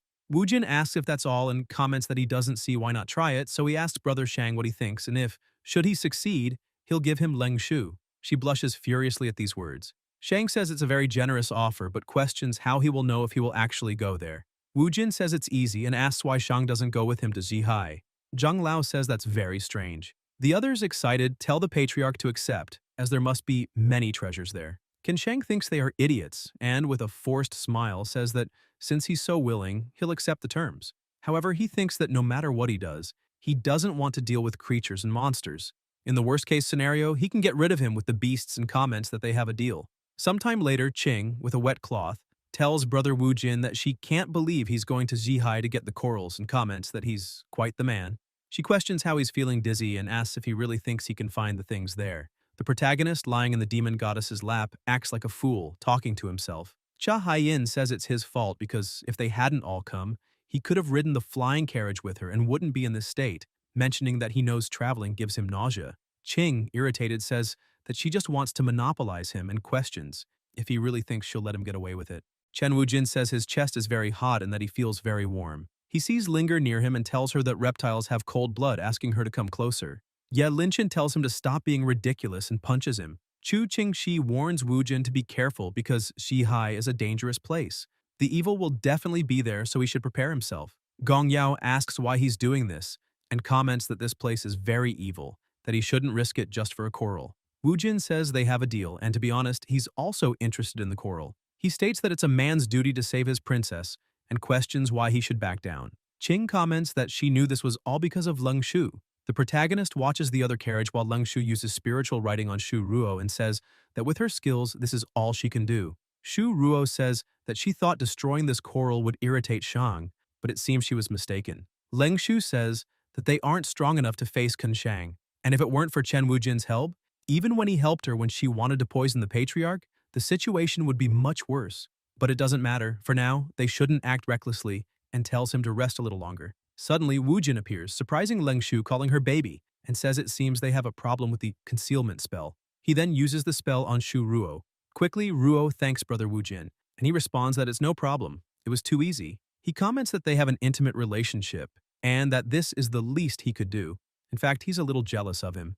Leng Shu, embarrassed, says that they're like siblings. Wujin walks over to Shu Ruo and says that if he doesn't mind, he'll let his future brother-in-law speak with his sister, then throws him to the other carriage where the other girls are. Shu Ruo quickly apologizes, but Qing says it's fine, as they are all sisters. The demon goddess calls for him to sit down. Leng Shu questions what Brother Wujin is doing. The protagonist calls her and comments that he's already saved her twice, so asks when she will be honest with him, while throwing her against the wall of the carriage. She stays silent and comments that he's hurting her hand. Chen Wujin says he's sorry.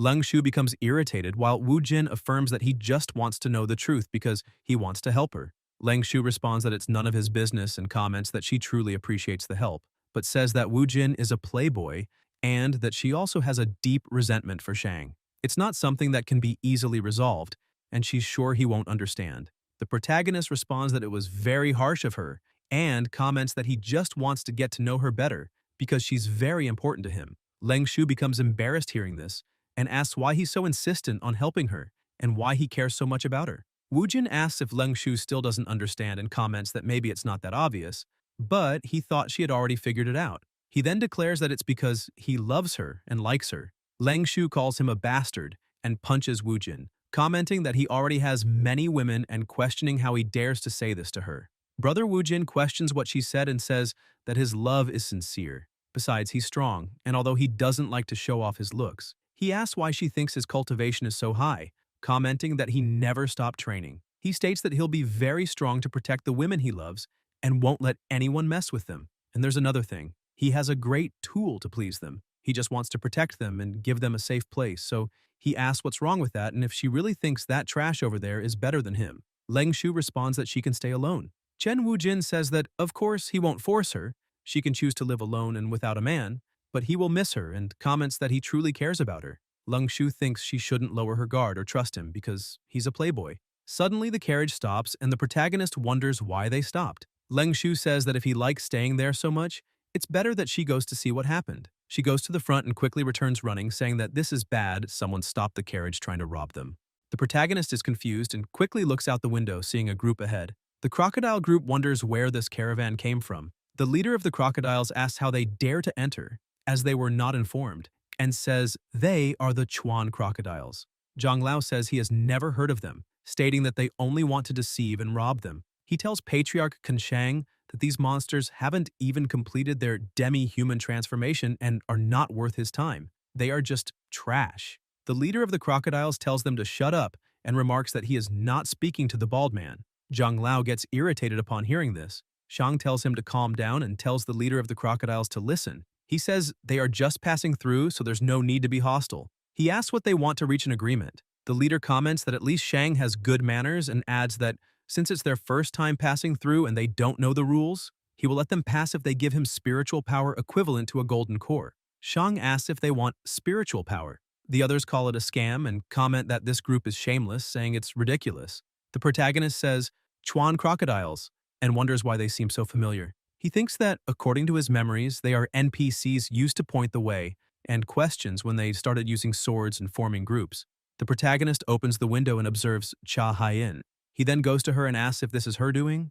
Cha Haiyan asks why he always doubts her and says it's his work because he improved beyond expectations. She says the system automatically matches these opponents. Leng Shu wonders if Wu Jin was telling the truth and believes he really cares about women and pampers them. She thinks she's not jealous and doesn't want to be treated that way. The crocodiles throw an axe into the air, frightening Patriarch Shang's horse, but he quickly jumps off the animal. Then the crocodiles ready their spears and throw them toward him. Ken Shang says he didn't come all this way just to be bothered by bandits and comments that if they want something so valuable, they will have to earn it with their own strength. With his sword, he reflects all the spears.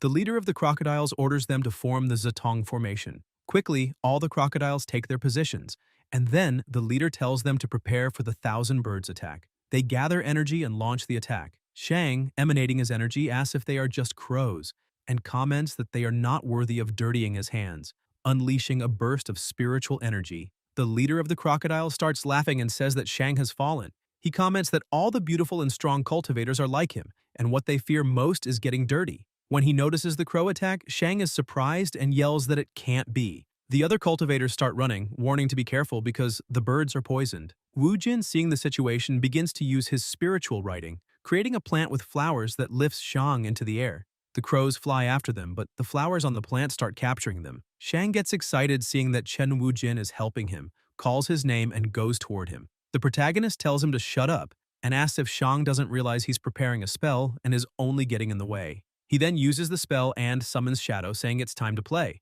Shadow quickly appears, grabs a crow, and then begins leaping at high speed, capturing all the crows.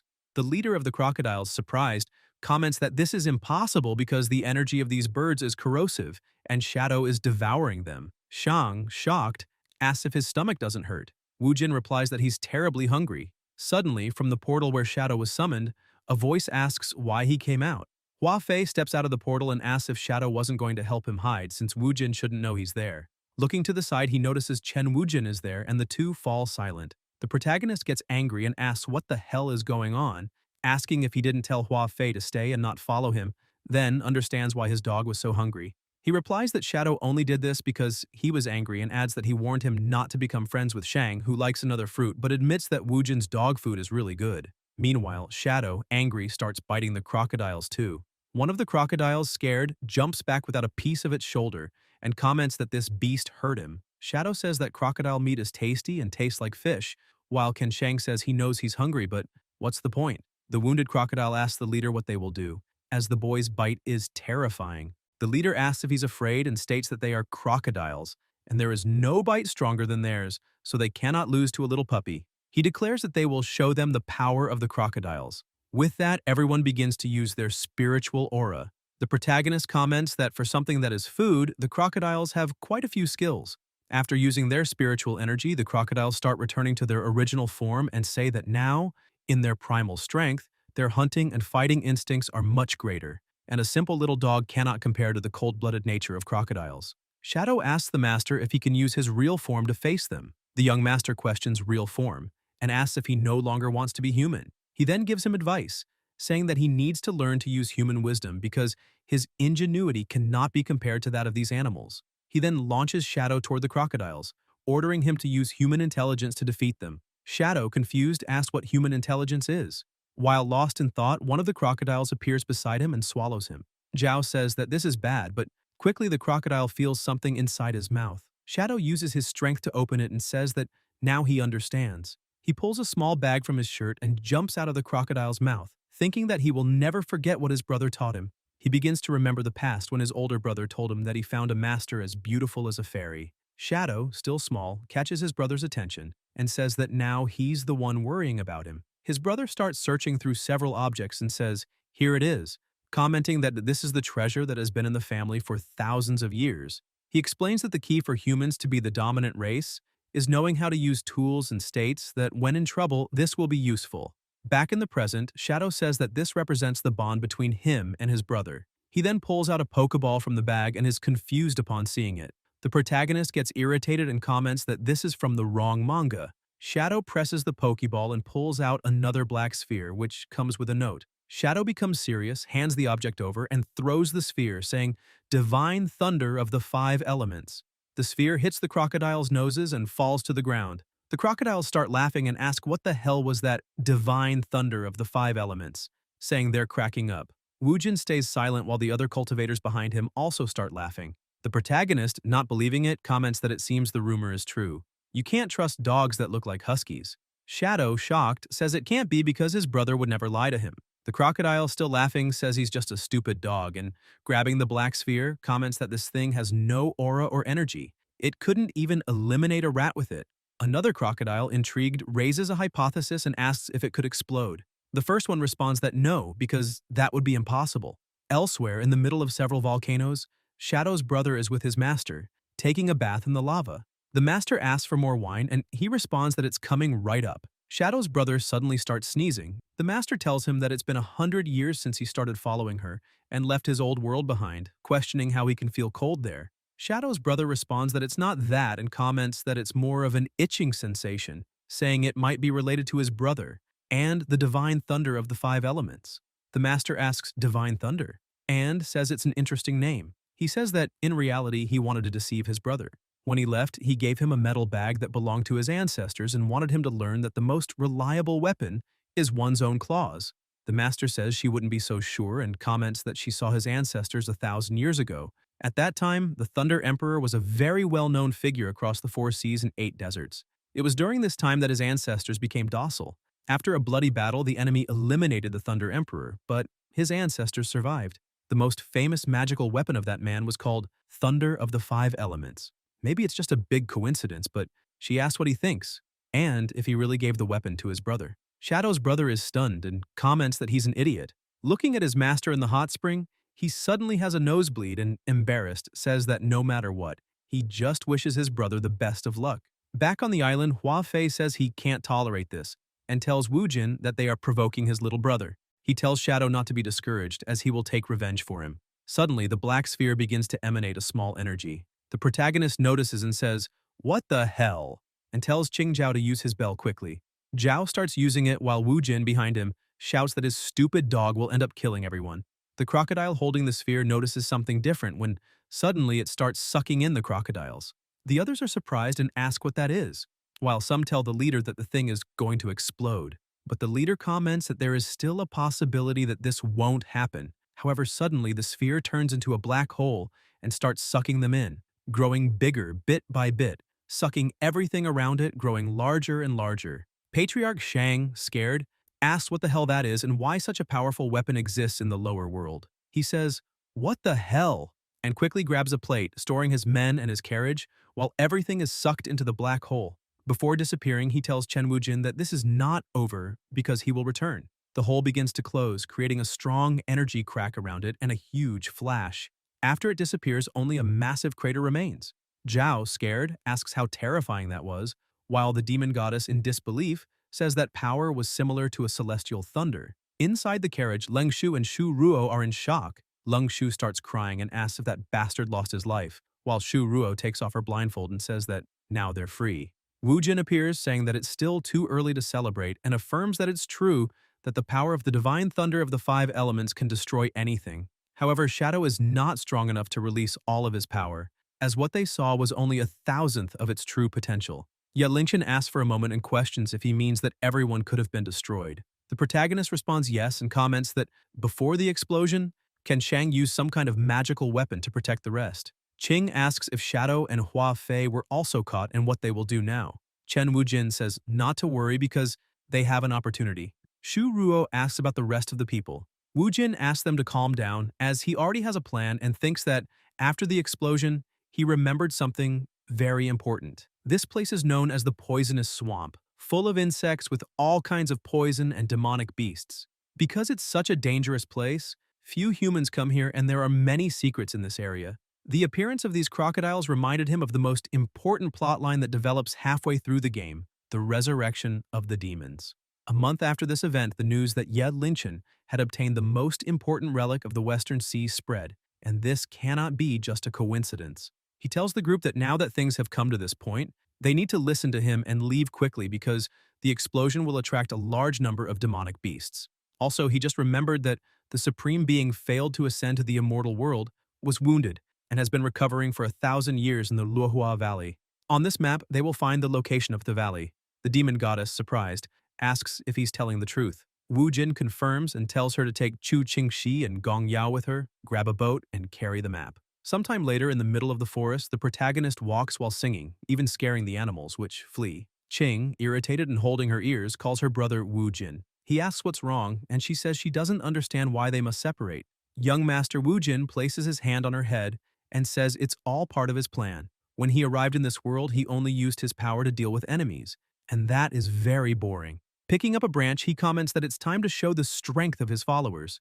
Zhao watches and says that the master is strange again. Ye Linchen, furious, questions why he has to form a group with such a naive and idiotic person. Wu Jin explains that he divided the group into three. The demon goddess is very strong, but he let her take Chu Qingxi and Gong Yao to keep them safe. Qinshang has many tricks, so Miss Leng Shu and her brother will go to Jihaiju. He laughs and says the rest is a secret. Ye Linchen, still irritated, asserts that he is sure he is doing this just to be alone with them. Chen Wujin tells him to stop talking nonsense and comments that this is an opportunity for them. It's convenient that there's so many, so they need to be discreet. Lincoln says whatever and comments that it wasn't necessary to leave the carriage behind. The young master pulls Linchen's face, calling her a woman and telling her to listen to him, asking her to trust him. He comments that he might not speak seriously often, but he has a plan. Ye Linchen questions why his aura suddenly became so serious and virile. He always acts childishly, but when he gets like this, it makes his heart race. The protagonist says that, regarding transportation, as he mentioned earlier, everything is part of his strategy, and they are looking for the crocodile nest. These swamps are deep and dangerous. The three women get scared, while Chen Wujin explains that if they go on foot, they will be faster and avoid many risks. He says he will use his tracking technique to find the way. Lincoln points his finger and calls him. The sign indicates the direction to the crocodile nest. Wu Jin is incredulous about that. Ye Linchen mocks him, calling him wise and intelligent, and tells him to find the way already. The girls start walking ahead while the protagonist murmurs that this isn't scientific. Sometime later, after walking, they find another sign showing the path. Qing comments that it seems to be just ahead. Linchen says it's been a long time since he's walked this much, and hopes there's a place to bathe tonight. Meanwhile, Zhao looks worried about the young master. Wu Jin, as he walks, says that something is wrong. How could he have miscalculated? Suddenly, he shouts for them to be careful, as it must be the conspiracy of the great crocodile of Sichuan, warning not to fall for low-level tricks. He thinks it's better to let the wise and great brother Chen Wujin bear the cost of kindness and comments for them to be careful and not blink. He then pulls back the entrance leaves to look. The three women are surprised, while Wu Jin comments, "What the hell is this?" At the bottom of the crocodile's nest, they see an arena filled with various monsters. The protagonist questions if this is a philosophical contest. Zhao tells the young master that there are many monsters around, while they observe a servant running from his master, screaming that he was wrong. The young master thinks that the crocodile empress is trying to find a strong and desirable partner for marriage through a contest. He reflects that, in terms of masculine strength, it is invincible. Qing asks Brother Wujin what they will do next. Ye Linchen responds that of course they should eliminate all the demons there for the sake of the people of the world. Chen Wujin tells her to speak more quietly, as they are there to seize a great opportunity for the demon race, and comments that while winning the championship, the power of the demons will be returned to the just. He says that, as the saying goes, if he doesn't go to hell, who will? So it's better to leave this to him. Qing, impressed, says that Brother Wujin is amazing. Zhao questions how they will get in. Wu Jin, using his spiritual writing, says that he already has an idea for that and uses the celestial demon transformation, turning into the tailed wolf demon. At that moment, all the girls begin to glow. Zhao ends up turning into the rare demon explosive-eared rabbit, while Zhao Qing transforms into the super rare demon twin white-ringed snake, and Ye Linchen into the celestial demon nine-tailed Qingqiu fox. Wu Jin comments that he knew the transformation spell would be useful and that there's something more to this gender issue. Linchen, furious, calls him a little shit and questions what the hell he did. Chen Wujin, blushing, explains that in reality this transformation reflects the true feelings of the user and, with a mischievous smile, says he didn't expect her to have such a passionate heart since she usually acts cold and distant. He teases her, saying to leave it to him, as he will give her plenty of love. Linchen, stammering, tells him not to touch her tail. Suddenly a fan flies toward the young master and hits him in the face. The ancient celestial demon, Moon Fox, appears and says to leave this fox alone. Wu Jin, irritated, questions who the hell he is and how dare he interfere in his fun. The newcomer introduces himself as Qingqiu Yue, the young master of the Fox clan, and comments that he is the only hope for his clan to rise again after 1,000 years. Wu Jin is confused, while Qingqiu Yue says not to think he can pretend ignorance and that he won't turn a blind eye to what's happening. He tells Ye Linchen that if she's in danger, she just needs to blink, as he will help her, protect her friends, and ensure everyone's safety. The protagonist, furious, tells him to stop talking nonsense, saying that they are his sisters and questioning how he dares to treat him like air. Cha Hai-in thinks that this seems like a cliched encounter between a hero and a villain. Qingqiu Yue becomes serious and comments that he hasn't done anything against him just because he's a demon, but warns that if he continues like this, he shouldn't blame him for being rude. Wu Jin tells the girls to explain the situation to the idiot. Qing thinks that this is a good opportunity to understand her position in Wu Jin's heart, while Zhao believes she can't let this chance slip by, as she needs to know how much he really cares about her. Yet Linchen, on the other hand, thinks he deserves a punishment for being a pervert, so this will be her little revenge. The three remain silent while Qingqiu Yue, with his spiritual energy, declares that it's fine, and that he will defeat Wu Jin in the name of justice. Qingqiu Yue uses spiritual writing, creating a massive energy sphere, and tells Wu Jin to take it, saying, "Shameless little demon, accept the judgment of the moon." The protagonist thinks he can't believe this guy is so idiotic, questioning how he can take the women's play so seriously. He also uses spiritual writing, creating his own energy sphere, and says it's time to teach him a lesson. The two spheres collide, while Qingqiu declares that in the name of light he will destroy him today. The protagonist responds by sending him to hell. Suddenly someone appears and says that the young ones shouldn't get angry, commenting that this is not a place for personal fights. With a broom, he sweeps the floor, dissipating both of their spiritual energies and turning them into fireworks. Qingqiu looks back and sees a bald old man with a turtle shell on his back, questioning who he is and how he managed to block his clan's sacred technique so easily. The young master Wu Jin asks if he is a turtle spirit. The old man turns around and says that he didn't expect anyone to recognize his identity, since he has been living in seclusion for 1,000 years, and asks who Wu Jin is. Wu Jin is unsure of what to say and wonders what the hell he's doing there, thinking that this can't be the perverted Master Kame, and wondering if this isn't some sort of copyright violation. Qingqiu responds that he is the young master of the Fox clan and says, "It's a pleasure to meet him, master." The bald man calls Wu Jin and comments that anyone who knows his identity, except for a certain flower demon, is an enemy. The protagonist feels that name is familiar. The old man says that if Wu Jin doesn't speak, he will be forced to do so, and uses spiritual writing, declaring that his survival or death will depend on it. Chu responds that he's done for, while the bald master invokes a mountain above their heads. Chu Yue, feeling immense pressure, wonders who the hell that old man is, while the young master Wu Jin says he is a friend of the demon goddess Tinghua. The old man is surprised to hear that name and quickly irritated comments that slut and he have unfinished business. He then begins to make the spiritual mountain descend toward them. Seeing this, Chu panics, as he just wanted to enjoy this opportunity and live a long life, thinking he doesn't want to die there. His legs freeze with fear as he thinks he needs to move and not surrender. He screams for help, but suddenly the mountain turns into a broom that hits his forehead, leaving him confused. The old man starts laughing and tells the boy to calm down, saying he was just playing and that Tinghua helped him while he was hibernating. Wu Jin can't believe it, while the bald man asks if Wu Jin isn't going to get upset just because he played with him. The protagonist responds that he's not and comments that he's happy to see him happy. The bald man starts walking again and says they will meet again soon. Chu thinks, what the hell? And believes that the wolf demon has some connection with the old man, deciding to let him live for now. Wu Jin questions what he's looking at and Chu Yue thinks he needs to win to bring prosperity to his clan, commenting that he hopes not to run into him in the tournament, or otherwise he'll be screwed. Chen Wu Jin sighs and comments that, in that case, he'll be waiting for him. Zhao and Qing call for brother Wu Jin, but he says he's fine and knows they feel guilty, so they don't need to say anything, commenting that his women shouldn't feel bad. Suddenly, Ye Linchen strikes Wu Jin and asks if he doesn't think about giving her clothes, questioning how he can be so unconscious. After a few minutes, Chen Wu Jin hands a piece of clothing to Ye Linchen and gets angry at the bald master, questioning how he dares intimidate someone younger. He says that the old man is undoubtedly a monster, as his strength is something he's never seen before. It seems that this world hides many secrets, and in the end, strength is all that matters. Cha Heiyin says that her little Wu Jin is growing up. He responds that he's furious and questions why he has to be treated like a novice, saying that this must be a joke. Cha Heiyin tells him to calm down and comments that she knows Wu Jin can defeat him. Zhao asks if the master is going crazy and questions why he's talking to himself. Qing says that brother Chen Wu Jin is very strong, and she's sure he'll be able to overcome this.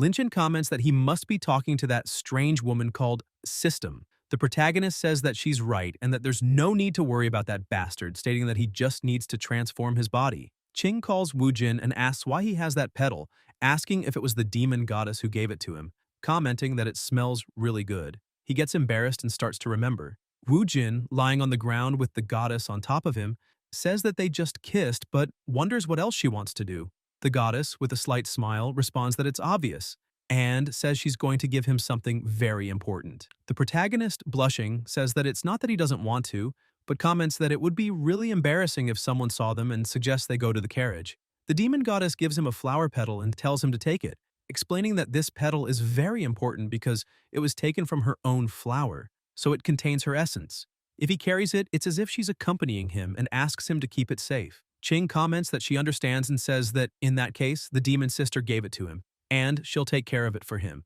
Wu Jin asks what they should do next. Suddenly, a crow announces that there are 4 hours left for the tournament registration, warning that the sign-up will close soon and asking them to follow and register as quickly as possible. The protagonist says that they're running out of time and that it's better to sign up first, telling the crow brother to wait for them. Qing thinks that she won't let brother Wu Jin bring things from another woman. Sometime later, they arrive at the registration location. The protagonist, seeing the person in charge of the registration, has a nosebleed and questions if she's a succubus, wondering if this game isn't about immortals and cultivators. Cha Hai-in asks where all that motivation came from and comments that moments ago he was very serious and upset.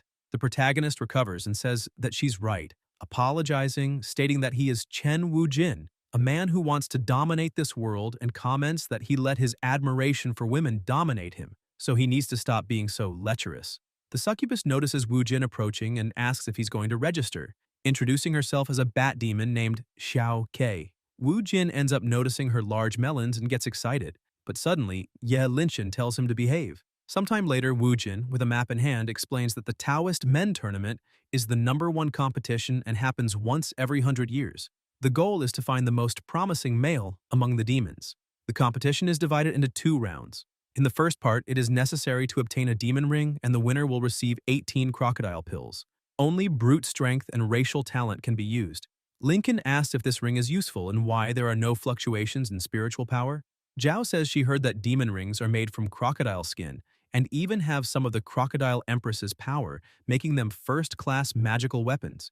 Qing comments that they don't seem all that special. Ye Linchen says that demons are physically stronger than humans, and that the talents of different races vary greatly. She tells Wujin that maybe they shouldn't participate as he's a human and his spiritual power is monstrous, but if blocked, he'll be relying solely on his physical strength. Qing questions why they aren't thinking long-term, while Zhao comments that there must be another way, as it's very dangerous, and she doesn't want to lose him again. Wu Jin looks seriously at them, scaring them, and says that he appreciates their concern, but he's a man and must take risks. Furthermore, the celestial transformation technique he used to disguise them isn't complete yet, and once it reaches the final stage, he will be the strongest wolf. In this competition, where all the men face off one-on-one, he, Chen Wujin, will be the winner. Sometime later, several monsters watch the test while the girls say that Wujin can do it.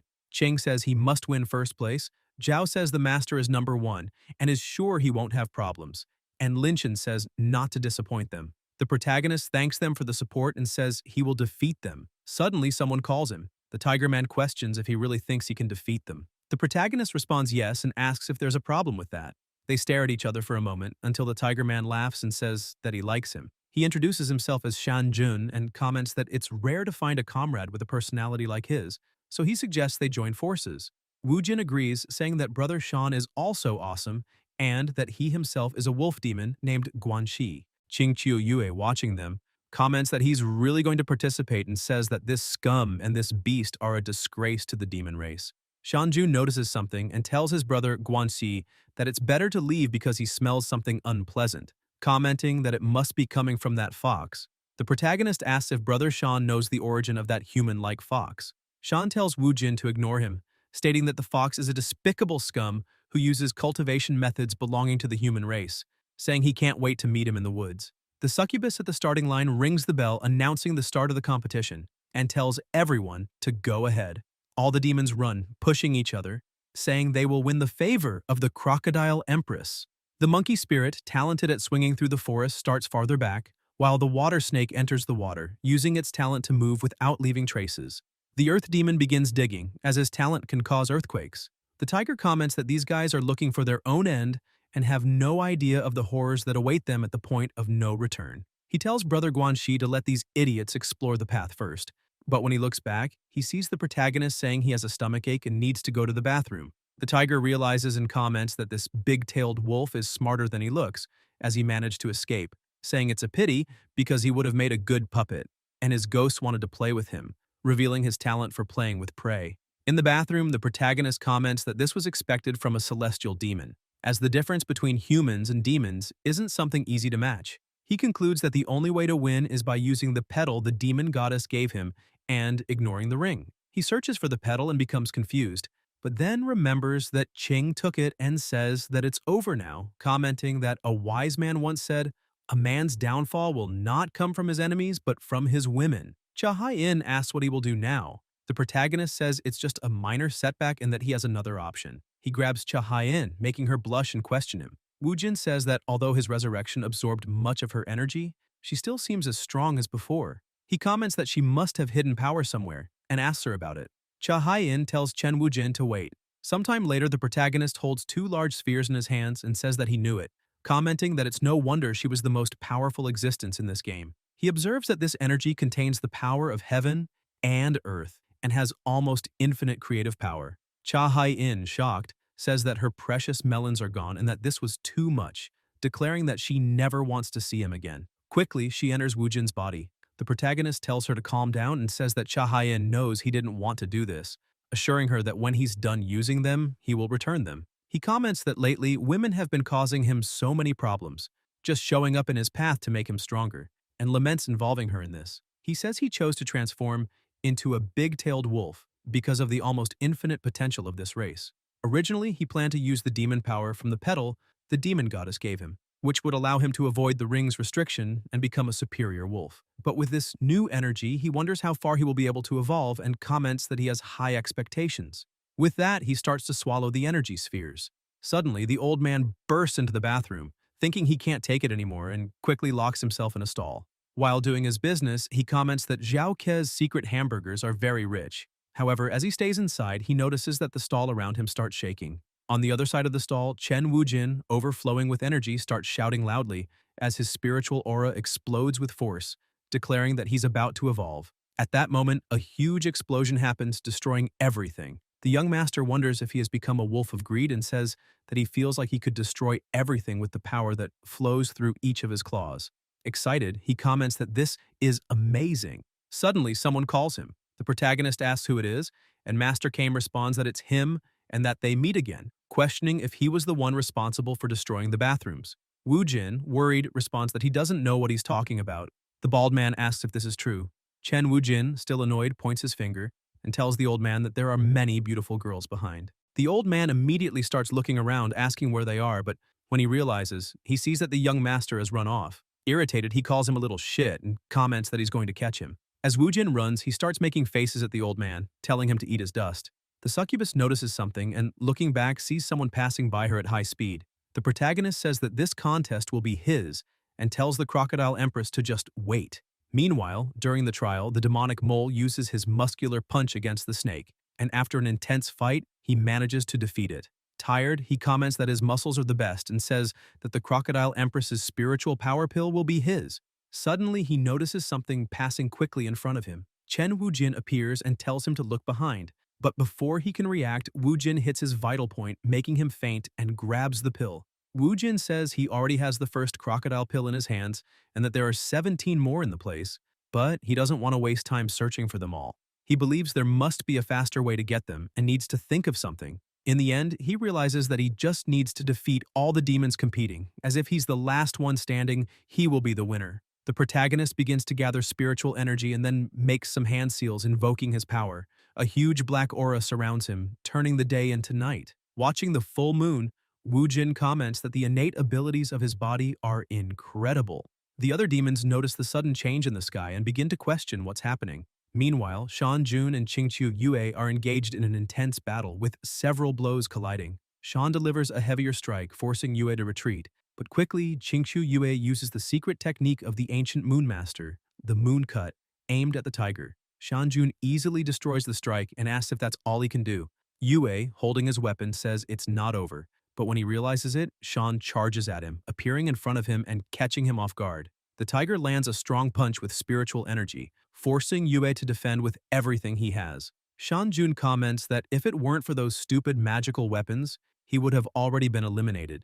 Qingqiu Yue asks the tiger to wait and suggests that maybe they could talk. Suddenly, both of them notice the sky beginning to darken, and the tiger questions what the hell is going on. Qingqiu Yue feels the change in the atmosphere, wondering what power that is and if there's a master so powerful as to invert the yin and yang. Shan Jun responds that it doesn't matter if there's an unmatched demon god because his supernatural powers are on his side, and his ghost can only use all their power when it's night. As such, the ghosts begin to advance, while the tiger lands a punch and yells at Qingqiu Yue to go to hell. Qingqiu Yue stands still as the tiger's punch and ghosts come toward him, but he gives a slight smile, and at the moment the attack hits him, a dust curtain rises. When the dust clears, Shan Jun and the ghosts are confused. Qingqiu says that he's just a brainless piece of shit, and asks if he really thinks he's the only one benefiting, commenting that he's a fox from the Moon Clan, and that clan is the strongest when there's a full moon. Shan tells him not to talk nonsense, asserting that someone who only depends on their family's talent will never cause him any harm, no matter if they come back 10,000 times stronger. Qingqiu Yue asks if he's sure, and with the tips of his fingers, uses spiritual writing. The energy begins to form around the moon and creates a portal, revealing a sleeping, nine-tailed fox. The fox notices this and looks toward the tiger, who, frightened, starts running, saying it's better to get out of there because he's tired of these second-generation demons. Qingqiu waves his hand and says that it's the end for him. At that moment, one of the nine-tailed fox's hands comes out of the portal and moves toward the tiger, crushing him against the ground and leaving only his mark engraved on the soil. The protagonist, watching the full moon, wonders if someone is using his power to gain an advantage and thinks that no matter how strong the other's technique is, compared to his, there's still a long way to go. Thus, he begins to channel his spiritual energy and with his fingers activates the spiritual writing, executing the forbidden greed technique, creating a wolf silhouette behind him. Qingqiu Yue questions why there are people who don't understand his greatness. After all, he is the son of destiny, so no one can defeat him. He wonders who could have helped his opponent and considers if a very powerful member of his race secretly followed him to protect him. Thinking about this, he concludes that now he just needs to marry the crocodile empress and become a demon emperor. Once he achieves that goal, he will be able to enjoy life to the fullest. Qingqiu Yue starts laughing alone and thinks that Wu Jin is next on the list, calling him a little shit. He comments that anyone who disobeys him must pay with their life. Suddenly, a black wolf appears near the moon. Qingqiu Yue, shocked, asks what is happening. The black wolf bites the moon with its teeth, while the other demons, surprised, comment that it is devouring it. Suddenly, the moon begins to crack and break apart with the wolf's bite. Qingqiu Yue quickly feels something strange and starts vomiting uncontrollably, but without blood. He thinks that this is impossible, that this should have been his chance, that the heavens favored him, as he is the protagonist, the most important person in this world. Covered in internal wounds, he falls to the ground, weak. Elsewhere in the forest, Master Kame, upon seeing the wolf, says that this spiritual power is dangerous because it is devouring the heavens. He believes something bad is happening, that some immortal must be trying to bring the demon race to ruin. Therefore, he must protect the demons and starts using the 8th heavenly trigram, armor. He immediately heads to the location. Meanwhile, the black wolf continues to devour the rest of the moon. Wu Jin yawns and says he's bored, as the technique is too slow. The old man arrives at the site quickly, leaving Wu Jin confused. Master Kame declares that he has finally found him and comments that Wu Jin is responsible for all of this. Gathering spiritual energy into his fist, he advances toward the protagonist. Chen Wu Jin complains that he is a very annoying old man and says he's just following the rules of the tournament, so it's not his fault that the other demons are just ants. The bald man orders him not to talk nonsense and comments that Wu Jin is very dangerous, so he must be eliminated. Wu Jin stops Master Kame's strike with just one hand and questions if he really thinks that just because he's an old man, he won't do anything. He then says he has unsettled scores. The young master asks if that's all he can do and delivers a direct kick to the old man's stomach. Master Kame thinks that's impossible. His innate armor, which had never even received a scratch, was destroyed in a single blow. Wu Jin's kick sends him crashing into the rocks. The bald man questions how this can happen. Chen Wu Jin looks at the elder and says he only used a third of his strength because he wants him to stay alive to witness his true power. Meanwhile, the black wolf looks at the sky and begins to suck the essence from others. The monsters start screaming that their demonic powers are out of control because something is stealing their essence. Qingqiu Yue, unconscious on the ground, also has his essence drained and begins to age. Elsewhere in the Crocodile Empress's cave, she devours her food non-stop. Suddenly, a succubus enters, running, calling the Empress, and warning her that something terrible is happening at the tournament. A guy is ruining everything. All the competitors have been defeated, and even Grandpa Turtle is severely injured. She must do something. The Empress stops eating and asks about the rice balls. Irritated, she says she wants rice balls. Meanwhile, the black wolf continues to suck the essence from the monsters. Wu Jin says everything is going well. After absorbing enough essence, the black wolf howls and throws a spiritual pill to the protagonist. Chen, holding the pill, comments that mastering this skill in his past life was difficult, but it was worth it. No matter the realm, the success rate is very high, so it's not bad. The demonic essence he absorbed with his greedy wolf technique is comparable to the spiritual power of a high-level cultivator. If he swallows it, he will be the strongest person in this world, and no one will be able to face him. Cha Haiyan appears and asks if he has no conscience. She says he took a huge amount of her energy and asks if he won't return it. She complains that the other systems are not like her, as they just sleep and eat, never helping the host while she worries about him. Then how could he do something so despicable, and she begins to cry. Wu Jin tells her not to act like that and orders her to keep it. Cha Haiyan asks if he had to do all that maiden act just for nothing, and comments that it was easy. Wu Jin tells her to wait and questions if he can't pay in installments. Cha Haiyan, irritated, orders him to hand it over and calls him a little shit. The protagonist asks her to calm down as he was just joking. In the bushes, the Crocodile Empress watches them from afar and, seeing the demonic pill, thinks it looks very delicious. Meanwhile, the system orders him to give the pill already. Wu Jin replies that he already said he would give it, but she needs to relax first. The Crocodile Empress starts running toward them, saying it's food. The two stop fighting and become confused, but the Empress jumps, grabs the demonic pill, and says it's a rice ball. Cha Haiyan and Wu Jin realize the pill has disappeared, but the Empress swallows it quickly. They are both shocked by this. Cha Haiyan, furious, starts shaking the Empress, ordering her to spit it out and demanding her melons back, saying she better return that spiritual energy. However, the Empress ends up falling asleep. Wu Jin, incredulous, thinks he knows her and yells that she is the Crocodile Empress. The protagonist asks Cha Haiyan to calm down, saying that if she hadn't lost her courage, this wouldn't have happened. But now that they're at this point, he promises to take responsibility and help her get her melons back. She has his word. Cha Haiyan says she doesn't want empty promises, that all men are the same and only know how to spout sentimental nonsense, But that won't work on her. Wu Jin asks her to relax, saying she's making everything seem like a Mexican soap opera. Suddenly, the other girls appear looking for brother Chen Wujin. Ching asks why he's like this, and he answers that it's a long story. Ching hugs him and says she's glad he's okay because she was very worried. The sky suddenly darkens and all the demons fall unconscious to the ground. Young Master Wujin starts laughing and says it was his fault because he wanted to finish the tournament quickly and rid himself of his weaknesses. He then says to Ching that she can see he even caught the crocodile empress. Xiao Qing responds that no way, and states that in such a fierce battle the danger must be great, so she won't allow him to do this alone in the future. Wu Jin wonders what's wrong with that girl today as she's always giving off a strange vibe. Qing asks him to promise. Chen Wu Jin says, okay, he promises. Cha Haiyan, seeing this, can't believe it. While Zhao Ting watches the Empress, she tells the protagonist that the Chuan crocodile is growing. Wu Jin, surprised, says it seems familiar and recalls the demon goddess, wondering if it's advancing. Cha Haiyan starts shouting, saying her energy is gone, that it's gone forever. Ye Linchen tells Wu Jin to take the opportunity to act or there will be endless problems. But when she looks at Wu Jin, she questions what he's so surprised about. Noticing, she sees that his melons are showing. Quickly, she punches him, sending him to hell and calling him a pervert, continuing to hit him. Wu Jin, after being beaten, asked her not to hit so hard and says it was her who got naked, questioning what that matters. Zhao and Qing stay silently irritated. The protagonist says he didn't act in time just now, but actually had other plans.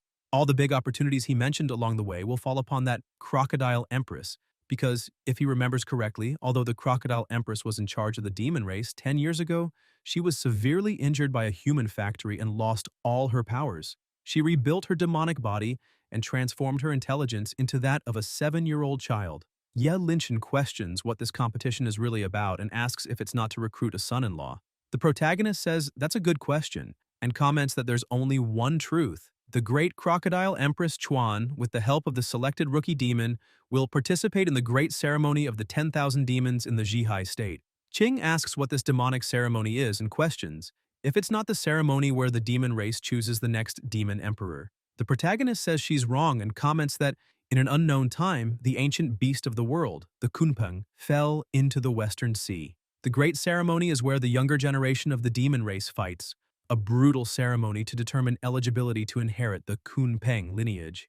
Zhao says this is horrifying. Cha Haiyan says it's so mysterious and comments that it's just a high-level copy of the treasure hunt she designed back then. Nothing special. But then asks to wait, remembers something, and tells the protagonist that the Kunpeng lineage is the only energy she can absorb, commenting that he promised to pay double. Wu Jin responds that it's fine. Cha Haiyan says it's settled and thus goes back into the protagonist. Wu Jin sighs and says she finally entered, wondering where he left off. Ye Linchen says he talked so much just now, but asks what this has to do with her eliminating the Empress. Zhao comments that he thinks the young master has fallen in love with Empress Chuan and is just making excuses. Qing asks if brother Wu Jin is a user. Chen Wu Jin asks her to listen, and comments that he would never do something like that with a little girl.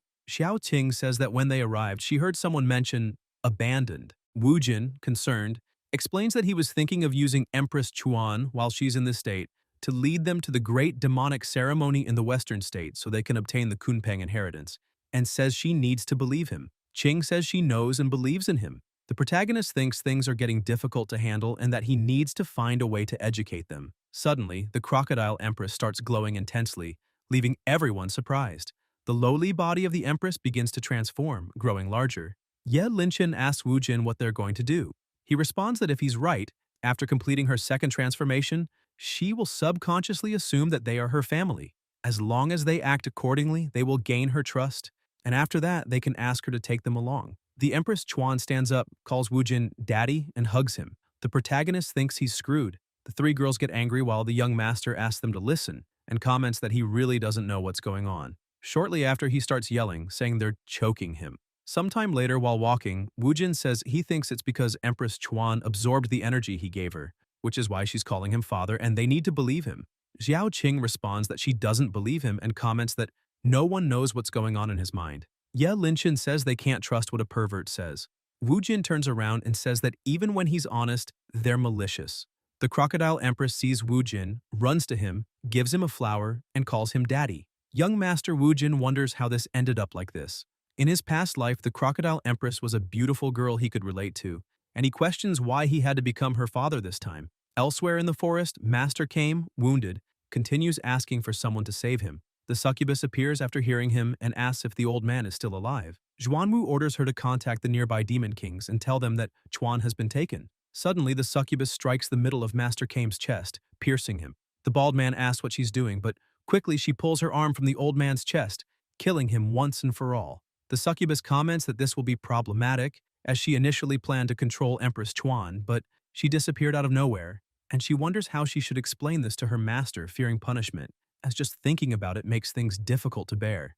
A hooded figure, upon seeing the succubus, says that this bitch really ruined things just as expected, and tells the mistress that she should have sent him instead. The mistress responds that he doesn't need to hurry, as nothing can escape destiny. Nothing can escape her reach. A week later, on the flying cloud, Wujin asks Linchen if she didn't teach her earlier and asks if she really can do this. Ye Linchen, irritated, says he should feel lucky that she accepted to give him the massage. The protagonist thinks teaching her is so hard. If she had at least half of Zhao's obedience, it would be perfect. Zhao asks the young master how much longer they have to travel, as they've been on the road for almost a week. When Wujin was about to answer, he's interrupted by Linchen, who says that all this is thanks to a certain someone who wanted to use the cloud and who knows what he's thinking. The young master says it's because she can't use the heavenly carriage, so he had to waste time collecting clouds to make this cloud strider. Ye Linchen gets irritated, tells him to shut up, and punches him in the back. Qing says that Empress Chuan thinks it's fun to sit on top of this white cloud. Xiao Qing asks Wu Jin if they're not going to the demonic ceremony now that they've started looking like human cultivators again, and says she's scared, questioning if this isn't a problem. Wu Jin responds that he, the wise brother Chen Wu Jin, while refining the white cloud, also made some magical weapons with his own hands, showing some items and explaining that as long as the person brings the magical weapon and sparks spiritual energy, they can become the demon god. Then he hands out one item to each of the girls. Ye Linchen asks why she doesn't have one, and wonders if he's holding a personal grudge. The protagonist laughs and comments that the nine-tailed demon's body she turned into back then used up a lot of spiritual energy, and the difficulty of creating magical weapons is doubled. He then shows her own item and comments that it took a lot of work to design it. She watches it suspiciously while Wu Jin says he forgot that her demon body transforms without clothes and that this is a magical weapon he additionally refined, capable of enchanting the talent and charm of the nine-tailed fox race. Linchen says he really worked hard for her. He replies that of course he would do that, but Ye Linchen quickly grabs Wu Jin by the shirt and throws him on the ground, saying that since he's been so considerate, it's better to return the favor. Sometime later, at the designated location, atop the mountains, they begin to descend from the flying cloud. After landing, Wu Jin says they finally arrived and thinks he almost died at the hands of that cruel woman. Ye Linchen turns her face away, sulking, while the protagonist thinks there is no woman he can't subjugate and promises Linchen that she just needs to wait. Zhao tells the young master that they've arrived and tells him to look at the Qing Yun crossing. Qing asks if they weren't going to the Shihai state and questions why they came to the Qing Yun crossing. Wu Jin responds that this crossing is a ferry opened by the Shen Xing sect, which lasts a day, allowing anyone to travel to any state in this realm. He explains that the Shen Xing sect's mountain moves the cloud boat. Zhao asks if they and the Moonless sect didn't travel together before. He replies that back then, the place they had to go directly in the Shenze state was the Shen Xing sect's ferry. Now they can't follow the failed plan, or they won't even know how they lost their lives. Xiao Qing comments that she's never seen a cloud boat move before, but it looks fun, and the Empress agrees with her. Qing and the Empress get excited. They walk to the edge of the crossing and spot a small canoe. Ye Linchen questions if that wasn't the cloud boat Wu Jin had mentioned. The protagonist, sulking, responds that he doesn't know and tells her to look again. The clouds begin to part, revealing a huge ship ahead. Wu Jin jumps into the canoe and calls the girls to hurry so the canoe can take them to the ship. Sometime later aboard, the protagonist asks the boatman if he really said 2,000 first-class spiritual stones. The boatman replies that the Shenxing sect members are always honest in business, and that the Tianzi one room he chose is really good, so the price is equivalent to the quality of the room. Chen Wu Jin asks him to wait, comments that it's very cheap, and tells him to get 3,000 high-class spiritual stones. Then he asks if there's anything good to eat and says the boatman can suggest whatever he wants, warning that he doesn't need change. The boatman, excited, says he understands and asks the young master to follow him, mentioning that he's heard the cloud boat gathers delicious food from all over the world.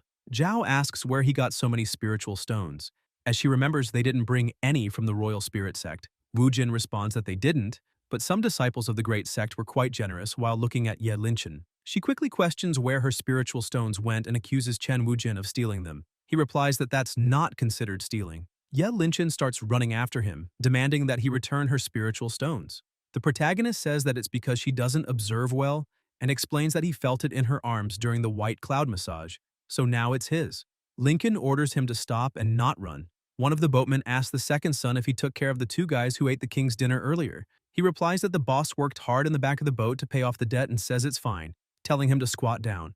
Grabbing the conch phone, he informs Master Can that he found all the people he wanted. In the back cabin, Hua Fei calls Shadow an ordinary dog and complains that the fare has already been paid, so why did he have to eat twice as much? Shadow replies that he eats a lot too, so he can't say anything. Later, as the ship floats toward its destination, inside the room, Ye Linchin accuses Chen Wujin of stealing and questions why he's messing with her pieces again. He replies that there's no way to do that. Linchin says she thinks this trip Mahjongi invented is fun. Wujin says he has to invent some games and comments that she has to take off 16 pieces of clothing after losing a big game, asking if she wants to go back on her word. Ye Linchin, blushing, responds that she doesn't mind, as he's the only one with bad intentions there, leaving angrily along with the Empress. The Crocodile Empress leaves saying she wants rice balls. Zhao asks if the young master doesn't think he's been intimidating Sister Linchin recently. Qing, jealous, agrees and says it doesn't need to be this way. Wujin asks the two not to stay by her side as Linchin is the only one who wants to fight against him and that he hasn't done anything wrong. Furthermore, she lost the game and also her patience. But they still blame him. Elsewhere, Shang observes the situation and comments that he never thought he'd fall into their hands, admitting he underestimated the depth of the sect and asserting that he must not think the Shihai state is where his roots are. With these two losers, he questions whether Wu Jin plans to settle in Shihai ahead of schedule. Walking over to Leng Shu, he slaps her face hard and says that this bitch dared to betray him. Grabbing her by the neck, he orders her to beg for forgiveness right now, or he will make her incapable of living or even dying. Shu Ruo asks Ken Shang to do whatever he wants with her, but not to hurt her sister.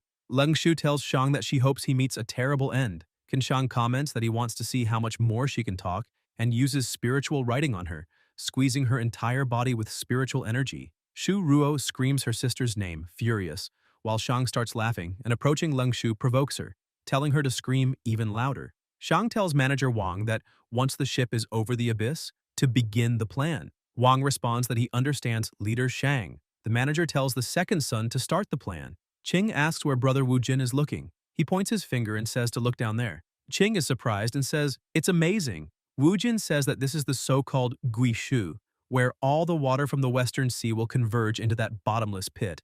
Chen Wujin says that now that they've seen Guishu, it means they're close to the Western Sea state. Once there, they'll have to plan their next moves carefully. Suddenly, everything begins to shake. Xiaoting asks what that was. The ship starts to explode over the Western Sea, in the Guishu abyss. Hua Fei and Shadow, at the bottom of the boat, run, saying they're screwed. The ship begins to fall into the abyss. Manager Wang, with his son observing, calls and tells leader Can Shang that it's done. However, the Crocodile Empress also falls into the abyss and wonders how they should report this to the master. He responds not to worry, as he will find a way. As long as he can replace the Crocodile Empress and enter the judgment, everything will still be under his control. Back on the ship falling into the abyss, Chen Wujin breaks a door and tells Qing and Zhao to come quickly through there. As they walk, they see a man running and asking someone to save him, as he doesn't want to lose his life. Suddenly, a burning board from the ship falls on him. The protagonist protects Zhao and Qing and thinks that this area is influenced by the abyss, and even he cannot use his spiritual techniques. He says that if Cha Haiyan stays inside, everyone will lose their lives. She responds that this place seems to be one of those bugged areas that appear when the game crashes. Even she can't materialize there. The protagonist says the flames are reaching them and thinks the exit path from the cabin is also blocked, so he must find a way to open that door. He tells the two to stay there for a moment and, standing in front of the exit door, runs to shoulder it, but nothing happens. He continues to bang on it and yells for it to open. Tired and with pain in his right arm, he says he can't open it just using his body without being strengthened by spiritual power. Zhao and Qing, already somewhat suffocated, start calling the young master. Wu Jin tells them not to worry as he will save them. Suddenly, someone shouts and thrusts a sword into the door, telling them to get out of the way. Ye Linchin, with her sword, slices the door into pieces, saying she's there to save them. Everyone is happy while Linchin asks if they're okay. Wu Jin replies that yes, as he was planning to go save her. Ye Linchin tells him to stop being so stubborn at a time like this and says to get out of there immediately. So everyone starts running while the ship catches fire completely. Once they reach the surface, Ya Linchen asks what they should do. Chen Wujin says they have to bet their lives on this. Although they can't use their spiritual qi there, that shouldn't affect their transformation into their demon beast forms. He tells Qing to make Linger transform into her true form and for them to try to go back to the sea holding on to her. Qing says they're counting on Linchen, so the snake begins to grow huge. Linchen tells everyone to climb onto her back. Wujin tells everyone to hold on tight. While they're leaving the ship, Hua Fei and Shadow appear running and tell them to wait for them, grabbing onto Linchen's tail. Wujin, seeing them, questions why they're there. Hua Fei tells him to stop asking questions, as the ship is about to explode. With that, Linchen dives into the sea, escaping the ship's explosion. Ye Linchen holds her breath tightly, and a few minutes later she emerges to the surface. Zhao tells Wujin that Ye Linchen has disappeared. Meanwhile, she starts sinking, breathless, into the sea. The protagonist remembers that Ye Linchen is afraid of water. Hua Fei says that they are finally safe, and Chen Wujin tells the two to stay there and take care of the other girls, as he is going to search for Linchen. Hua Fei questions what he's doing, and Zhao tells the young master to be careful. Wujin jumps into the sea, thinking that Linchen must stay safe. While searching, he sees her down below and thinks he's almost there. As he gets closer to Ye Linchen, he realizes she has already swallowed a lot of water and believes he has no choice. He kisses her for mouth-to-mouth resuscitation. A few seconds later, she realizes, and, blushing, pushes Wujin away, calling him a damn pervert. He gets irritated and comments that he was trying to save her. When he looks to the side, his eyes widen as he sees a huge fish silhouette appearing behind them, trying to attack Ye Linchen. Wujin swims toward her, holding her and telling her to be careful, but he believes they won't be able to escape. The fish swallows them both and swims away. Sometime later, the protagonist wakes up on the sand, groggily asking where he is, complaining of a headache. He comments that he thought he and Ye Lincoln would be eaten by that strange fish, but wonders how they ended up here. Looking around, he realizes he can't feel any spiritual power, which means he's still near the abyss. As he walks, he notices something on the ground and wonders if they are footprints, questioning if they belong to Ye Linchen. Following the footprints, he thinks she might be in danger if she's exploring alone. The protagonist starts calling for Ye Linchen, asking her to respond. While running, he sees a sign and, upon reading it, discovers it says Xiao Xuan's Secret Realm, and wonders if he and Ye Linchen ended up in a secret realm. He notices the footprints circle around a stone and return, but it doesn't matter. He needs to find that stupid girl first. As he runs, he thinks she needs to be safe and speeds up without stopping. After some time, he runs into the sign again. Wujin, in disbelief, questions why he's seeing that stone again. Looking back, he wonders if he passed the stone twice and thinks something is wrong. He says he's never heard of any secret realm called the Xiao Xuan Secret Realm before in the game and decides to try another direction. He begins walking through the woods when suddenly Ye Linchen appears with two octopuses on her shoulders, saying that the young man is interesting because it's impossible to sense his thoughts. One of the octopuses asks if this happens because his thoughts are clear or if he's a complete fool. The other responds that regardless, he's the first person they've encountered in the last 1,000 years who meets their master's criteria. The first octopus suggests they could just release that object and complete their mission. The second octopus hits him, telling him to stop being a fool, and states that if they don't follow their master's orders, they won't be able to complete their mission or escape that place. The first octopus complains that their master's judgment is too difficult as no one can pass it.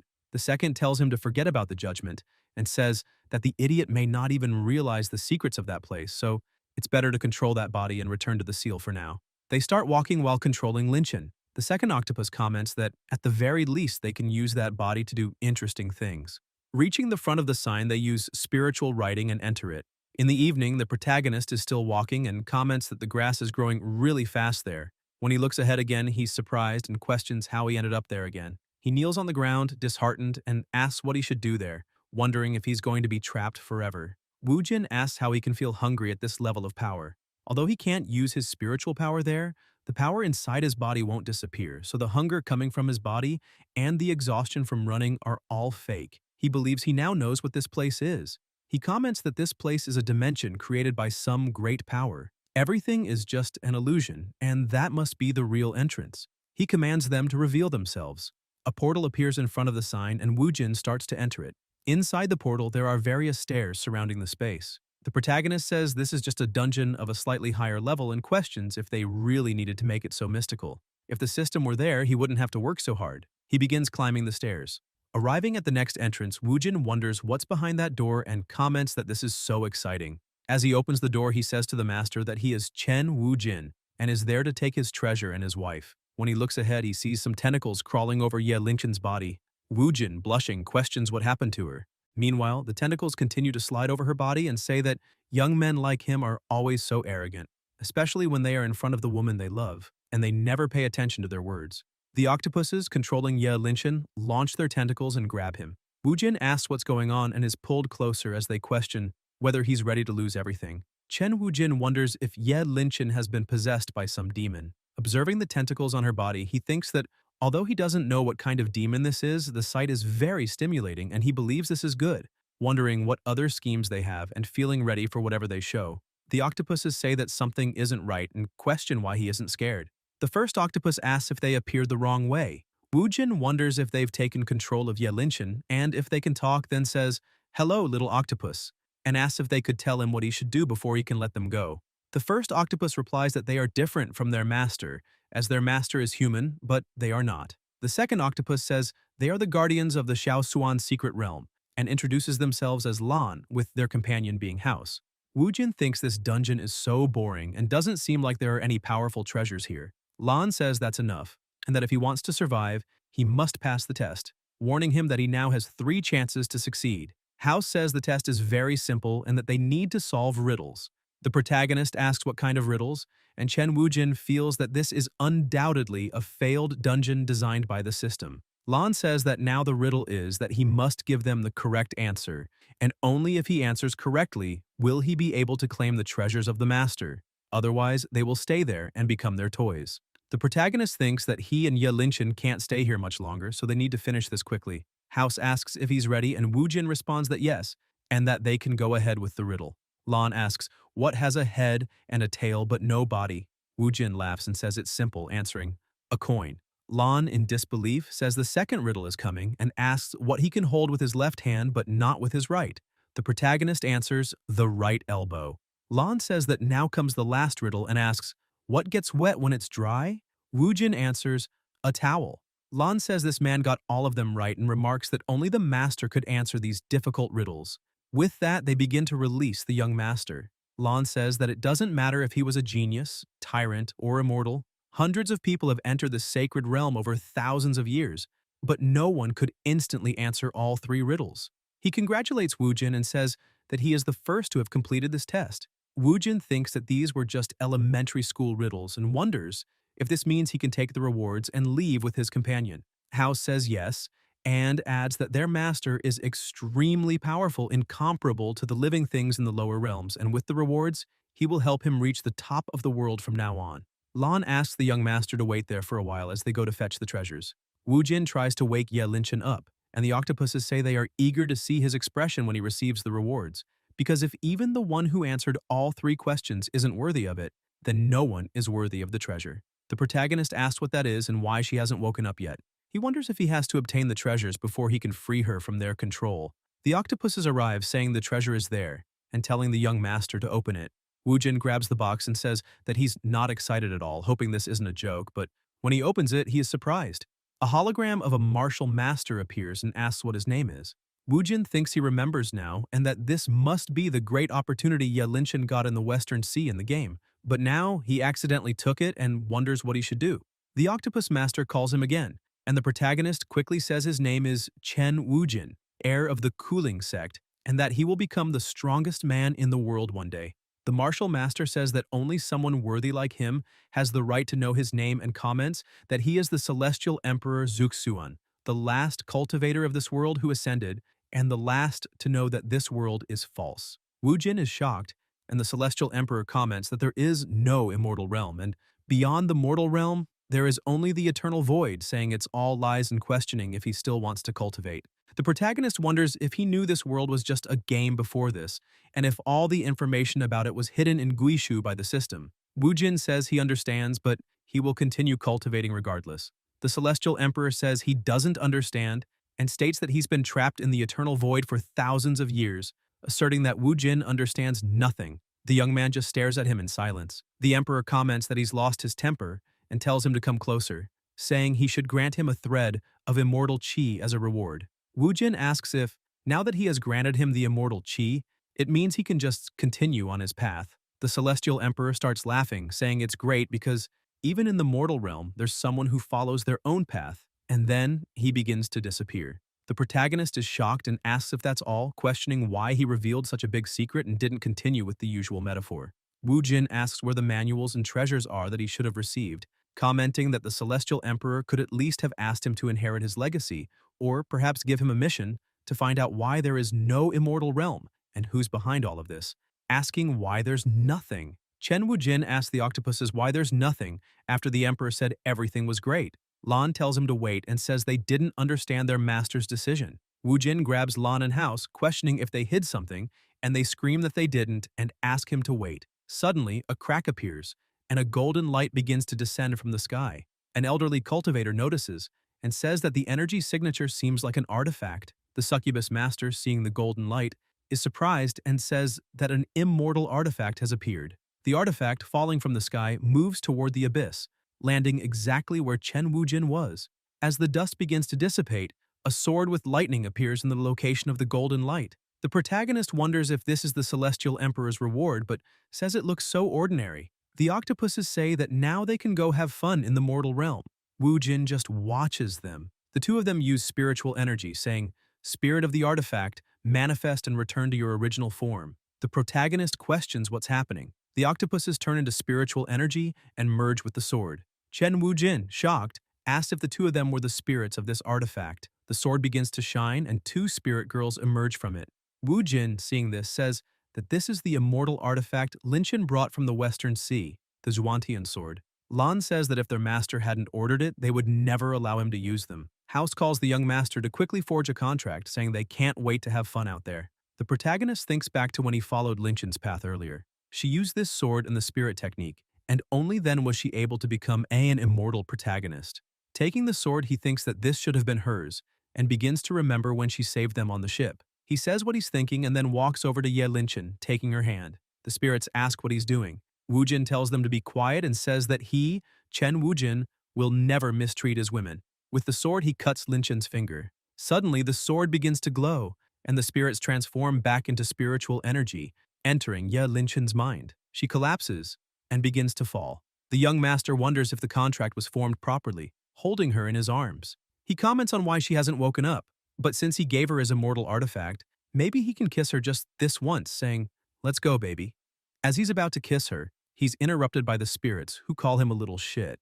Wu Jin, irritated, asks if the two of them shouldn't be in their master's soul. House responds that originally, Lan and she were supposed to reform their master's foundation and cultivate the mnemonic of the immortal sword so that she could inherit the legacy. However, they realized that the master's body has a perfect foundation and that she was born to cultivate as an immortal sword. That's why all she needs is some time for her soul and the Zhuantian sword to merge. After that, she'll be able to control the Zhuantian sword. Wu Jin asks about a perfect foundation and comments that it reminds him of something, then questions if, aside from the Zhuantian sword, the Celestial Emperor must have prepared something to ensure the legacy could be inherited. House says that, of course, in the secret kingdom of Zhaoshuan, there is a secret passage that leads to the Moon Spring, hidden at the bottom of the West Sea. The Moon Spring can grant anyone who drinks its water the perfect foundation. He says he envies the master, as he even eliminated a Kunpeng to create a seal to protect the Moon Spring. Now, it no longer concerns him. Lan says that only the one who inherited the master's legacy can pass through the astral formation lock, and that he can only exit through this secret passage. Even if his body could avoid decaying in Guishi for tens of thousands of years, once his master wakes up, they will leave him there alone. Wu Jin says he understands. The soul of the dead Kunpeng remained and stole what it was supposed to protect. In return, it ensured the essence left to the body and the water of the moon spring for the young demons. That was a well-thought-out plan. He thinks that, if that's the case, he suggests they make a bet. Lan says there is no chance and questions him, accusing him of abandoning them. The protagonist says they will discuss it and asks if, once he manages to break the astral formation lock, they will let him use the now useless moon spring. Lan calls him a liar and says the astral formation lock is a type of seal that the Celestial Emperor Suxuan masters better than anyone, questioning how he could possibly break it. Wu Jin says he doesn't think it will be that difficult. Lan, angrily, says it's impossible and comments that if he manages to break it, he can ask anything of them. House says that if he fails, he'll be left behind and become dried meat. The protagonist says, then they have a deal. After that, he gets up and walks to the spot. Wu Jin says that Ye Linchen is not that powerful and that it will take a long time for her soul and sword to merge. However, Xiao King and the others are waiting for him outside. As he watches, he thinks he needs to break this formation quickly no matter what. Back at the ocean, where the others are, the Empress tries to look for the young master and begins to drown by herself. Hua Fei saves her and questions whose child this is and why she is so rude. Zhao asks Qing what they should do and suggests they might need to leave this place first and think of something afterward. Xiao Ting says she won't go anywhere without Wu Jin. 3 days later, they are still at the same place waiting for Chen Wu Jin and Lin Chen. Everyone is starving. Hua Fei thinks they can't continue like this. The explosion that moved mountains was already suspicious enough. Not only will the serpent demon not hold out much longer, but another accident could occur. Shadow, fainting from hunger, says he wants to eat meat. Qing, sulking, asks where brother Wu Jin went and says that if she can't see him again, it's better to die of hunger. Meanwhile, Hua Fei sneaks up to her. Suddenly, she loses consciousness as Hua Fei strikes her vital point, making her faint.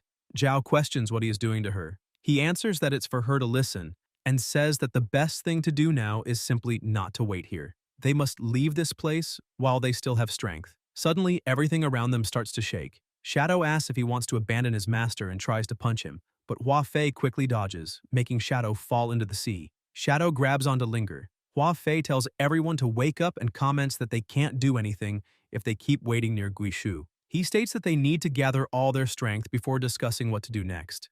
Not to mention that he believes Chen Wujin will surely survive and may even surprise them. Zhao comments that he also believes he will return safe and sound and asks Linger to take them back for now. He says they have to wait for Wujin at the cooling sect, so they start to leave, while Shadow tells them to wait for him. Hua Fei says that once they return, there will be several ways for them to take the revenge and asks Kanshang to just wait. Sometime later, back in the Secret Kingdom, the protagonist tells them to come with him and starts saying, left hand, slow motion, right hand, left hand, and slow motion. This song will make you happy, and asks if she has fallen in love with him. Lan and House say their ears are begging for mercy. Wu Jin says the two must be envious of his beautiful voice. House says he must be joking, as he knows he won't be able to break the Master's formation. Lan agrees. The protagonist, irritated, says he's just resting a bit while trying to break the formation. They get angry and leave. The protagonist thinks it was close, as they almost saw through him, and believes he realized in the last few days that the formation can be broken by connecting the points this way. He is sure that this time he will get it right. Suddenly, as he connects the points, everything turns red. Wujin wonders if he is wrong too and realizes that 3 days have already passed. How can there be such a difficult formation in this game? He wonders if he will be stuck there forever. No, time is short, he must leave as quickly as possible. A month later, the spirits ask Wujin if he really will manage it, as it has already been a month. Lan says they are so bored. House agrees and asks if he has lost his intelligence from working too much. She also tells him not to think they will feel sorry just because he is acting like this. Chen Wujin thinks he finally understands. The seal is made up of images of the 28 mansions, and he has to connect all the constellations precisely. These spirits are right, the celestial emperor Xuanwu really is very talented. With this, the young master begins to connect all the points correctly. Hao says he has finally understood the master's formation, while Lan questions if he will really manage it. After a few minutes, he successfully connects all the points correctly, turning the formation blue and breaking it. Wu Jin says the formation has been broken and then asks when they will fulfill their part of the deal. House, not believing it, says that doesn't count since he took a whole month. Lan interrupts her and admits defeat, telling him to say what he wants. The protagonist says they're not in a hurry, but he has a question now. He asks why Lincoln is still sleeping, as it's been a month and he thinks that's too long for her to still be like this. He says it must be because the two of them messed up everything and disrupted the inheritance process, asking if he's right. House replies that, to be honest, there shouldn't have been any problems when his master and the sword were inherited, but she's not sure what's going on. Chen Wujin asks how they're not sure what's happening, and says he's deceived so many NPCs like them, but now he questions if they are trying to deceive him. Lan says it wasn't on purpose and tells him not to get nervous yet, as his master left something behind that can restore the Moonspring's soul, assuring that Lin Chen will be fine after consuming it. The young master Wujin tells them to take him to the Moonspring now, and warns that if anything happens, he will destroy the Xuantian sword. The spirits agree and begin to use spiritual writing, forming a magic circle on the ground with energy. They both step into the circle and are teleported. In a distant place, inside the ocean there is a barrier, and inside it an unprecedented battle is happening. The Minotaur demon easily cuts down his opponents with a smile on his face, but through a careless move, a succubus strikes him with a sneak attack, easily eliminating him. Excited, the succubus says she loves those with so much power and energy. With her are a hooded man and her master. The demon butterfly master says she never expected the day would come when she would be there too, watching the stairs up to the top. She says that if she can control all the secrets of that place, the day she unites and commands the demons will not be far off. Suddenly, a half-elf warrior appears with his guandao, saying these are childish words, and asks if they are the ones the great ancestor Kun Peng referred to when talking about the test. The succubus, observing him, is startled and says he is Long Boer, the strongest heir of the Qing Long lineage who participated in the test. Long tells them to leave now and says he will pretend nothing happened. The demon butterfly master comments that all the juniors these days are arrogant, even though they are only in the golden core realm, and says it's no wonder demons grow weaker every day. Long Boer responds that it doesn't matter how strong she is, because in this sacred land, all demons have their power limited to the golden core realm, and he can cut them down with a single strike. Suddenly, the succubus tries a sneak attack, but Long notices and, with his guandao, easily cuts her, commenting that she better know her place. The succubus falls to the ground injured, while Long, with a slight smile, asks who's next. The demon butterfly master uses spiritual writing, creating some insects. Longboer mocks her and asks if she is sending insects to make him itch. The demon butterfly master responds that her words are too grand and explains that it is the gas of the 5 poisons, something even cultivators in the soul-nascent realm would not dare face directly. Longboer suddenly disappears, leaving her surprised. When he reappears behind her, he says that her demonic insects are useless and that she remains trash, even after reaching the Demon King level. He advances to attack her, saying he will take her to hell now, but the hooded man grabs the guandao with his hands, blocking the blow easily. Longboer is shocked and thinks this is impossible, as no one in the Golden Core realm should be able to block his attack. The hooded man uses his spiritual energy and makes Long's weapon explode as if it were nothing, leaving him even more surprised. Then he charges at Longboer and strikes him with a devastating blow, injuring him severely. Long leaps back and tries to counterattack, but the man easily dodges. Weak, Longboer falls to his knees on the ground, wounded, while the demon butterfly master comments that she was scared until now, but thanks to the goddesses, she has a demonic slave. Longboer wonders what she meant by demonic slave and states that it can't be, because that is a human cultivator beyond the core formation stage. He stares at the demon butterfly master and accuses her of being a traitor to the demon race.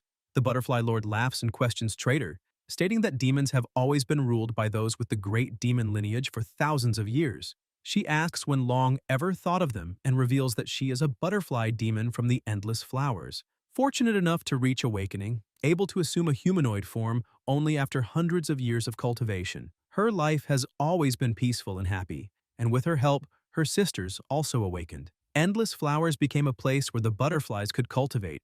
However, due to the greed of the demon king Gagzong, he stole all the spiritual honey they collected, burned the endless flowers, and enslaved all the demonic butterflies. As for her, it took 500 years to eliminate that pig. She asserts that the demon race has always been about the strong dominating the weak, and without power, the rest is useless. She then asks what Long intends to do before losing his life. Longboer quickly activates a magic circle with his spiritual energy. The demon butterfly orders her slave to attack him immediately. Ken Shang, with a simple movement of his arms, cuts Long's arm. Even wounded, Long laughs and says that his dragon blood summoning rune is now complete. He declares that as soon as those people learn what happened here, everyone present will lose their lives. At that moment, a mini dragon is summoned from the ground and flies out. The demon butterfly mocks him, saying that he gives himself too much credit and calls Kan Shang a loyal dog. He responds promptly, "Of course, master." The demon butterfly thinks that while this foolish human cultivator, who was foolish enough to ask to be controlled by her, is by her side, no one will be able to stop her plan. Elsewhere, a Coyote demon says the others are too weak. While holding one of the demons in his hand, he comments that, if that's the case, it's better that he becomes his spiritual power. With that, he uses his Devour World talent, transforming the demon into spiritual energy and consuming it. Coyote says he just needs 3 more, and then he can reach the peak of the core formation stage. Suddenly, he notices a reinforcement rune flying toward him and grabs it, wondering if someone is calling reinforcements, but then quickly questions what that has to do with him and uses Devour World to consume it as well.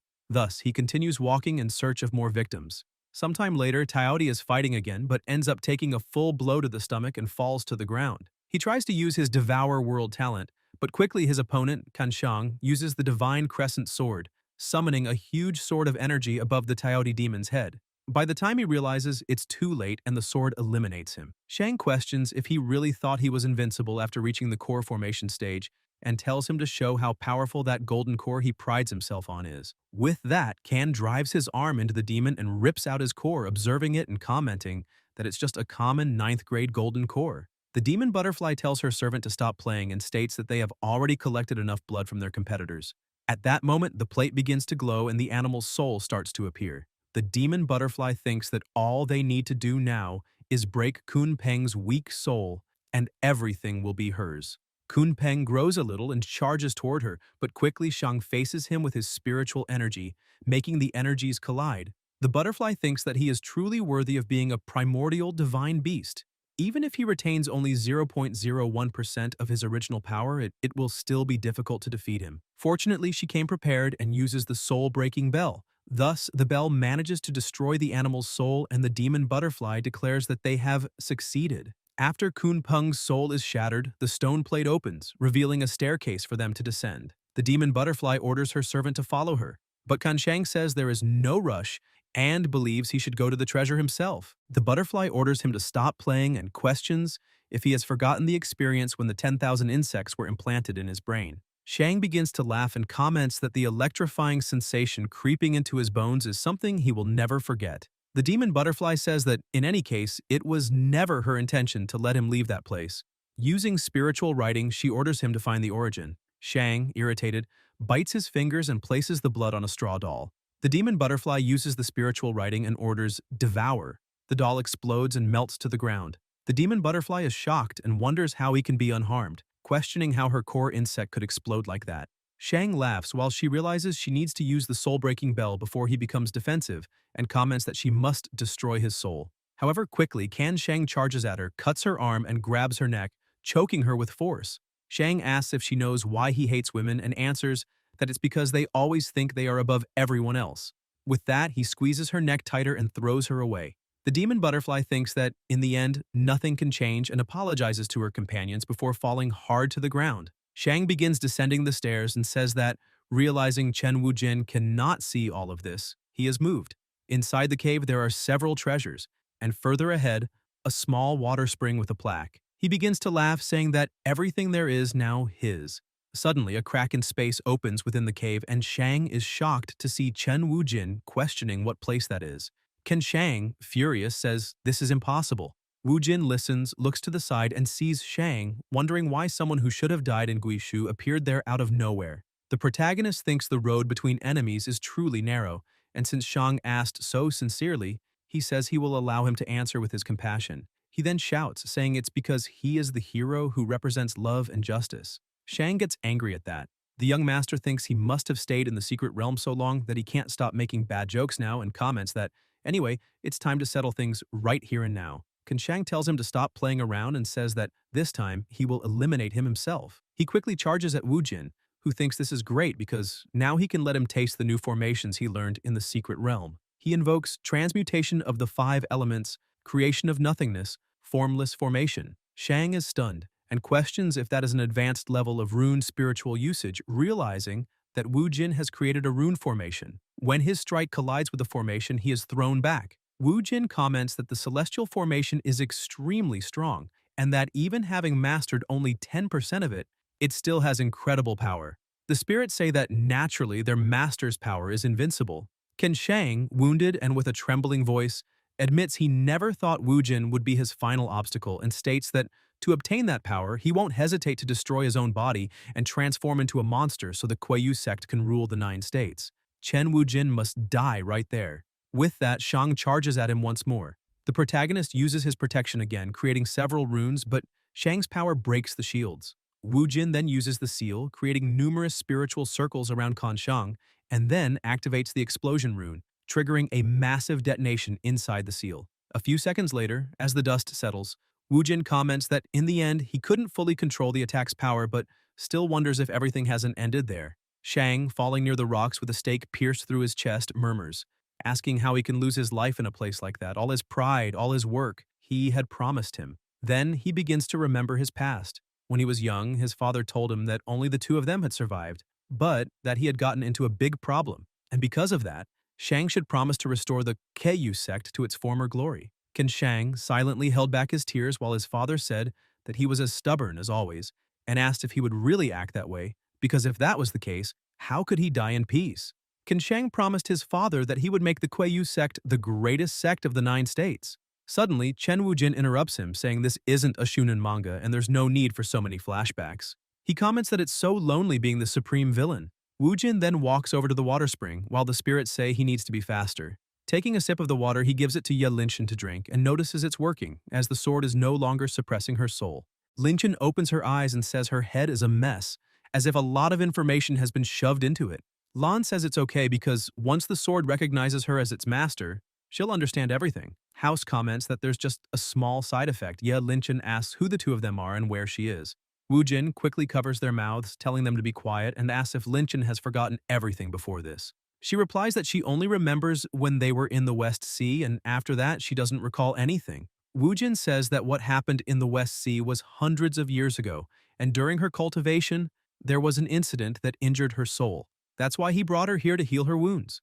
Then he wonders what he should do for her to recover her memories after they get married. Ye Linchen, blushing, asks if they are married. Wu Jin pulls her closer and says that perhaps only the most passionate kiss can revive her lost memories, then starts leaning in to kiss her. Linchen, embarrassed, asks him to wait. The protagonist says they're husband and wife. There's no need to be shy. Yeah, Linchen sighs and says it's fine then. The spirits, embarrassed, cover their eyes, saying it's shameful. Thus, the two kiss. Wu Jin thinks that women are always attracted to bad boys and believes he can finally have her openly. Suddenly, the seal on Ye Linchen's forehead begins to glow, and a massive spiritual energy shoots up into the sky. Wu Jin dodges and wonders if that's the sword Qi. The sword Qi hits the stones, destroying everything around them. Ye Linchen, surprised, asks what is happening, while Chen Wujin remains silent, astonished.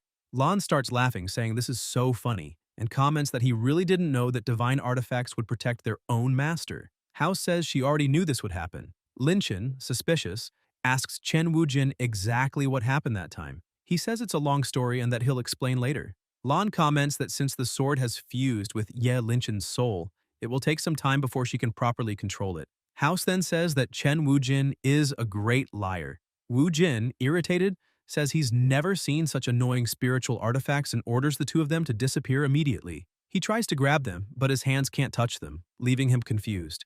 Lan says he doesn't need to repeat himself. House says they've completed the mission their master gave them, so their task is finished.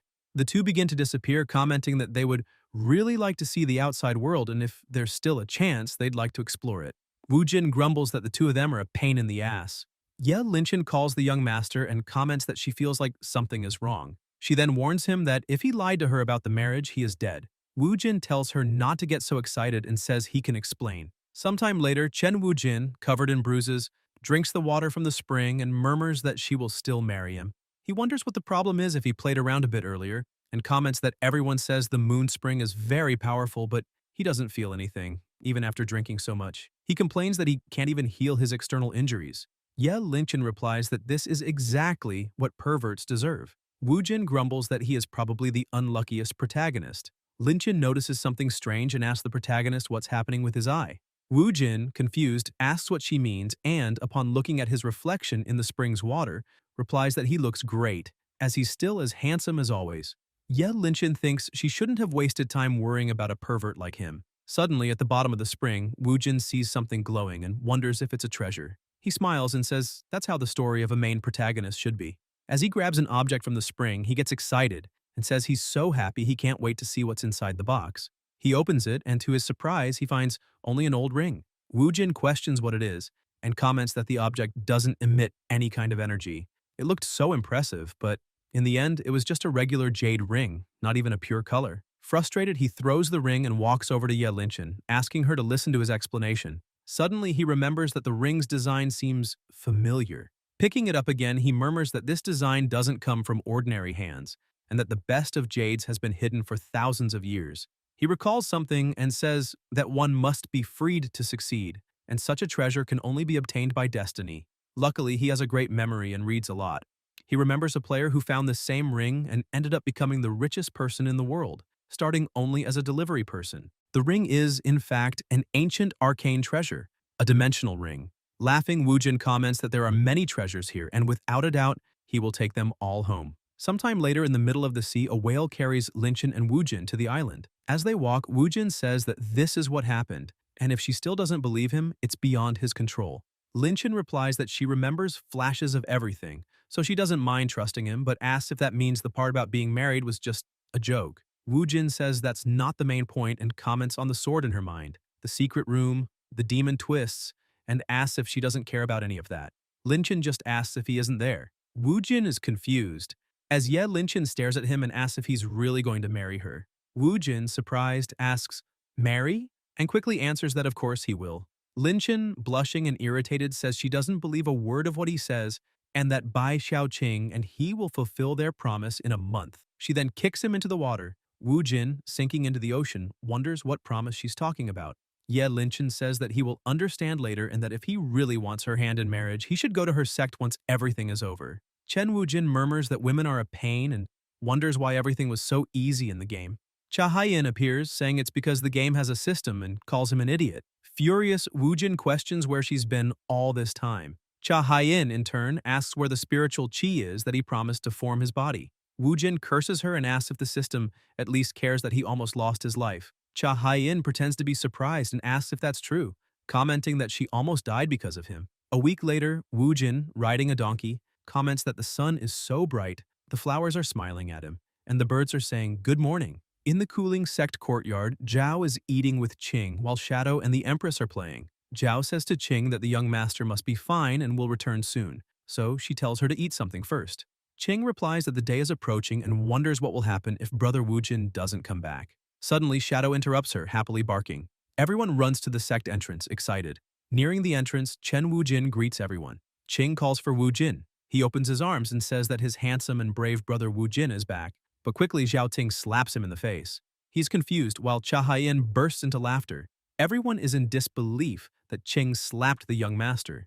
Woojin, with a trembling voice, asks why she still slaps so gently and says that she hasn't improved at all. Qing starts to cry, but the protagonist hugs her and says he won't let her go again. Xiao Ting, still angry, hits him, saying she no longer believes his words. Woojin picks her up and says that if she doesn't believe him, there's only one thing he can do. He starts carrying her inside while Qing asks what he's doing. Zhao, blushing, covers the eyes of Empress Chuan. Cha Haiyan appears, asking what Chen Woojin is doing and reminding him that they share their senses. He opens the bedroom door and laughing says that it's better if they all do it together. Zhao, outside, calls the young man's name jealously, saying that this is unfair. After a day, Woojin opens the door saying that the morning is the most important part of the day.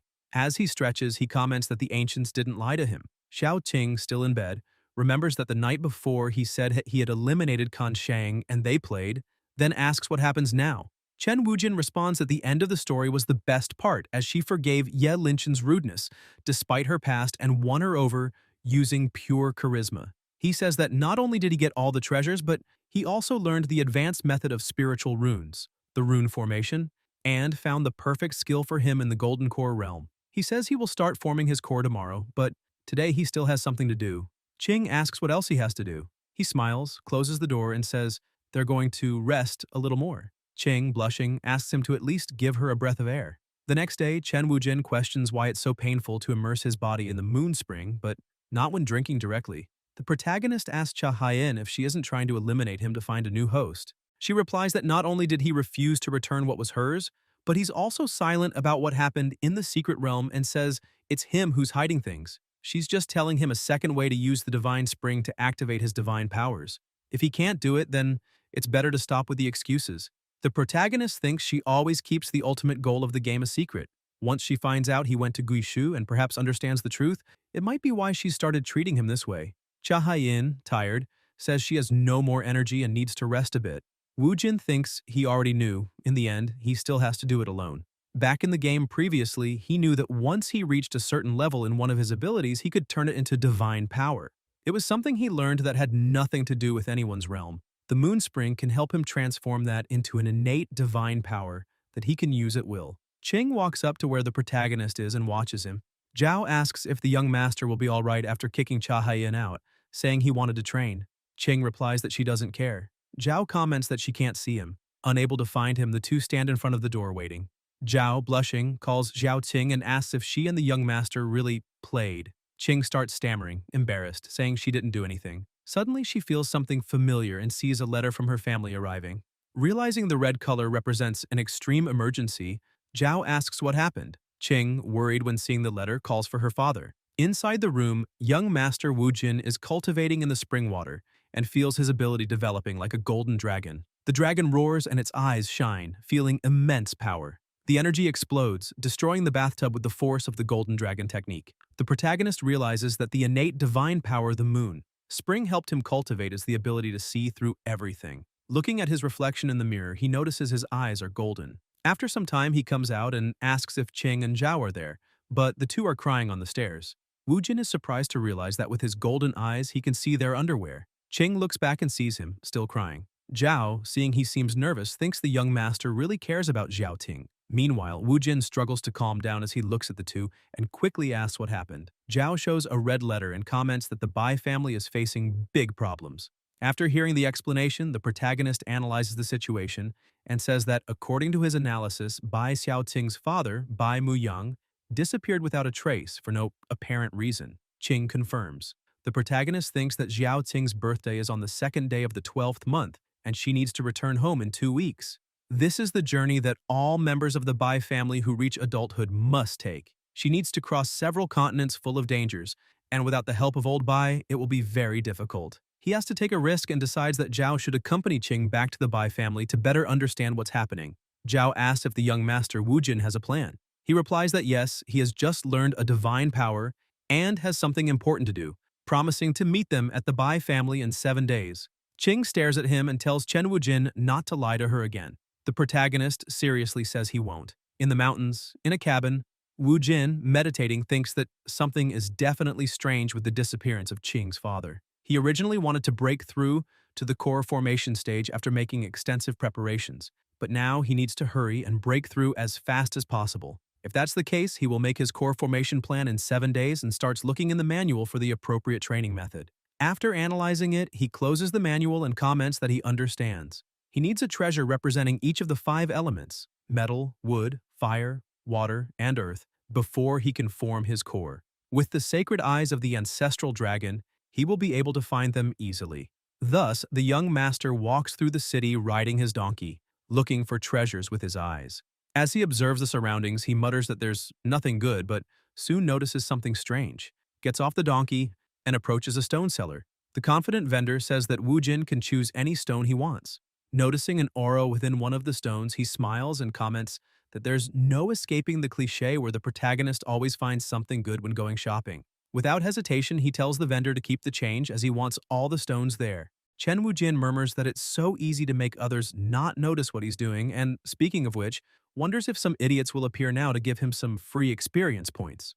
Later, in the middle of the forest, the young master, sitting on the ground, begins using spiritual writing and activates his technique on the stone, destroying the outer layer. Seeing what's inside, he comments that it seems to be a high-grade meteor core. Picking it up, he starts using his spiritual energy to remove the rest of the stone layer until only the meteorite core is left. He then begins absorbing its spiritual energy. After finishing the absorption, he smiles and says it's done. The protagonist comments that if the system were there, he could see his parameters at any time. Chahai-in, who had been resting, wakes up confused. Wujin says he's going to see what he can do with the metal transformation. Using the metal chi, he creates a bridge. Shocked, and comments that it seems like the metal transformation allows him to conjure metal structures directly from his mind. However, he soon notices something strange. After touching his nose, he realizes he has suffered an internal injury. Without strength, he mentions everything about the transformation except that it requires a lot of spiritual chi. However, if he's going to spend spiritual chi, Wu Jin summons a jar and a baby from his spatial ring. He then says that spiritual chi is something he has in abundance and begins drinking several jars continuously, forming a mountain of empty containers. Chen Wujin comments that if he can use the formation to strengthen the effects of the metal transformation, he could create something even more powerful. He starts gathering spiritual chi and declares that he chooses the form of a Gundam. Thus, he creates a Gundam robot. The protagonist, excited, celebrates the achievement, runs over to the mecha, hugs it, and says that he should forget about women because the true dream of a man is a Gundam. Moreover, as long as he has enough spiritual chi, the objects he created with the metal transformation can be summoned at any time. If he can create a Gundam, he has many ideas for the future. Sometime later in the forest, the protagonist creates several drones and spreads them throughout the area. He comments that it was a smart move and that it will be much easier to search for treasures this way, as long as he controls how much spiritual chi he uses. However, when looking at the screen, he questions something strange and wonders if it could be the treasure of the wood element, which he had always dreamed of. After some time, as he approaches the cave, Woojin comments that the place looks dangerous and believes he will need to use fire. He then summons his war tanks, saying they are a bit small but can provide enough firepower. Without hesitation, he orders the tanks to fire at will. Thus, a rain of explosions begins toward the cave. The structure starts to collapse, and a cloud of dust rises into the air. As the dust dissipates, a silhouette appears. When the dust finally settles, Chen Wujin sees a vine holding a fruit. Excited, he celebrates, saying that he finally found what he was looking for and that it was easier than he imagined.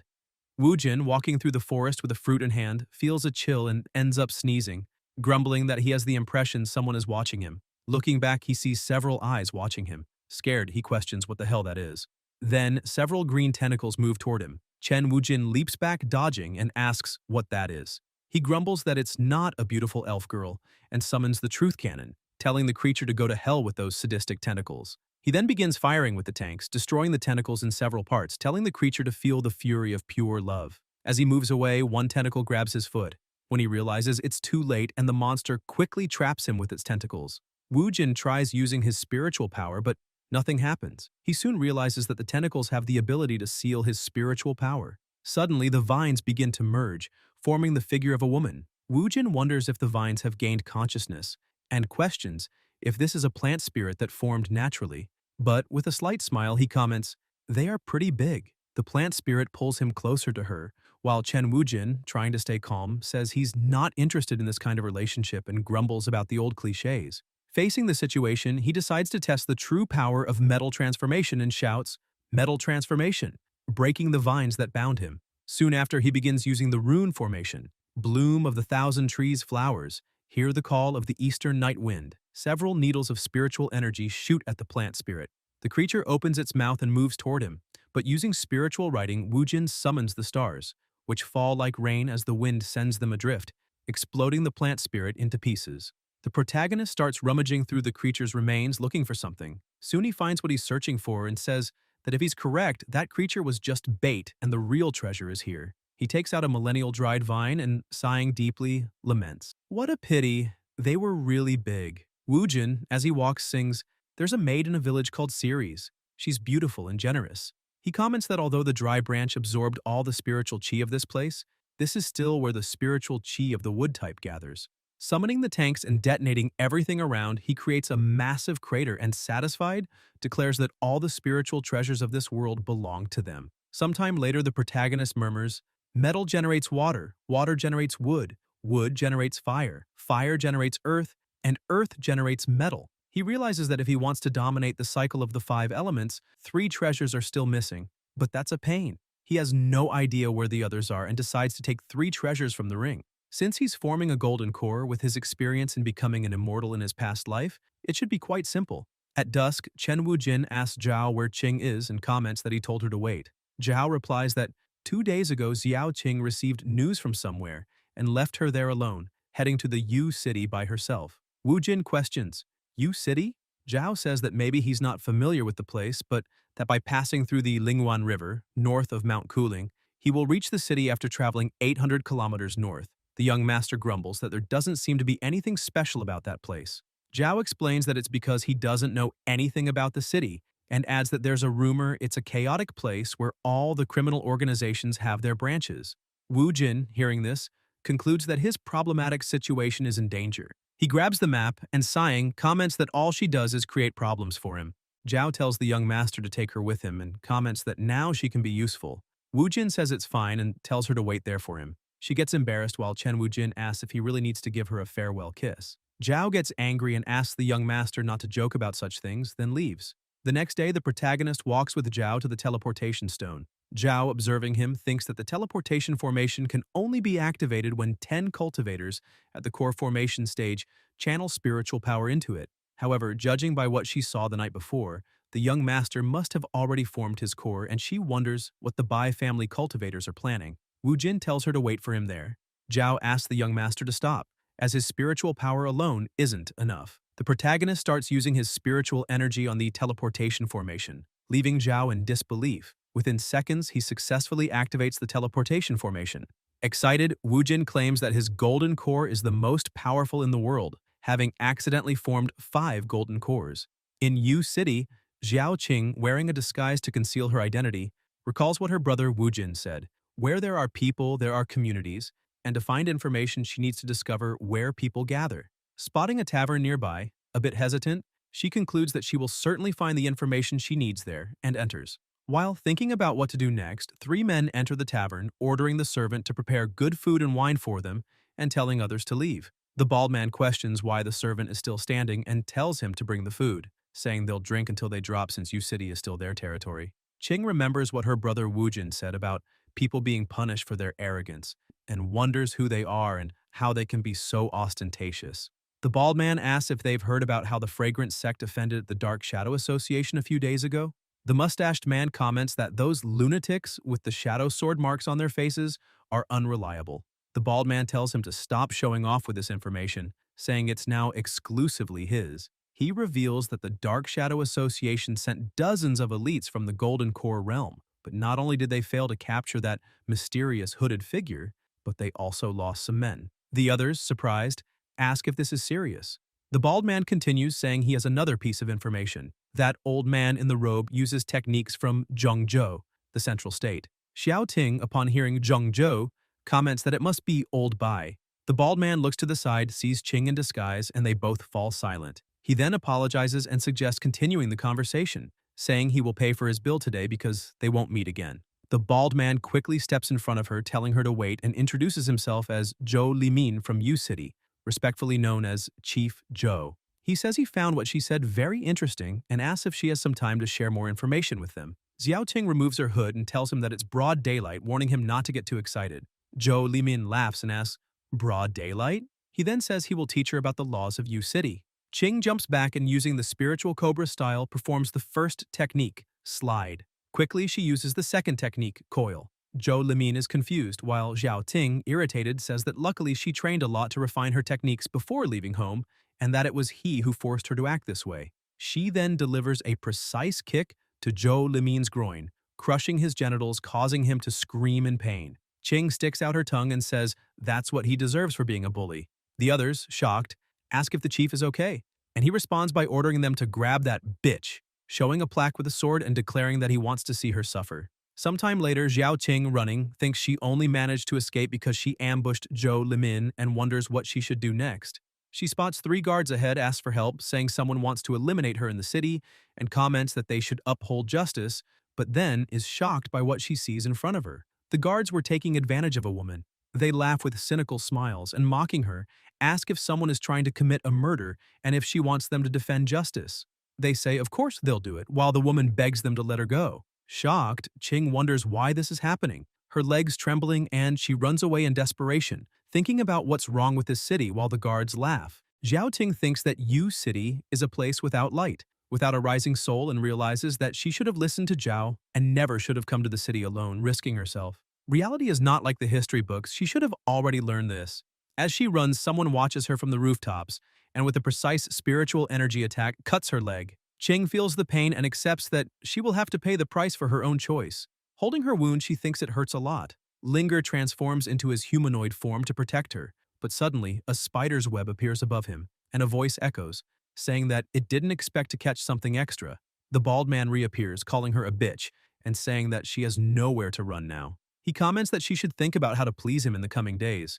Qing tries to get up, and between groans of pain murmurs that it's all her fault, that she deserves whatever fate awaits her. However, she shouts that her brother Wu Jin and the Bai family from the central state will avenge her.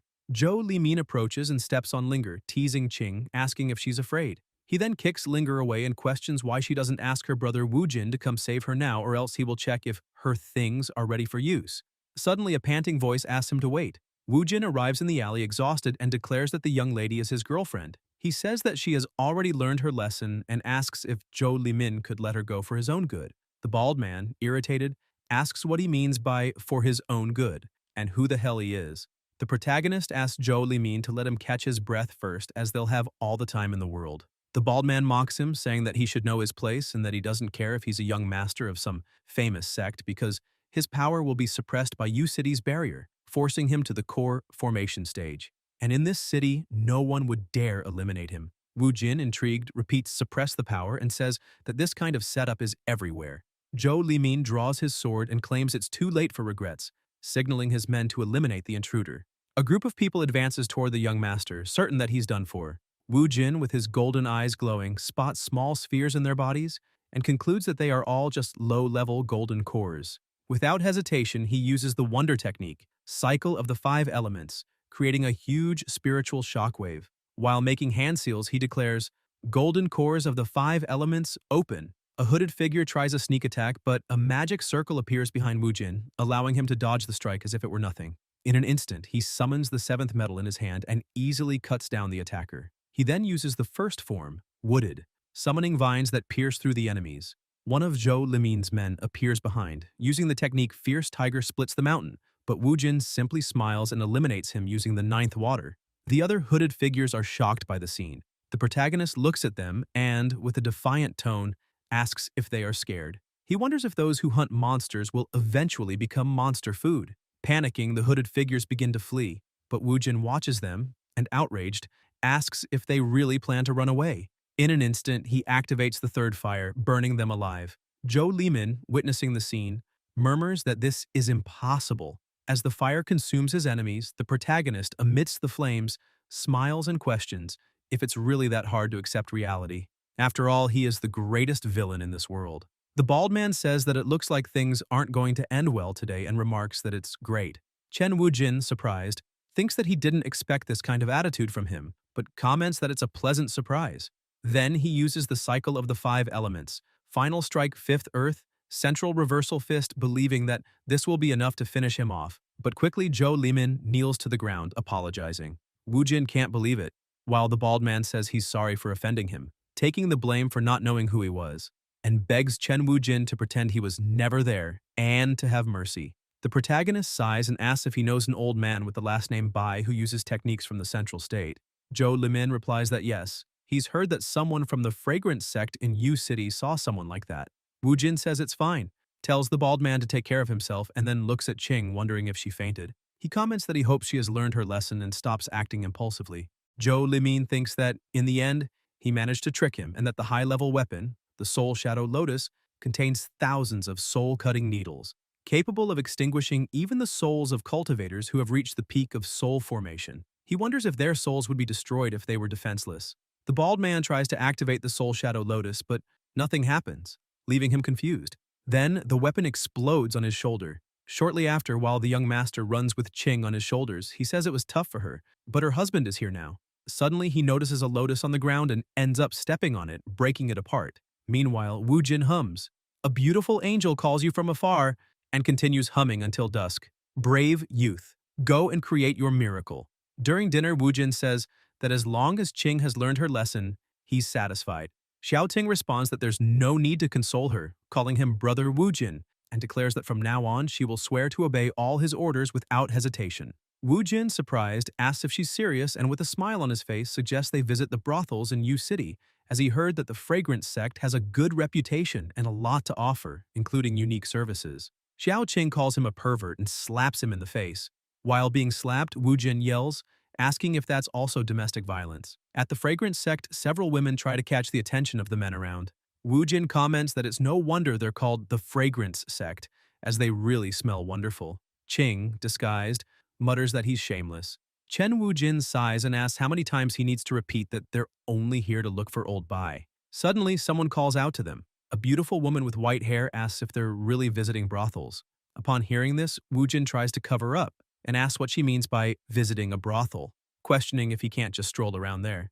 The woman replies that of course he can, but since he's walking through the fragrance sect early in the morning, she has a few questions for them. The protagonist says he understands and asks them to take it easy. Then he jumps back and declares, "Prepare for trouble, double the trouble, to protect the world from devastation, to unite the people of our nation, to expose the evils of truth and love, to extend our power to the stars. Hu Da and Bai Sheng." The woman with white hair can't believe what she's hearing and starts laughing, saying that this is the first time she's seen someone lie so amusingly.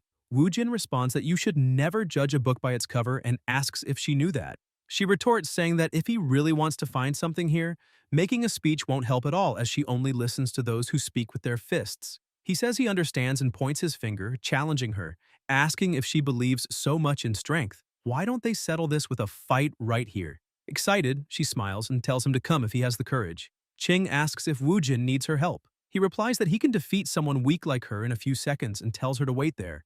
Xiao Ting says she has a bad feeling about this. In the alley, the two stand face to face. The woman says that if he can grab her fragrance pouch, he wins. Wu Jin asks if he can do whatever he wants if he wins. The woman says that he has a big mouth and hopes his fists are as determined as his mouth. With that, she quickly appears in front of the young master and uses the demonic crushing fist, 10 strikes. The protagonist easily dodges the blow. Then she uses the demonic crushing fist, 100 strikes. But Wu Jin keeps dodging her attacks, making her use the demonic crushing fist, 1,000 strikes. The punch hits the wall, shocking Wu Jin. Seeing the damage, he comments that her power can even break a wall reinforced by a spell, and acknowledges that she's quite skilled. The woman asks how else she would be able to protect the fragrance sect in a place like U City. She comments that they haven't reached the climax yet and starts using the demonic crushing fist, final strike. The protagonist tells her to wait, leaving her confused. With a slight smile, he asks if he hasn't won already, showing the pouch in his hand. She, surprised, thinks that this is impossible. No one has ever managed to grab the pouch so stealthily while she was attacking. She says this must be some sort of illusion and that she hates liars like him, who make excuses and deceive innocent girls. Without hesitation, she uses the finishing move, Diamond Demonic Crushing Fist, Wrathful Gaze.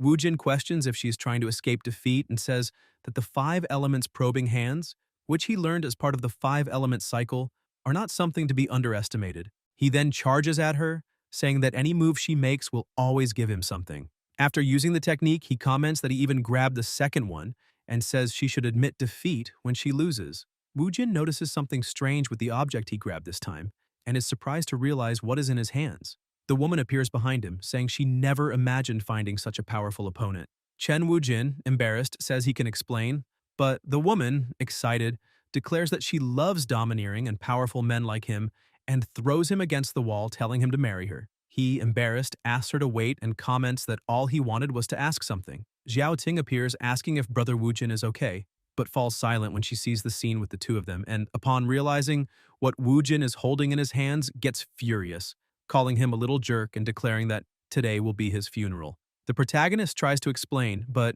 moments later, some people passing by the alley hear screams of pain. At dusk, at the fragrance sect, Chen Wu Jin comments that all he wanted was to ask for help in gathering information about the old man and meet in the alley. Who could have imagined something like this happening?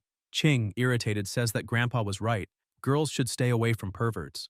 Wu Jin sighs deeply and says it seems the harem is out of the question. Sometime later in the alley, Wu Jin and Ching wait for the woman to appear. Xiao Ting asks why she is late and questions if the young master lied to her again. He replies that something doesn't feel right, as she can sense the residual spiritual power of the woman there, meaning she was recently at that place. Wu Jin notices some marks on the wall and uses his dragon ancestor eyes, seeing that a message was erased. What remained said, 31st Road Fu Wang, Old Liao's bookstore. Wu Jin comments that for some reason, all the woman could do was leave this clue behind. However, even this clue had been removed by someone. Ching says that this means Grandpa is in serious danger. There must be an ambush at the bookstore. Chen Wu Jin responds that there's only one way to find out if Luo Xiao and the old man are trapped there. Xiao Ting smiles and says she knew she could count on Brother Wu Jin. Quickly, he comments that luckily he kept something important and says that since the woman left a scent, he will be able to find her no matter where she is.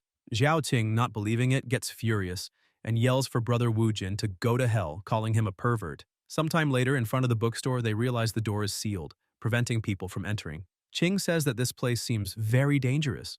The protagonist, using his eyes, says he can't sense any spiritual power inside and comments that it really seems like a normal bookstore. However, there must be a reason for this abnormality. There's probably a very strong formation inside. Xiao Ting says that it seems they need to rethink their strategy and that it's better to act after carefully assessing the situation, as her rush has always made things worse. And this time, she doesn't want to act impulsively. Wu Jin destroys the bookstore entrance using the Shoryuken. Ching remains silent, not believing it. While the protagonist says that the stronger their enemies are, the more excited he gets, entering the place and saying he's there to save the old man. Ching sighs and says she can't blame her for that. Upon entering, they see some objects with water. Wu Jin, noticing someone tied up further ahead, asks if it's Luo Xiao. Luo Xiao, tied up with ropes and blushing, begs them to stop. Xiao Qing, seeing the situation, asks how they dare do this and runs toward Mrs. Luo. The water in the reservoir begins to bubble, and suddenly it transforms into an arrow that flies toward Qing. Wu Jin notices the arrow and quickly appears in front of Xiao Ting, saying, "This is an ambush." With his spiritual energy, he destroys the arrow and tells Qing to leave that simple formation to him. The protagonist starts walking toward the water reservoirs, which begin bubbling intensely, creating several arrows at once. Wu Jin uses the 5 elements. Stagnant water, paralyzing the arrows, and then snaps his fingers, saying, "Disperse." He comments that it seems those barrels are the core of the formation, since it's quite obvious. Qing tells Wu Jin not to be fooled and warns that those barrels are a trap.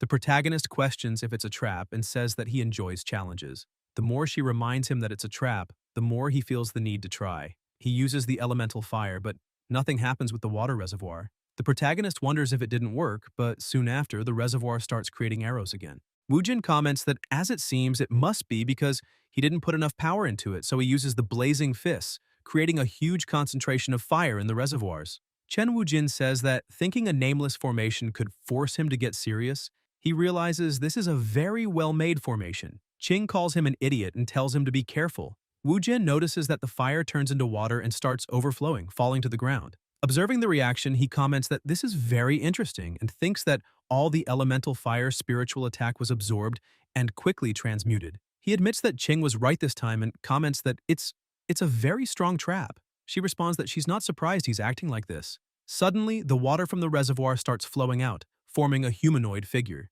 Qing thinks that Brother Wu Jin is in danger and that she can't hold him back anymore, but believes she needs to calm down a bit. Since Brother Wu Jin can't break the formation by force, that means they need to find the key to deactivate it. Formations that use water as the core follow the same logic as the techniques of the Bitao sect. She shouts to Wu Jin that this formation is the Bitao sect's cyclic water formation, telling him that he can't use force and needs to use his brain. If he doesn't use 100 times more spiritual power to instantly destroy the formation's defenses, the cyclic water formation will continue absorbing the spiritual power of the attacker and form counterattacks that grow stronger. She points at the core of the formation and says that if he destroys it, it will collapse quickly. The protagonist wonders if he should use his sacred ancestral dragon eyes to find the core of the formation and destroy it. While dodging the humanoid monster's attacks, he comments that it's really a good idea but refuses, saying his fist won't escape. He then starts using fire spiritual energy. Qing, observing, says that this technique is embarrassing and cringe, commenting that the editor must be out of his mind. With strong spiritual chi, the water humanoid monsters begin to evaporate. The protagonist then jumps onto the reservoir and starts delivering several blazing fists until it is completely destroyed. Wu Jin, satisfied, declares that there is no formation he can't solve in 2 episodes. Suddenly, he realizes someone is behind him and thinks he doesn't have enough time to recover. The hooded man grabs him and puts a dagger to his neck, saying he's quite skilled. Wu Jin, shocked, thinks that even in cultivation games there are no lone wolves and asks to talk about it, explaining that they were just passing by and got curious. The hooded man says this is ridiculous and tries to strike him with the dagger, but Wu Jin dodges, insisting it's really a misunderstanding. He wonders if he can't escape, but the hooded man, still holding him, says he never should have stepped into this place. Qing appears and shouts for her grandfather to stop, saying that the water elemental technique skills and spiritual power signature are unique to the Bai family, questioning if he's really her grandfather. Wu Jin, surprised, says that if he's the old man, then there's no reason to keep holding him and asks if he hasn't had enough fun. The old man appears on the other side, laughing, and says it's magnificent that she was able to instantly identify his skill. He comments that Qing has grown. Wu Jin says they came to rescue him and questions if it wouldn't be wrong to go straight for the throat. The old man dodges and walks over to Qing, saying he never imagined he'd involve her in this in the end and that she must have suffered a lot on the way there. Qing calls for her grandfather. Chen Wu Jin interrupts, calling the old man Bai and saying he can't think he's going to avoid the question, demanding an explanation and asking how he's been enjoying his do job. Qing, irritated, tells him to shut up, calling him a pervert. Xiao Ting asks her grandfather why he suddenly disappeared and stayed silent for so long after going to U City alone. Wu Jin tells her to stop asking and says that only men know other men and the secrets of the fragrance sect. The old man steps on him and asks if he looks like such a shallow person, saying that the owner of this bookstore is a childhood friend. He comments that Xiao Ting recently started her journey home, So, in order to prepare early, they restored their communication. Wu Jin questions if he really trusts him so little. The old man responds that, however, he suddenly lost all contact with his friend while investigating something in Yu City, so he quickly left, only to find one enemy after another, preventing him from leaving the place. Ching says he put himself in danger, and still, why does he treat Mrs. Luo Xiao so obscenely, saying they hired her to gather information for them? The old man explains that he realized she was sneaking around, so he captured her. And as for the knot, he claims it's just a small hobby of his. Wu Jin says he didn't imagine he was also a man of culture and comments that this is something he learned in the fragrance sect, referring to the Western demon dance. The two start whispering together, while Xiao Ting, furious, says her mother was right, all men are trustworthy, until they stop being. Sometime later, Ching is sitting while Wu Jin and the old man appear with several roosters on their heads. The protagonist calls the old man and asks how long he's been afflicted by the bone claw poison. The old man asks what poison and tells the boy to stop playing, saying he survived in Jianghu for so long and would never be poisoned, but soon after collapses on the ground. Wu Jin tells the old man to hold on, as they still don't know what kind of poison it is. Luo Xiao says it's the bone orchid and explains it's a unique kind of poison found in Yu City. Qing asks how she knows it's the bone orchid poison, and Luo Xiao replies that it's because of the smell. The fragrance of the bone orchid lingers for a long time, making it easy to find if someone uses spiritual power. The protagonist concludes that this means the old man was deceived and that the enemy is waiting to catch a big fish. Suddenly, the door is burst open, and several hooded and armed men appear. A muscular man steps forward, saying to the old man to get out or lose his life, commenting that he will leave his body in pieces. The woman behind him asks why there are 3 people there and comments that there's also a handsome young man among them. She then says she doesn't know him at all and asks if he would like to join her to explore the secrets of yin and yang. The muscular man tells Yinji to forget the virgin and not ruin everything over a little yang energy, reminding her that this is an order from the lord of the city. Luo Xiao, intrigued, says she thought he was having issues with the Dark Shadow Association and asks why people from the lord's residence are there. Wu Jin says he's not taking this humiliation home and questions who said he's a virgin, claiming that he's quite experienced. The muscular man says he's reached the peak with his indestructible tyrannical body technique and declares himself the most powerful man in the soul formation realm. Suddenly, the protagonist asks permission from the muscular man, who, irritated, asks if he just called him a virgin. Wu Jin replies that not only did he call him a virgin, but he will also make him wish he was never born. Without hesitation, he delivers a punch with spiritual energy, but the young master holds the strike with one hand, leaving the muscular man surprised. Wu Jin says he really hates when people joke about his flaws. Sometime later, Luo Xiao and Qing just watch, while Chen Wujin beats everyone around, commenting that the muscular man is quite strong and that he wants to see how long he can keep him entertained. The muscular man, exhausted and beaten, begs for mercy. The woman, scared, thinks that she can't lose her life there, and that if she manages to escape, the lord of the city will definitely eliminate this madman. Wu Jin appears in front of her, asking where she thinks she's going and reminding her that it was she who invited him to explore the secrets of yin and yang. She starts crying, pleading for mercy, and says she'll tell everything. In desperation, she reveals that the lord of the city wanted to remove all the variables from his plans, so he silently poisoned and eliminated the elites. She adds that the cure for the bone orchid poison is in the lord's residence, and she can get it for him. Wu Jin says he understands and with a cruel smile comments that now she can join them on the road to hell. At the residence of the Yu City administrator, he asks if they failed. A servant replies that they did. The old man with the dog mask says that, from what he sees now, Yinji and the rest have failed and their targets will certainly start a counterattack. Another, more serious leader states that some undisciplined guests will visit tonight and orders that the necessary preparations be made, reminding everyone that harmony is important. The servant responds that he understands. In the message the leader writes, it says, "Spare no one." At dusk, Wu Jin, along with Luo Xiao, is lying in wait at the Yu City administrator's residence.